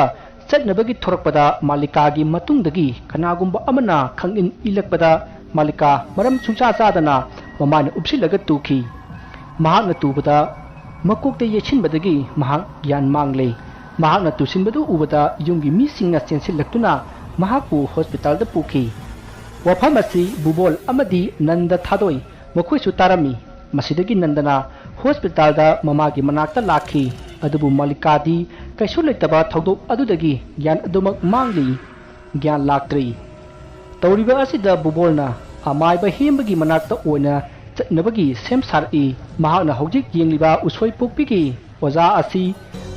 mahakna kaya khoidadaba haibadu oire masina amaiba hembana yengrabadi faroroi haina khanduna mahak hembagi manaktana gari thoraklei mahakna gari adu yangna asum thorokpada angang nupi masa amana bubol gi gari mamangda khanghoudana chensalai maduda bubolna gari adu mamai khanglei leithokpada man purakpa tata amada thomjinbadagi mahak sathina soklei mahak gi thabakta su gari gi mingsel mapak amana manangal phawna lengle tanza aduda magi manakta mi kayana chensinnarai mayam adugi marakta bubolna patrima asawba amagi safamda lepaga leibadu uki masidagi bubol mamit adu matam chukpagi oina uisanki bubol na hek sibaga malika gyan lakhi adubu bubol gi masunupi taibang nganbidi mama thadoigi matam bakta khanghoudana wantharakhi maram icha chadana wantharakpa aduda thadoina nandada phone tawki nanda paw adu tabada machanupida mamabu sinaramlaga mahak yumda amuk haitharakle somda thadoina su taibang nganbibu puduna hospital tamna lakle lambida nandaga phone tawduna hainabadagi makhoi thengnaduna hospital da taibang nganbibu purakle masdagi hospital jauduna taibang nganbibu laikat naba hori masida doctor na taibang nganbigi phibam masi khara lui hairi masida nanda amadi thadoi mathwai yamna wajarami pawadu malika amadi magi machanupisu tari tancha asida nandagi phonda mapa bungdu lambigi accident da khara phibam luna leire haina hairakhi तारिबा तलौक्लिबा वाथोक मयाम असिदा Nanda मकोक पुंगाव ngawri मसिदगी नंदना मचनुपी अमदी मागी नुपीदा mama अमदी मचानुपीबु निंथिजना सेनो ngasi मवोंग अमा तौरी हायरमलगा महाक मपाबोंगना लेरिबा hospital अदुदा लाक्ले लंबिदा नंदना खल्ली हौजिक पाबुंगी थवाई कनानासु कनबा ngamlaroi aduna amaiba hembegi mayum thiduna mahak amaiba hemaga oina tanarage khangduna mapabungi manakta sangdana mahak amaiba hembegi mayumdu mama malikada phone tawduna hanglaga amaiba hemba thiba horakle asumna koithi thirba matung mamai thangda phangle mahakna amaiba hembegi mayumda changakpadadi makoida yengba laklamba usoi pokpigi amaiba adusu amaiba hembaga punna leirami madu ubada nanda ngakpa phawi mahakna sangakpa ubada usoi pokpigi amaiba aduna kauchillai masidagi nandana oza anidu khoramjaraga mangonda thokliba singadu loina tamli wafam punamak tara matung amaiba hembana hairai ibungo napabungi thawai hojik kanba ngamlaroi adubu nasanupigi thawaidi kanba yagani aduna nasanupigi thawai kannabagi haujumak lai ama khorum thokasi nahak nampham masida lakani haibase aikhoi hana khangbadagi nangbu ngairam khibani amaiba hembana hariba wafam adu tabada nandana adudi lai khurumnaba tawiro ichanupido hauji wanthaраktuna hospital da lehori haina paw tamli masidagi amaiba hembana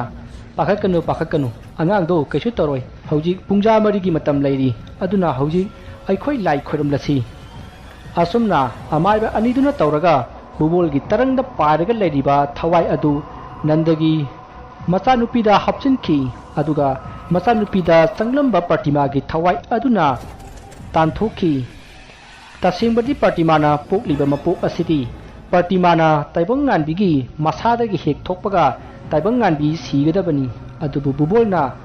pokadaba mapok adu taibang nganbi oina semdoktuna taibang nganbibu hingan khibani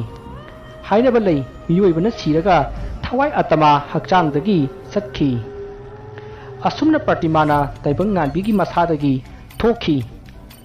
adugumlaba thawai yaudraba siraba taibang nganbibu amaiba aniduna sinbiduna bubulgi thawai amo hapchinduna hingan khibani masigi matung lai khoiramba loiraga nanda mapabunga leiriba hospital da lakle aduga mapagi thawai yaudraba hakchang adu makhoigi imung manung mari mata singda paw piduna yumda putharaklaga haunabi matung inna poloikhi asumna nupida ot nairuba bubol nupigi mapok oiduna nandigi macha oikhi bubol laikhidraba matung malikasu bubulgi mayumda macha singbu konduna leiminakhi wariyasi matang asta loijare wariyasida soikhiba lankhiba wahai wata kaya yaurabasu tabiriba singna pukchal chauna ngapigani